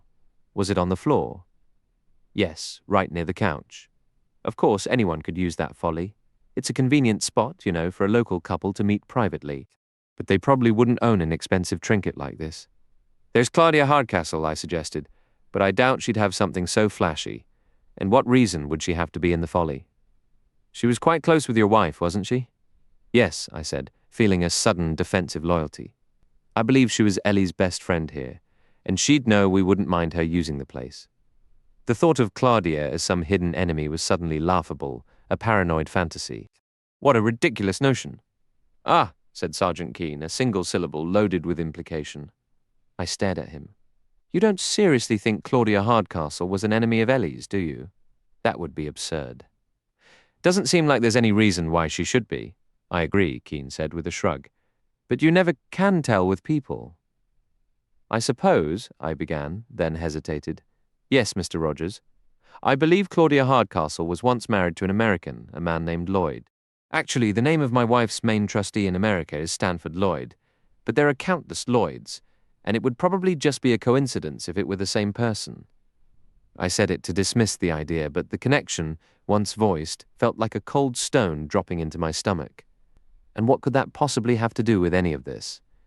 It seems unlikely, but then again, he paused. The strange part is, I could have sworn I saw Stanford Lloyd in town on the day of the accident. He was having lunch at the George Inn over in Bartington. Did he come to see you? I shook my head. He was with someone who looked a lot like Miss Hardcastle, but I was probably mistaken. You know, I assumed that it was her brother who designed our house. Does she have an interest in the property? Not really, I said. I don't think she appreciates her brother's architectural style. Then I stood. Well, I won't keep you any longer. Please do try to find that woman. We won't stop looking, I can promise you that. The coroner wants to speak with her as well. I said goodbye and left the station. In that odd way life has of conjuring up the very person you've just discussed, I passed the post office just as Claudia Hardcastle was stepping out. We both halted. She spoke with that awkward sympathy people offer after a loss. I'm so terribly sorry about Ellie, Mike. I won't go on. It's awful when people offer empty words. But I needed to say that much. I understand, I said. You were very kind to her. You helped her feel welcome here. I appreciated it. There's something I wanted to ask you, and I thought I should do it now, before you leave for America. I hear you're going soon as I can wrap things up. There's a lot to handle over there. It's just, if you were planning to sell the house, I imagine you'd start the process before you go. And if that's the case, I'd like the chance to make the first offer. I stared at her, genuinely surprised. This was the last thing I expected. You want to buy it? I thought you didn't care for that style of architecture. My brother Rudolph always said it was his best work. I suppose he would know. I expect you'll ask a high price, but I can manage it. Yes, I'd like to have it. I couldn't help finding it peculiar. She'd never shown the slightest appreciation for the house during her visits. I wondered, not for the first time, what her true relationship with her half-brother really was. Did she actually feel a deep loyalty to him? Sometimes I'd almost sensed she disliked him, maybe even resented him. She certainly spoke of him in a strange way, but whatever her real feelings were, he held a significant place in her life. I shook my head slowly. I can see why you might think I'd want to sell and leave because of Ellie's death, I said. But that isn't true at all. We were happy here. This is where I'll remember her best. I won't sell Gypsy's Acre, not for any price. You can be absolutely sure of that. Our eyes locked. It felt like a silent struggle between us. Then hers looked away. Gathering my nerve, I asked the question. It's none of my business, but you were married once. Was your husband's name Stanford Lloyd? She looked at me for a long moment without speaking. Then she said abruptly, "Yes," and turned away. 21! Confusion, that's the main thing I remember from that time. Newspaper reporters asking questions, demanding interviews, piles of letters and telegrams arriving, Greta handling most of it. The first real shock was discovering that most of Ellie's family were not, as we'd believed, in America. It was startling to learn that many of them were actually in England.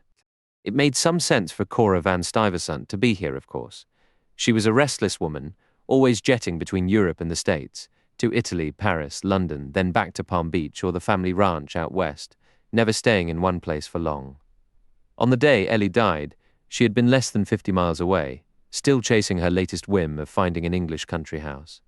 She had hurried to London for a brief stay, just 2 or 3 days, and visited new real estate agencies for a fresh list of properties to tour. That particular afternoon, she had been driving through the countryside, viewing half a dozen homes. As it happened, Stanford Lloyd had flown over on the same plane, claiming a business meeting in the city. These individuals learned of Ellie's death, not from the cables we sent to the United States, but from the public news reports. A bitter dispute soon erupted over where she should be laid to rest. I had taken it for granted she would be buried here, where she died, and where we had built our life together. Yet Ellie's family objected fiercely, insisting her body be returned to America to rest alongside her ancestors, her grandfather, her father, her mother, and others. When I paused to consider it, I suppose their stance was understandable, even natural. Andrew Lippincott came down to discuss the matter with me, presenting it all very reasonably. She left no instructions about her burial wishes, he pointed out. Why would she? I shot back, my temper flaring. She was only 21 at that age. You don't expect to die. You don't sit around planning your funeral. If we'd ever thought about it, we would have assumed we'd be buried together someday, even if not at the same time. But who thinks about death in the prime of life? A fair point, Mr. Lippincott conceded. Then he added, I'm afraid you'll also need to come to America. There are substantial business matters you must attend to. What business? What does any of that have to do with me? It could have a great deal to do with you, he replied. Don't you realize you are the primary beneficiary under her will? Because I'm her next of kin or something like that? No. Under the terms of her will. I didn't know she'd made a will. Oh yes, said Mr. Lippincott. Ellie was quite a practical young woman, she had to be, given the world she grew up in. She executed a will when she came of age, and another shortly after your marriage. One copy was lodged with her lawyer in London, and another was sent to me. He paused, then continued, If you do come to the States, which I recommend, you should also engage a reputable attorney there to handle your affairs. Why? Because when dealing with an estate of this size, extensive real estate holdings, stock portfolios, controlling interests in various industries, you will require expert guidance. I'm not equipped to handle things like that, I admitted. Truly, I'm not. I understand completely, said Mr. Lippincott. Couldn't I just leave everything in your hands? You could, certainly. Then why shouldn't I? Nevertheless, I believe you should have independent representation. I am already acting for certain family members and a conflict of interest could arise. If you permit me, I will ensure your interests are protected by engaging a thoroughly capable lawyer on your behalf. Thank you, I said. That's very kind, if I may be slightly indiscreet. He looked uncomfortable, and I felt a flicker of amusement at the thought of the proper Mr. Lippincott stepping out of line. Yes, I prompted. I would advise you to be exceedingly careful with anything you sign, any business document. Read it thoroughly and carefully before putting your name to it. Would the sort of document you're talking about even make sense to me if I read it? If anything is unclear, you would then hand it to your legal advisor. Are you warning me against someone? I asked, my interest suddenly sharpened. That is not a proper question for me to answer, Mr. Lippincott said stiffly. I will go this far. Where vast sums of money are involved, it is wise to trust no one. So he was warning me, but he wouldn't name names. That much was clear. Was it Cora he had in mind? Or had he long harbored doubts about Stanford Lloyd, that affable banker with his hearty laugh and seemingly carefree wealth, who had recently visited on business? Could it be Uncle Frank who might approach me with some convincing paperwork? A sudden image flashed in my mind. Me, a naive fool, adrift in a lake encircled by crocodiles wearing deceitful, friendly grins. The world, mister? Lippincott remarked, is a profoundly wicked place. It was perhaps an impulsive thing to say, but the question escaped me before I could stop it. Does Ellie's death benefit anyone financially? I asked. He fixed me with a sharp look. That is a very peculiar question. What makes you ask that? I'm not sure, I admitted. It simply popped into my head. It benefits you, he stated flatly. Naturally, I said. I take that as a given. I truly meant, does it benefit anyone else? Mr. Lippincott remained silent for what felt like a long minute. If you're asking, he finally said, whether Fenella's will provides for certain other individuals through bequests, then yes, to a minor extent. Some long-time household staff, a former governess, a few charitable organizations, nothing of substantial consequence. There is a provision for Miss Anderson, though not a large one, as Fenella had already, as you likely know, transferred a significant sum to her previously. I nodded. Ellie had mentioned she was doing that. You were her husband. She had no other immediate family, but I gather your question was not aimed specifically at that. I don't entirely know what I meant by it, I confessed. But somehow, Mr. Lippincott, you've managed to make me feel uneasy, suspicious of I don't know whom or for what reason, just wary. I don't understand financial matters, I added. No, that is quite clear, he said gently. Let me say only that I possess no concrete knowledge, no definite suspicions of any sort. Upon a person's passing, there is typically a reckoning of their estate. This process can occur swiftly, or it may be drawn out over many years. What you're really suggesting, I said, the pieces clicking into a cynical, ugly picture, is that some of the others might very well try to pull a few fast ones and muddle everything. Get me, perhaps, to sign away my rights, whatever those documents are called.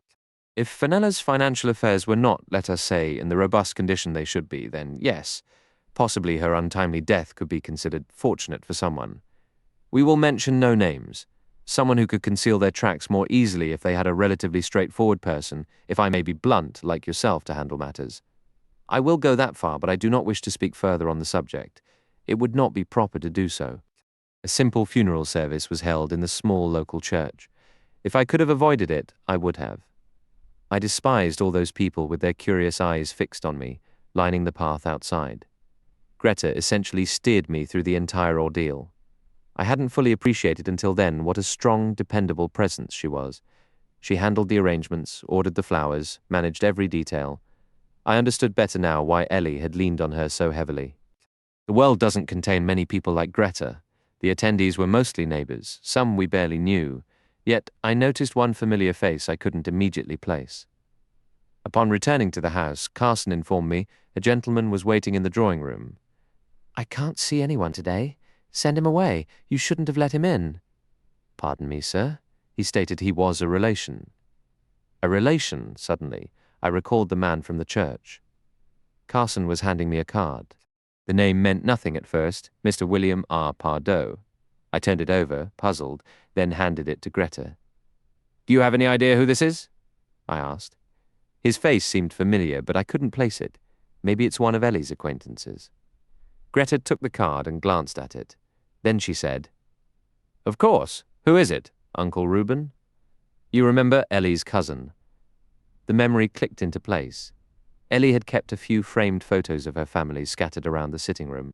That's where I'd seen that face before, only in a picture. I'll be right there, I said, and walked through to the drawing room. A large, burly man stood up as I entered. Michael Rogers. I'm Reuben Pardoe. Your wife always called me Uncle Reuben, though we've never actually met. This is my first trip over since the wedding. I know who you are, I replied.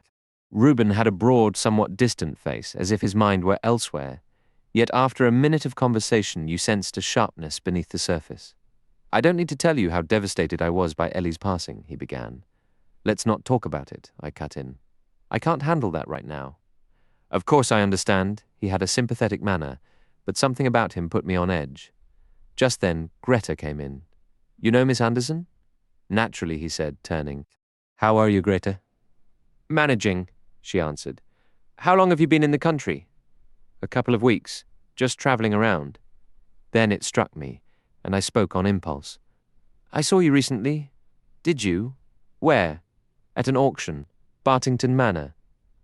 Ah, yes, he said, his expression clearing. I remember now.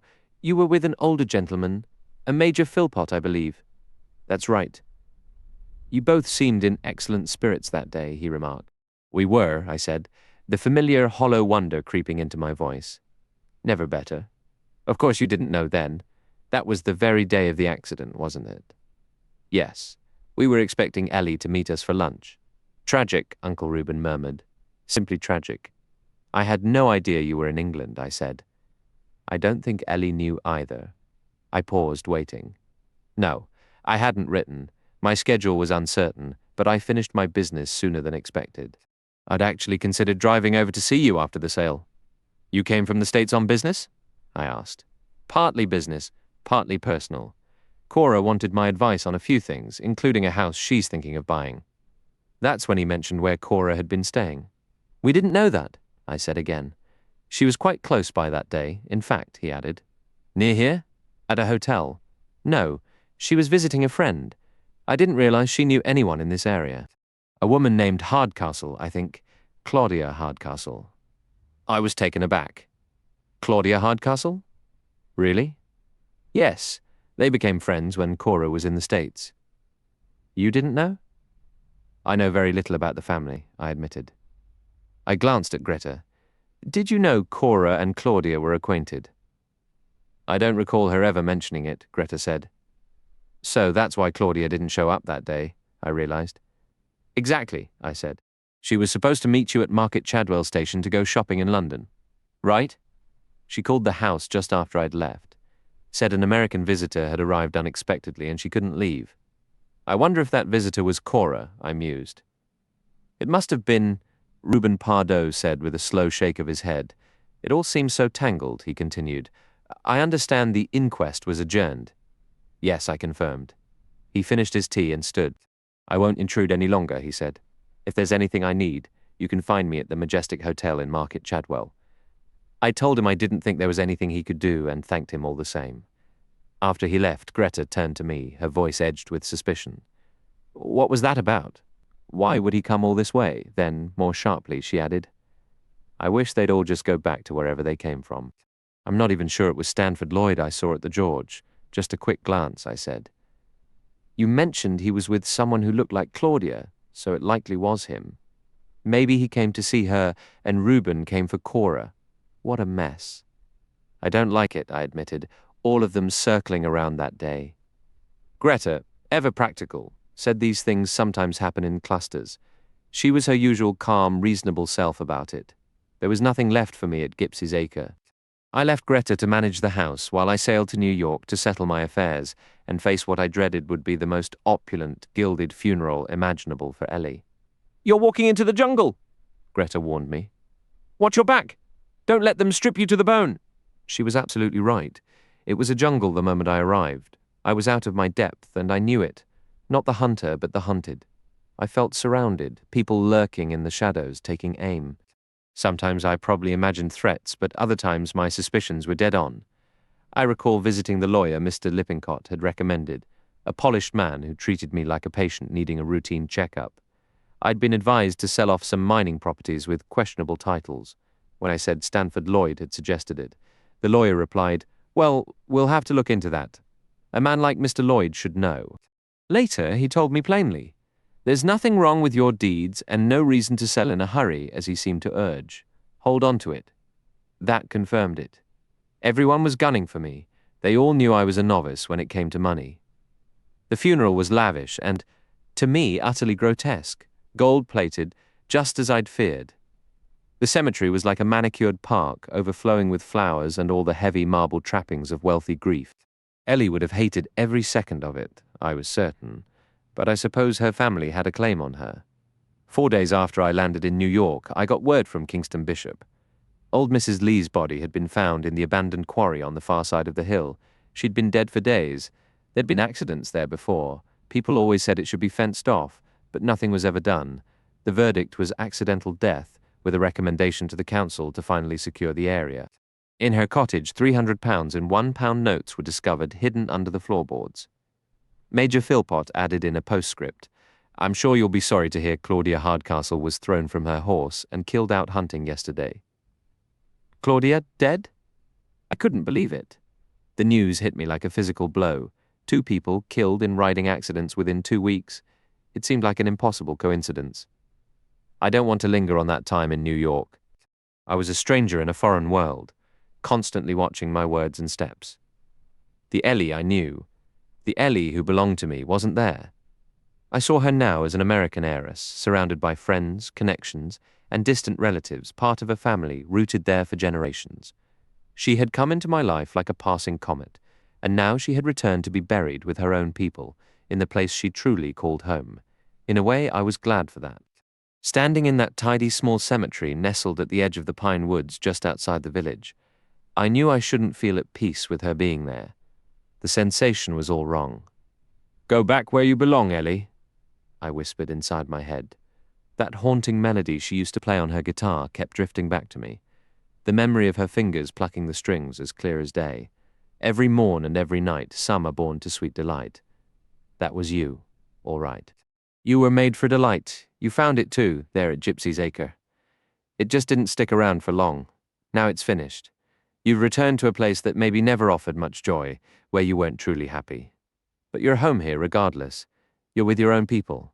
It hit me then, a sudden cold wonder about where I'd end up when my own time came. Gypsy's Acre? Possibly. My mother would come to watch me be lowered into the ground if she hadn't passed on first. I couldn't picture my mother dead. Not really. Imagining my own death came easier. Yes, she'd be there at my burial. Maybe the hard set of her face would soften then. I forced my mind away from her. I didn't want to think about her. I didn't want to go near her or see her. Actually, that last part isn't entirely honest. It wasn't about seeing her. With my mother, it was always about her seeing me, her eyes looking straight through me, that wave of worry rolling out like a fog to swallow me whole. A bitter thought rose up. Mothers are a special kind of torment. Why must they fixate on their children? Why are they so convinced they know everything about us? They don't. They absolutely don't. She should be proud of me, thrilled for me, overjoyed at the incredible life I've managed to build. She ought to, but I tore my thoughts away from her once more. How long was I even over in the States? I can't recall now. It felt like an eternity of walking on eggshells, of being observed by people with plastered-on smiles and hostility in their eyes. Every single day, I'd repeat to myself, I just have to get through this. I have to get through this. And then... Those 2 words were my mantra. I used them in my own mind, over and over. And then, they were my entire future. I clung to them the same way I'd once clung to another pair of words. I want. Everyone went out of their way to be pleasant to me because I was wealthy now. Under the terms of Ellie's will, I was an extraordinarily rich man. It felt bizarre, unreal. I had investments I couldn't comprehend, shares, stocks, property. I hadn't the faintest idea what to do with any of it. The day before I sailed back to England, I had a lengthy talk with Mr. Lippincott. In my mind, he was always just that, Mr. Lippincott. He'd never become an Uncle Andrew to me. I told him I was considering removing Stanford Lloyd from control of my investments. Indeed? His grey eyebrows shot up. He studied me with those shrewd eyes, his expression unreadable, and I wondered what exactly that indeed was supposed to mean. Do you think it's the right move? I asked, feeling anxious. You have your reasons, I assume? No, I admitted. Not reasons. Just a feeling, that's all. I suppose I can speak plainly to you. Anything you say will be in confidence, naturally. All right, I said. I just have this gut feeling he's a crook. Ah, Mr. Lippincott looked genuinely interested. Yes, I would say your instinct is possibly quite sound. So I knew I was right. Stamford Lloyd had been playing fast and loose with Ellie's bonds and investments and everything else. I signed a power of attorney and handed it to Andrew Lippincott. You're willing to take this on? I asked. As far as financial matters are concerned, Mr. Lippincott said. You can trust me implicitly. I will do my very best for you in that regard. I don't believe you will have cause to complain about my stewardship. I wondered exactly what he meant by that. He meant something. I think he meant that he didn't like me, had never liked me, but financially he would do right by me because I had been Ellie's husband. I signed all the necessary papers. He asked me how I was returning to England. By plane, I said no. I wasn't flying, I was going by sea. I need some time alone, I told him. I believe a trip across the ocean will help clear my head. And where do you plan to settle down? Gypsy's Acre, I replied. Ah, so you intend to live there? That's right, I said. I assumed you might have already listed it for sale. No, I answered, the word coming out sharper than I intended. I had no intention of letting go of Gypsy's Acre. That piece of land had been woven into my dreams since I was a naive young man. Has someone been maintaining the property while you were overseas? I explained that I'd left Greta Anderson in charge. Ah, Mr. Lippincott said. Yes, Greta. There was a certain weight to how he spoke her name, but I chose not to question it. If he disapproved of her, that was his long-standing opinion. An uncomfortable silence lingered before I decided to break it. I felt compelled to defend her. She was incredibly kind to Ellie, I insisted. When Ellie fell ill, Greta moved in and cared for her tirelessly. I can never repay that kindness, I need you to understand. You have no idea how supportive she was, how she handled everything after Ellie's death. I truly don't know what I would have done without her. Quite so, Mr. Lippincott replied, his tone impossibly arid. So you see, I owe her a great deal. A very capable young woman, Mr. Lippincott conceded. I stood to leave, offering my thanks. You have nothing to thank me for, he stated, his dryness unchanged, he added. I sent you a brief letter by airmail to Gypsy's Acre. Since you're travelling by ship, it should be waiting for you when you arrive. Then, he wished me, have a pleasant voyage. I ventured a hesitant question, asking if he had ever met Stamford Lloyd's first wife, a woman named Claudia Hardcastle. Ah, you mean his initial marriage? No, I never encountered her. That union dissolved rather quickly. After the divorce, he remarried. That also ended in separation. So that was that. Back at my hotel, I discovered a cablegram. It requested my immediate presence at a hospital in California. A friend, Rudolph Santonix, was dying and had asked for me. I postponed my sea passage and flew to San Francisco. He was still clinging to life, but fading fast. The medical staff doubted he would regain consciousness, but he had urgently requested to see me. I kept vigil in that sterile room, watching what seemed like a hollow shell of the man I once knew. He had always appeared unwell, with a strange, almost translucent delicacy about him. Now he lay there, pale and waxen. I sat thinking, please say something. Just one word before you go. A profound loneliness washed over me. I had escaped from adversaries only to find my one true friend in this state. He was the only person who truly knew me aside from Mum, but I pushed thoughts of her away. I spoke to a nurse once or twice, asking if anything more could be done, but she only shook her head and offered a vague, he might wake up or he might not. I remained at his bedside. Finally, he stirred and let out a soft sigh. The nurse gently propped him up. His eyes found mine, but I couldn't tell if he recognized me or was simply looking through me. Then, suddenly, a spark of awareness flickered in his gaze. I thought, he knows me. He sees me. He whispered something so faintly I had to lean close to hear, but the words seemed nonsensical. Then his body jerked violently, his head snapped back, and he cried out with startling clarity, "You damned fool! Why didn't you take the other path?" Then he simply collapsed and was gone. I have no idea what he meant, or if he even knew what he was saying. That was my final moment with Santonix. I often wonder if he would have heard me had I spoken. I wish I could have told him one more time that the house he built for me remains the greatest thing I have in this world, the most important thing to me, and it's strange how a house could hold that kind of weight. I guess it stood for something bigger, a symbol of a longing so deep you can't quite name it. But he knew.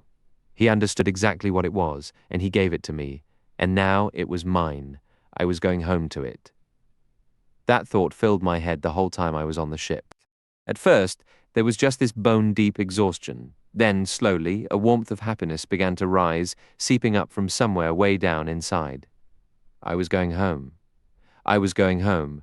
Home is the sailor, home from the sea, and the hunter home from the hill. 23. That was it. It was finally over, the last of the fight, the last struggle, the final leg of this long journey. It felt like a lifetime since those restless days of my youth, that constant chant of I want, I want. But it wasn't even a year. Lying there in my bunk, I went over it all. Meeting Ellie, our walks in Regent's Park, our quick ceremony at the registrar's office, the house, Santonic's, building it, the house finished, mine, all mine. I was finally the person I'd always wanted to be. I had everything I'd ever wanted, and I was going home to it. Before leaving New York, I'd written one letter and sent it airmail so it would beat me back. I wrote to Philpott. I had a feeling he'd understand, even if others wouldn't. Putting it on paper was easier than saying it to his face. He needed to know. Everyone would have to know eventually. Some people might not get it, but I believed he would. He'd seen for himself how close Ellie and Greta were, how Ellie leaned on her. I thought he'd realize I'd come to depend on Greta, too, that living alone in the house I'd shared with Ellie would be impossible without someone there to help me. I'm not sure I phrased it perfectly, but I did my best. I'd like you, I wrote, to be the first to know. You've been so good to us, and I believe you'll be the one person who understands. I can't face being alone at Gypsy's Acre. I've thought about nothing else while I've been in America, and I've decided that as soon as I get back, I'm going to ask Greta to marry me. She's the only one I can really talk to about Ellie, you see. She'll understand. Maybe she'll say no, but I think she'll agree. It will make everything feel right again, like the three of us are still together. I rewrote that letter 3 times before the words said what I truly meant. Philpott would get it 2 days before I returned. When I came up on deck, as England drew near, I stared at the approaching coastline. I thought, I wish Santonic's were here with me. I really did. I wished he could see how it was all coming true, every plan, every thought, every desperate want. I'd left America behind, shaken off the crooks and the hangers-on, the whole lot of them I despised, and who, let's be honest, probably hated me right back for not being one of their kind. I was returning in triumph. I was coming back to the scent of pine and that winding, treacherous road that climbs through Gypsy's Acre to the house on the hilltop. My house. I was coming back to the 2 things I wanted most. My house, the one I'd dreamed of, planned for, craved above all else, and a remarkable woman. I'd always known I'd meet a remarkable woman one day, and I had. I saw her, and she saw me. We found each other, a truly remarkable woman. The moment I laid eyes on her, I knew I belonged to her, completely and forever. I was hers, and now, at last, I was going to her. No one saw me arrive in Kingston Bishop. It was nearly dark. I came by train and walked from the station, taking a longer, quieter back road. I didn't want to run into anyone from the village, not that night.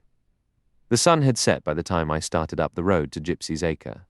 I'd told Greta when I'd arrive. She was up there in the house, waiting for me. Finally, the masks were off now. All the performances finished. The act of disliking Greta, I laughed to myself, thinking of the role I'd performed so meticulously from the very start. Pretending to resent her, pretending I didn't want her staying with Ellie. I'd been so careful. Everyone must have been completely fooled. I recalled the staged argument we'd arranged for Ellie to overhear. Greta had seen right through me the moment we met. We never entertained any foolish illusions about each other. We shared the same mind, the same hungers. We wanted the world, nothing less. We wanted to stand on top of it. We wanted to fulfill every ambition, to have everything and deny ourselves nothing. I remembered pouring my heart out to her that first time in Hamburg, confessing my frantic desire for all the things life could offer. I never had to hide my insatiable greed from Greta. She possessed the same appetite herself. To get everything you want from life, you need money, she said. I know, I replied, and I don't see how I'm going to get it. You won't get it through hard work, Greta stated flatly. You're not that type. Work? I scoffed. That would take years. I don't want to wait. I don't want to be middle-aged, I went on. You know the story of that fellow Schliemann, how he toiled and built a fortune just so he could live his dream? Go to Troy? Dig it up? Find the graves? He got his dream, but he had to wait until he was 40. I don't want to wait until I'm some old man with one foot in the grave. I want it now while I'm young and strong. You want the same, don't you? Of course. And I know how you can do it. It's simple. I'm surprised you haven't thought of it already. You can attract girls easily enough, can't you? I can see that. I can feel it. Do you think I care about girls, or ever really have? I said, there's only one girl I want, you. And you know that. I belong to you. I knew it the moment I saw you. I always knew I'd meet someone like you. And I have. I belong to you. Yes, Greta said quietly. I believe you do. We both want the same things from life, I insisted. I'm telling you, it's easy, Greta pressed. All you have to do is marry a rich girl, one of the richest girls in the world. I can show you how to do that. Don't be ridiculous, I said. It's not ridiculous. It will be easy. No, I argued. That's no good to me. I don't want to be some rich wife's husband. She'll buy me things, we'll go places, and she'll keep me in a gilded cage. That's not what I want. I don't want to be a tied-up slave. You wouldn't have to be. These arrangements don't have to last forever. Just long enough. Wives do die, you know. I stared at her. Now you're shocked, she observed. No, I said, I'm not shocked. And I truly wasn't. The audacity of it was almost thrilling. I didn't think you would be, she said. I thought perhaps you'd already considered it. She looked at me questioningly, but I wasn't going to answer that. I still had some instinct for self-preservation left. There are certain secrets one prefers to keep, even from a kindred spirit. Not that they were significant secrets, really, but I disliked thinking of them. I especially disliked thinking of the first one. It was childish, petty, meaningless in the grand scheme. It was just a boy's desperate craving for a fancy wristwatch. A school friend of mine had been given by a wealthy godfather. I wanted it so badly. Then came that day we went skating on a pond where the ice wasn't strong enough. We hadn't considered the danger. It just happened. The ice cracked. He fell through, clinging to the edge where the ice cut his hands. I skated over to pull him out, of course, but as I got there I saw the glint of that watch on his wrist. A single, terrible thought flashed through my mind. What if he went under? How easy it would be. I think I acted almost without thinking. My fingers found the strap of his watch, undid it, and snatched it away. Instead of pulling him up, I pushed his head back under the ice and held it there. He couldn't fight much, trapped beneath the frozen surface. People noticed and started running over, but they assumed I was trying to save him. They managed to get him out eventually, though it wasn't easy. They tried everything to revive him, but it was already too late. I hid my new prize in my secret spot, the one I used for things I didn't want my mother finding. She had a way of asking too many questions. Sure enough, she stumbled upon that watch one day while tidying my sock drawer. She held it up and asked if it had belonged to Pete. I told her no, of course not. I'd traded for it with a kid at school. I was always on edge around my mother. I felt she could see right through me. When she found the watch, that nervousness came rushing back. She suspected something. I'm sure of it. She couldn't possibly know the truth. Nobody did. But she'd look at me in this strange, knowing way. Everyone else believed I'd tried to rescue Pete. I don't think she ever bought that story. Part of her knew. She probably didn't want to, but the problem was she understood me too well. The guilt nibbled at me for a little while, but it faded pretty quickly. Later on, during my military training, I was at a camp. A buddy of mine, Ed, and I had gone to this shady gambling joint. My luck was terrible. I lost every cent I had, but Ed hit it big. He cashed in his chips, and we were walking back, his pockets stuffed with cash. Out of nowhere, 2 thugs rounded the corner and came at us. They were fast with their flick knives. I got a slash on my arm, but Ed took a bad stab and went down. Then we heard voices approaching. The attackers bolted. In that split second, I saw my chance, and my reflexes have always been good. I wrapped my hand in a handkerchief, yanked the knife from Ed's wound, and drove it back in a couple more times, aiming for better spots. He gasped once and was gone. For a moment, fear gripped me, but it passed almost instantly. I knew it was going to be fine. Honestly, I felt a surge of pride. I'd thought fast and acted faster. Poor old Ed, he never was the sharpest. It took me no time at all to transfer all those bills into my own pockets. You've got to seize opportunities when they come, and they don't come often. Some people might be terrified after killing someone, but I wasn't. Not that time. It's not something you'd want to make a habit of course, unless the payoff was truly worth it. I never understood how Greta sensed that part of me. But she knew. Not the specifics. Not that I'd actually killed people, but she knew the idea of killing wouldn't shock me or keep me up at night. "What is this wild story, Greta?" I asked her. "I'm in a position to help you," she said. "I can connect you with one of the wealthiest young women in America. I more or less manage her life. I live with her. I have significant influence." "You really think she'd look twice at someone like me?" I said. I didn't believe it for a second. Why would an heiress who could have any handsome, charming man she wanted ever choose me? "You have a great deal of raw appeal," Greta insisted. "Women are drawn to you, aren't they?" I grinned and admitted I got by all right. "She's never experienced that kind of attraction," Greta explained. "She's been sheltered her whole life. The only young men in her circle are boring, conventional types, sons of bankers and tycoons. She's being groomed for a suitable marriage within her own world. Her family is terrified of her meeting intriguing foreigners who might just want her money. Naturally, that's exactly the sort of person she's curious about. You'd be something entirely new to her. You need to make a grand romantic play. You need to act like you've fallen in love at first sight and sweep her completely off her feet. It will be easy. No one has ever made a truly passionate, daring approach to her before. You could pull it off," she insisted. "I suppose I could give it a shot," I replied, my voice laced with hesitation. "We could arrange everything," Greta said. "Her family would try to interfere and put a stop to it." "No, they wouldn't," Greta countered firmly. "They'd be completely in the dark. They wouldn't know a thing until it was far too late. Not until after you'd already had a secret wedding. So that's the plan. And so we discussed it. We plotted. Not with meticulous detail, mind you, but we laid the groundwork. Greta returned to America, but she kept the letters and calls coming. I drifted through a series of odd jobs. I'd mentioned Gypsy's Acre to her, my strange fixation on that piece of land, and she said it was perfect, the ideal backdrop for a romantic tale. We orchestrated everything so my first encounter with Ellie would happen right there. Greta would work on Ellie, filling her head with dreams of an English country house and a life of her own the moment she turned 21. Oh, we set the stage beautifully. Greta was a master strategist. I doubt I could have devised the scheme myself, but I knew I could perform my role flawlessly. I've always loved performing, and that's exactly how it unfolded. That's how I met Ellie. The whole thing was a thrill. A wild, reckless thrill, because there was always that underlying risk, that persistent danger of the entire charade falling apart. What truly frayed my nerves were the rare meetings with Greta. I had to be certain. You understand that I never betrayed our connection with a single glance. I trained myself not to look at her. We agreed it was safest if I appeared to dislike her, to feign jealousy. I played that part perfectly. I remember the weekend she came to stay. We staged a heated argument loud enough for Ellie to overhear. I sometimes wonder if we laid it on a bit thick. Probably not. There were moments I was terrified Ellie might sense the deception, but I don't believe she ever did.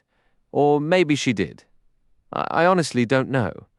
I never really understood Ellie. It was effortless to be affectionate with her. She was genuinely kind. Yes, she had a real sweetness to her. Just occasionally, she frightened me because she would do things without consulting me. And she knew things I never imagined she could. But she loved me. There's no doubt she loved me. Sometimes, I think I might have loved her too. But it was never like it was with Greta. Greta was the woman I belonged to, body and soul. She was passion incarnate. I was made for her, and being near her required constant, fierce restraint. Ellie was something else entirely. I found I enjoyed sharing a life with her. Yes, it sounds strange to admit it now, looking back. I enjoyed it a great deal. I'm confessing all this because these were the very thoughts swirling in my head that evening when I returned from America. When I came back feeling invincible, having seized everything I'd ever wanted despite the risks, despite the perils, despite having executed, if I may say so myself, a rather brilliant murder. It was a delicate operation, I'll admit. There were a couple close calls, but the way we managed it, no one could possibly know. Now the risks were over, the dangers were past, and here I was approaching Gypsy's Acre, driving up that road just as I had that first day after spotting the real estate poster and going to look at the old property's foundations. Coming up and rounding that sharp bend, and then, it was then I saw her. It was then I saw Ellie. Right as I came around the corner at that treacherous spot where all the accidents happen. She was there in the exact same place, standing in the deep shadow of the fir tree. Just as she had stood before when she gave a little start upon seeing me and I had started seeing her.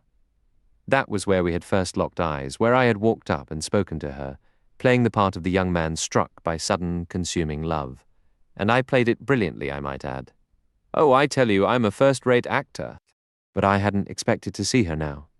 I mean, I couldn't possibly be seeing her now, could I? Yet I was seeing her. She was staring straight ahead. Only there was something that terrified me, something that chilled me to the bone. You see, it was just as though she didn't see me at all. I knew she couldn't really be there. I knew she was dead. Her body was buried in a cemetery back in the States. But all the same, she was standing under that fir tree, and she was looking. No, not at me. Right through me.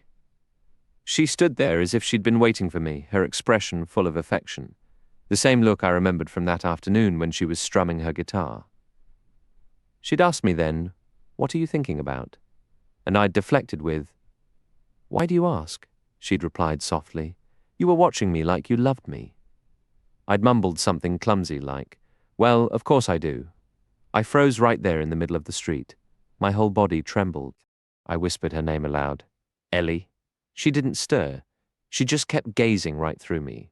That's what terrified me, because if I let myself think for even a second, I'd understand why she couldn't see me, and I refused to face that truth. Absolutely refused. She was staring directly at the spot where I stood, yet I was invisible to her. So I ran. I bolted like a frightened child up the road toward the glowing windows of my home, forcing myself out of that ridiculous, panicked state. This was my victory. I'd made it back. I was the hunter returning from the wilderness, coming home to everything I'd ever wanted, to the extraordinary woman who owned my heart and soul. Now we would marry. We would live in the house. We had won everything we'd gambled for, won decisively. The front door was unlatched. I pushed inside, stomping my boots, and moved through the open library doorway. There stood Greta by the window, waiting. She looked magnificent, more stunning than anything I'd ever seen, like some mythic Valkyrie with radiant golden hair. She smelled of perfume and desire. After so many weeks of restraint, with only hurried meetings in the old garden pavilion, I went straight into her embrace, a sailor finally home from the sea. It was, without question, one of the most perfect moments of my life. Eventually, we settled back into the room. I took a seat, and she slid a small stack of letters toward me. Almost without thinking, I picked out the one with the US postage stamp, the airmail letter from Lippincott. I wondered what he'd written, why he'd felt the need to send it. "Well," Greta said with a deep, contented sigh, "we did it. Victory Day, for sure," I replied. We both broke into wild, almost frantic laughter. A bottle of champagne waited on the table. I popped the cork, and we toasted each other. "This place is incredible," I said, glancing around the library. "Even more beautiful than I remembered. Santonix. Oh, I haven't told you Santonix died." "Oh, that's too bad," Greta said. So he really was sick, then. He was dying. I never let myself believe it. I went to see him at the end. Greta gave a slight shudder. "I wouldn't have wanted to do that. Did he say anything?" "Nothing that made sense. He told me I was a damn fool, that I should have taken the other path." "What other path?" "What did he mean?" "I don't know," I said. I suppose he was delirious. Didn't know what he was saying. "Well, this house is a fine tribute to his memory," Greta remarked. "I think we'll keep it, don't you?" I stared at her. "Of course. You don't think I'd live anywhere else, do you? We can't stay here forever, Mike. Not year-round, buried in a little village like this. But this is where I want to be. It's all I ever planned for." "Yes, of course. But Mike, we have all the money in the world now. We can go anywhere. Travel across Europe. Go on safari in Africa. We'll have real adventures. We can hunt for rare art. Visit Angkor Wat. Don't you want an exciting life?" "I suppose so. But we'll always come back here, won't we?" A strange unease crept over me, a sense that something had slipped out of place. This house and Greta were all I'd ever dreamed of. I hadn't wanted anything more. But she clearly did. I could see it now. She was just starting to want things, starting to realize she could have anything. A sharp, cold dread shot through me. I began to shiver. "What's wrong with you, Mike?" Greta asked. "You're shaking. Are you coming down with something?" she asked. "It's not that," I replied. "What's going on, Mike?" "I saw Ellie," I told her. "What do you mean you saw Ellie?" I was walking up the road, turned the corner, and there she was, standing under a fir tree looking in my direction. Greta stared at me. Don't be absurd, you're imagining things. Maybe a person can imagine things. This is Gypsy's Acre, after all. But Ellie was there, looking perfectly content, just like herself, as if she'd always been there and always would be. Mike? Greta grabbed my shoulder and gave me a shake. Mike, stop talking like that. Had you been drinking before you arrived? No, I waited until I got here to you. I knew you'd have the champagne ready. Well, let's forget about Ellie and drink to us. It was Ellie, I insisted stubbornly. Of course it wasn't Ellie, it was a trick of the light. Something like that. It was Ellie, and she was standing there. She was looking, searching for me, looking at me. But she couldn't see me, Greta. She couldn't see me. My voice grew louder. And I know why. I know why she couldn't see me. What are you talking about? It was then I whispered it for the first time, under my breath. Because that wasn't me. I wasn't there. There was nothing for her to see but endless night. Then I shouted in a voice tight with panic. Some are born to sweet delight, and some are born to endless night. That's me, Greta, me. A bitter, sarcastic laugh escaped me. Do you remember, Greta, how she used to sit on that sofa, strumming her guitar, singing in that soft voice of hers? You must remember? Every night and every morn, some to misery are born. Every morn and every night some are born to sweet delight. That was Ellie, Greta. She was born to sweet delight. Some are born to sweet delight, some are born to endless night. My mother knew that about me. She knew I was born to endless night. I hadn't reached it yet. But she knew, and Santonix knew. He knew I was headed that way. But it might not have happened.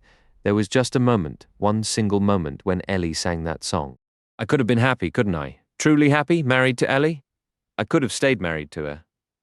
No, you couldn't have, said Greta flatly. I never took you for the type to lose your nerve, Mike. She shook me roughly again. Snap out of it. I blinked at her. I'm sorry, Greta. What have I been saying? I suppose they got to you over there in the States. But you handled it, didn't you? I mean, all the investments are secure. Everything's arranged, I said. Everything's arranged for our future, our brilliant, brilliant future. You're talking very strangely. I want to know what Lippincott says in his letter. I pulled the letter toward me and opened it. Inside was nothing but a newspaper clipping.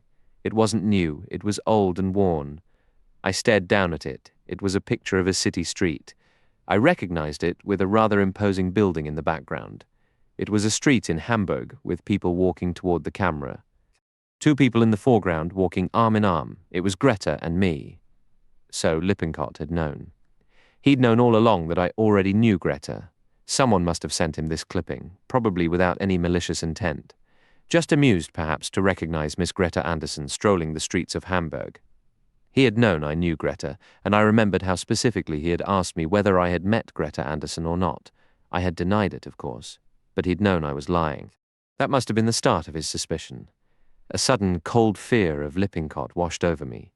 He couldn't suspect, of course, that I'd killed Ellie. He suspected something, though perhaps he even suspected that. Look, I said to Greta, shoving the clipping toward her. He knew we knew each other. He's known the whole time. I've always hated that old fox, and he's always despised you, I said. When he finds out we're planning to marry, he'll have his suspicions. But then I realized Lippincott already suspected Greta and I would marry. He likely guessed we knew each other, maybe even that we were lovers. Mike, will you stop acting like a terrified rabbit? That's exactly what you are. I used to admire you, I always did. But now you're unraveling. You're scared of everyone. Don't say that to me. It's the truth. Endless night. I couldn't find any other words. I kept turning the phrase over in my mind. Endless night. It meant darkness. It meant I was invisible. I could see the dead, but the dead couldn't see me even though I was alive. They couldn't see me because I wasn't truly present. The man who loved Ellie had vanished, willingly stepping into that endless night. I lowered my head further. Endless night, I repeated. Stop saying that, Greta shouted. Stand up. Be a man, Mike. Don't surrender to this ridiculous, superstitious nonsense. How can I stop? I said. I've sold my soul to Gypsy's Acre, haven't I? That land was never safe. It wasn't safe for anyone. It wasn't safe for Ellie, and it isn't safe for me. Maybe it isn't safe for you either. What are you talking about? I stood up. I moved toward her. I loved her. Yes, a part of me still loved her with a final, desperate physical longing. But love, hate, desire, Aren't they all tangled together? 3 feelings in one feeling in 3. I could never have hated Ellie, but I hated Greta. I relished hating her. I hated her with my entire being, fueled by a wild, almost joyful urge. I couldn't wait for careful plans anymore. I didn't want to. I came closer. "You vile creature," I said. "You detestable, magnificent, golden-haired witch. You're not safe, Greta. You're not safe from me. Do you understand? I've learnt to enjoy ending lives. I felt a thrill the day I knew Ellie had ridden that horse to her death. I spent the whole morning exhilarated by what I'd set in motion, but that was distant. This is different. I want more than just knowing someone will die from a pill they swallowed at breakfast. I want more than shoving an old woman off a cliff. I want to use my own hands." Greta was afraid now. She, who had owned me completely from the moment we met in Hamburg, when I feigned illness, quit my job and stayed there with her. Yes, I had belonged to her then, body and soul. I didn't belong to her now. I was myself. I was entering a different kind of kingdom than the one I'd imagined. She was terrified. I loved seeing her fear, and I closed my hands around her neck. Yes, even now, as I sit here writing all this down, and let me tell you, it's a profoundly satisfying thing to do, to write everything about yourself, what you've done, what you felt and thought, how you fooled everyone. Yes, it's marvelous. Yes, I felt an extraordinary happiness when I killed Greta. There isn't much left to say after that. I suppose things reach their peak there. One forgets, perhaps, that nothing better can follow, that you've already had it all. I just sat there for a long time. I don't know when they arrived. I don't know if they all came at once. They couldn't have been there the whole time, or they wouldn't have let me kill Greta. I noticed Major Philpott was there first. I don't mean God, I'm mixed up. I mean Major Philpott. I'd always liked him. He'd been decent to me. He was rather godlike in some ways, I think. I mean, if God were a person and not some supernatural force up in the sky, he was a very fair man, very fair and kind. He looked after things and people tried to do his best for them. I don't know how much he'd figured out about me. I remembered the odd way he looked at me that morning in the auction room when he said I was fey. I still wonder why he thought I seemed that way that particular day.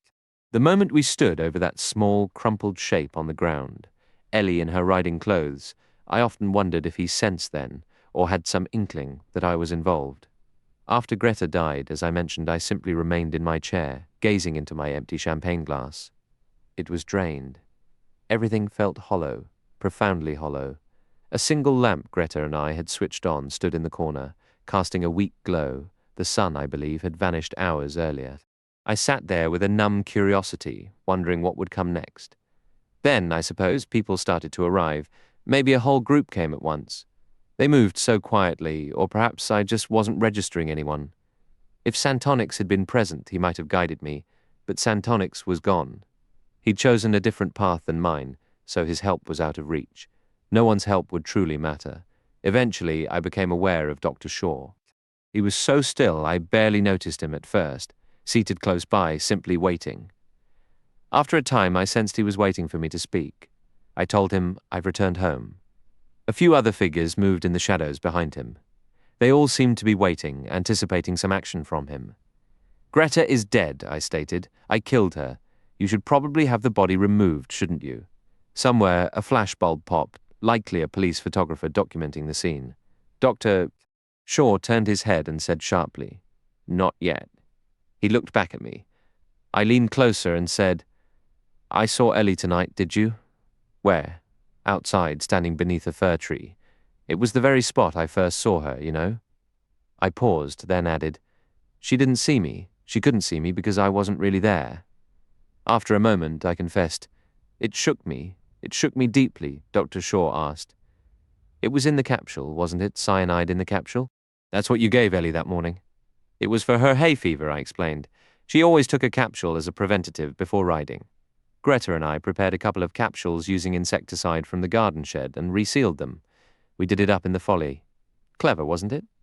I let out a laugh, a strange, almost giddy sound, even to my own ears.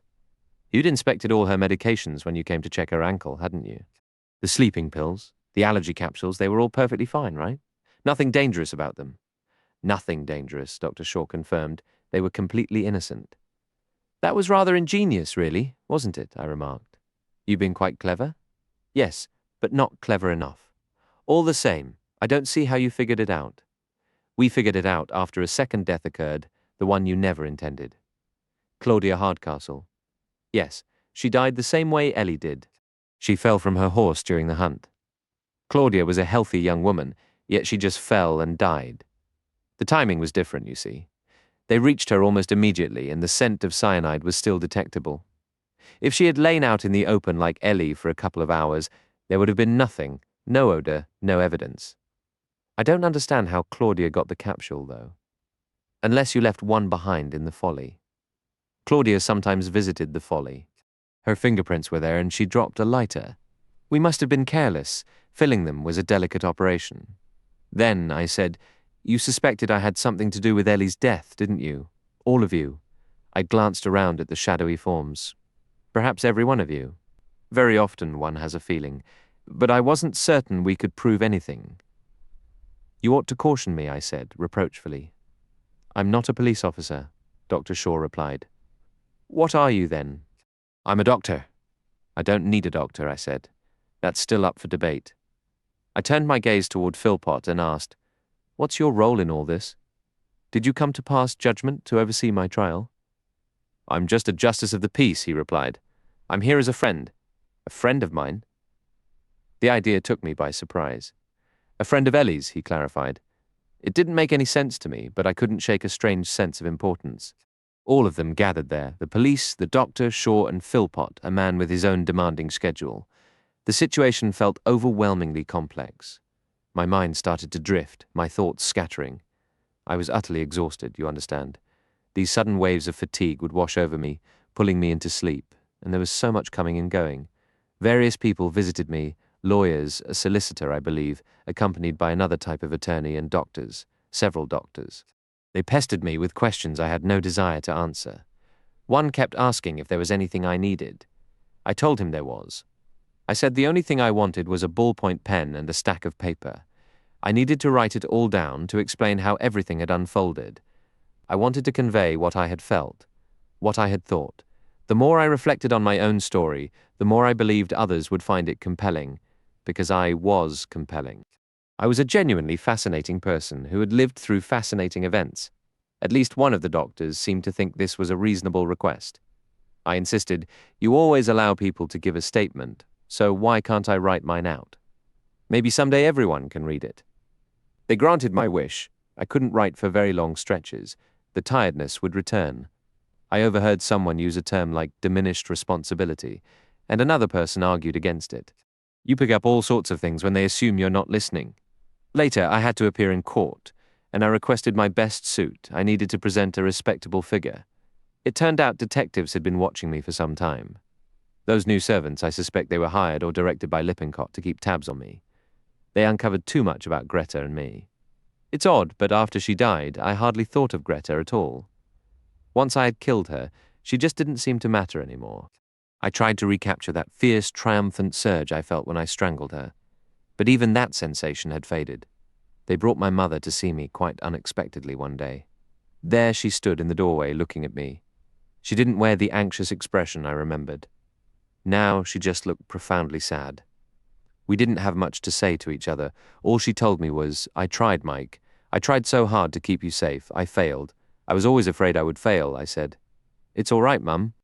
It wasn't your fault. I chose my own path. And then it struck me. Santonix had said something similar. He had been afraid for me, too. He hadn't been able to change anything either. Perhaps nobody could have, except maybe me myself. I'm not certain. But every so often I remember that day when Ellie asked me, what are you thinking when you look at me like that? And I answered, like what? She said, as though you loved me. I suppose, in a way, I did love her. I could have loved her. She was so sweet, Ellie. A pure delight. I guess my problem was that I always wanted things too desperately. And I wanted them the easy way, the greedy way. That very first day, when I came to Gypsy's Acre and met Ellie. As we were leaving, we ran into Esther. Her warning to Ellie that day planted the idea in my head to pay her off. I knew she was the type who would do anything for money. I'd pay her. She'd begin warning Ellie, frightening her, making her feel she was in danger. I thought it might make it seem more plausible later that Ellie had died from shock.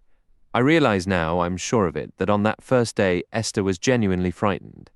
She was truly frightened for Ellie. She warned her to leave, to have nothing to do with Gypsy's Acre. Of course, she was warning her to have nothing to do with me. I didn't understand that at the time. Ellie never truly understood, and perhaps I didn't either. Was it me she feared? I believe it was, even if she couldn't admit it to herself. She sensed a threat, a looming danger in the air, just as Santonix had perceived the darkness within me, much like my own mother once did. Maybe all three of them saw it clearly. Ellie saw it too, yet she accepted it. She never shied away from that truth. It's strange, profoundly strange, but I understand it now. We were happy together, genuinely happy. I wish I had recognized that happiness while it was mine to hold. I had my chance, and I suppose everyone gets one. I simply turned away from it. Isn't it ironic that Greta means nothing to me now? Even the beautiful house I cherished feels empty. Only Ellie remains, and Ellie is forever beyond my reach this endless night. That is where my story concludes. Yet they say in the end lies the beginning.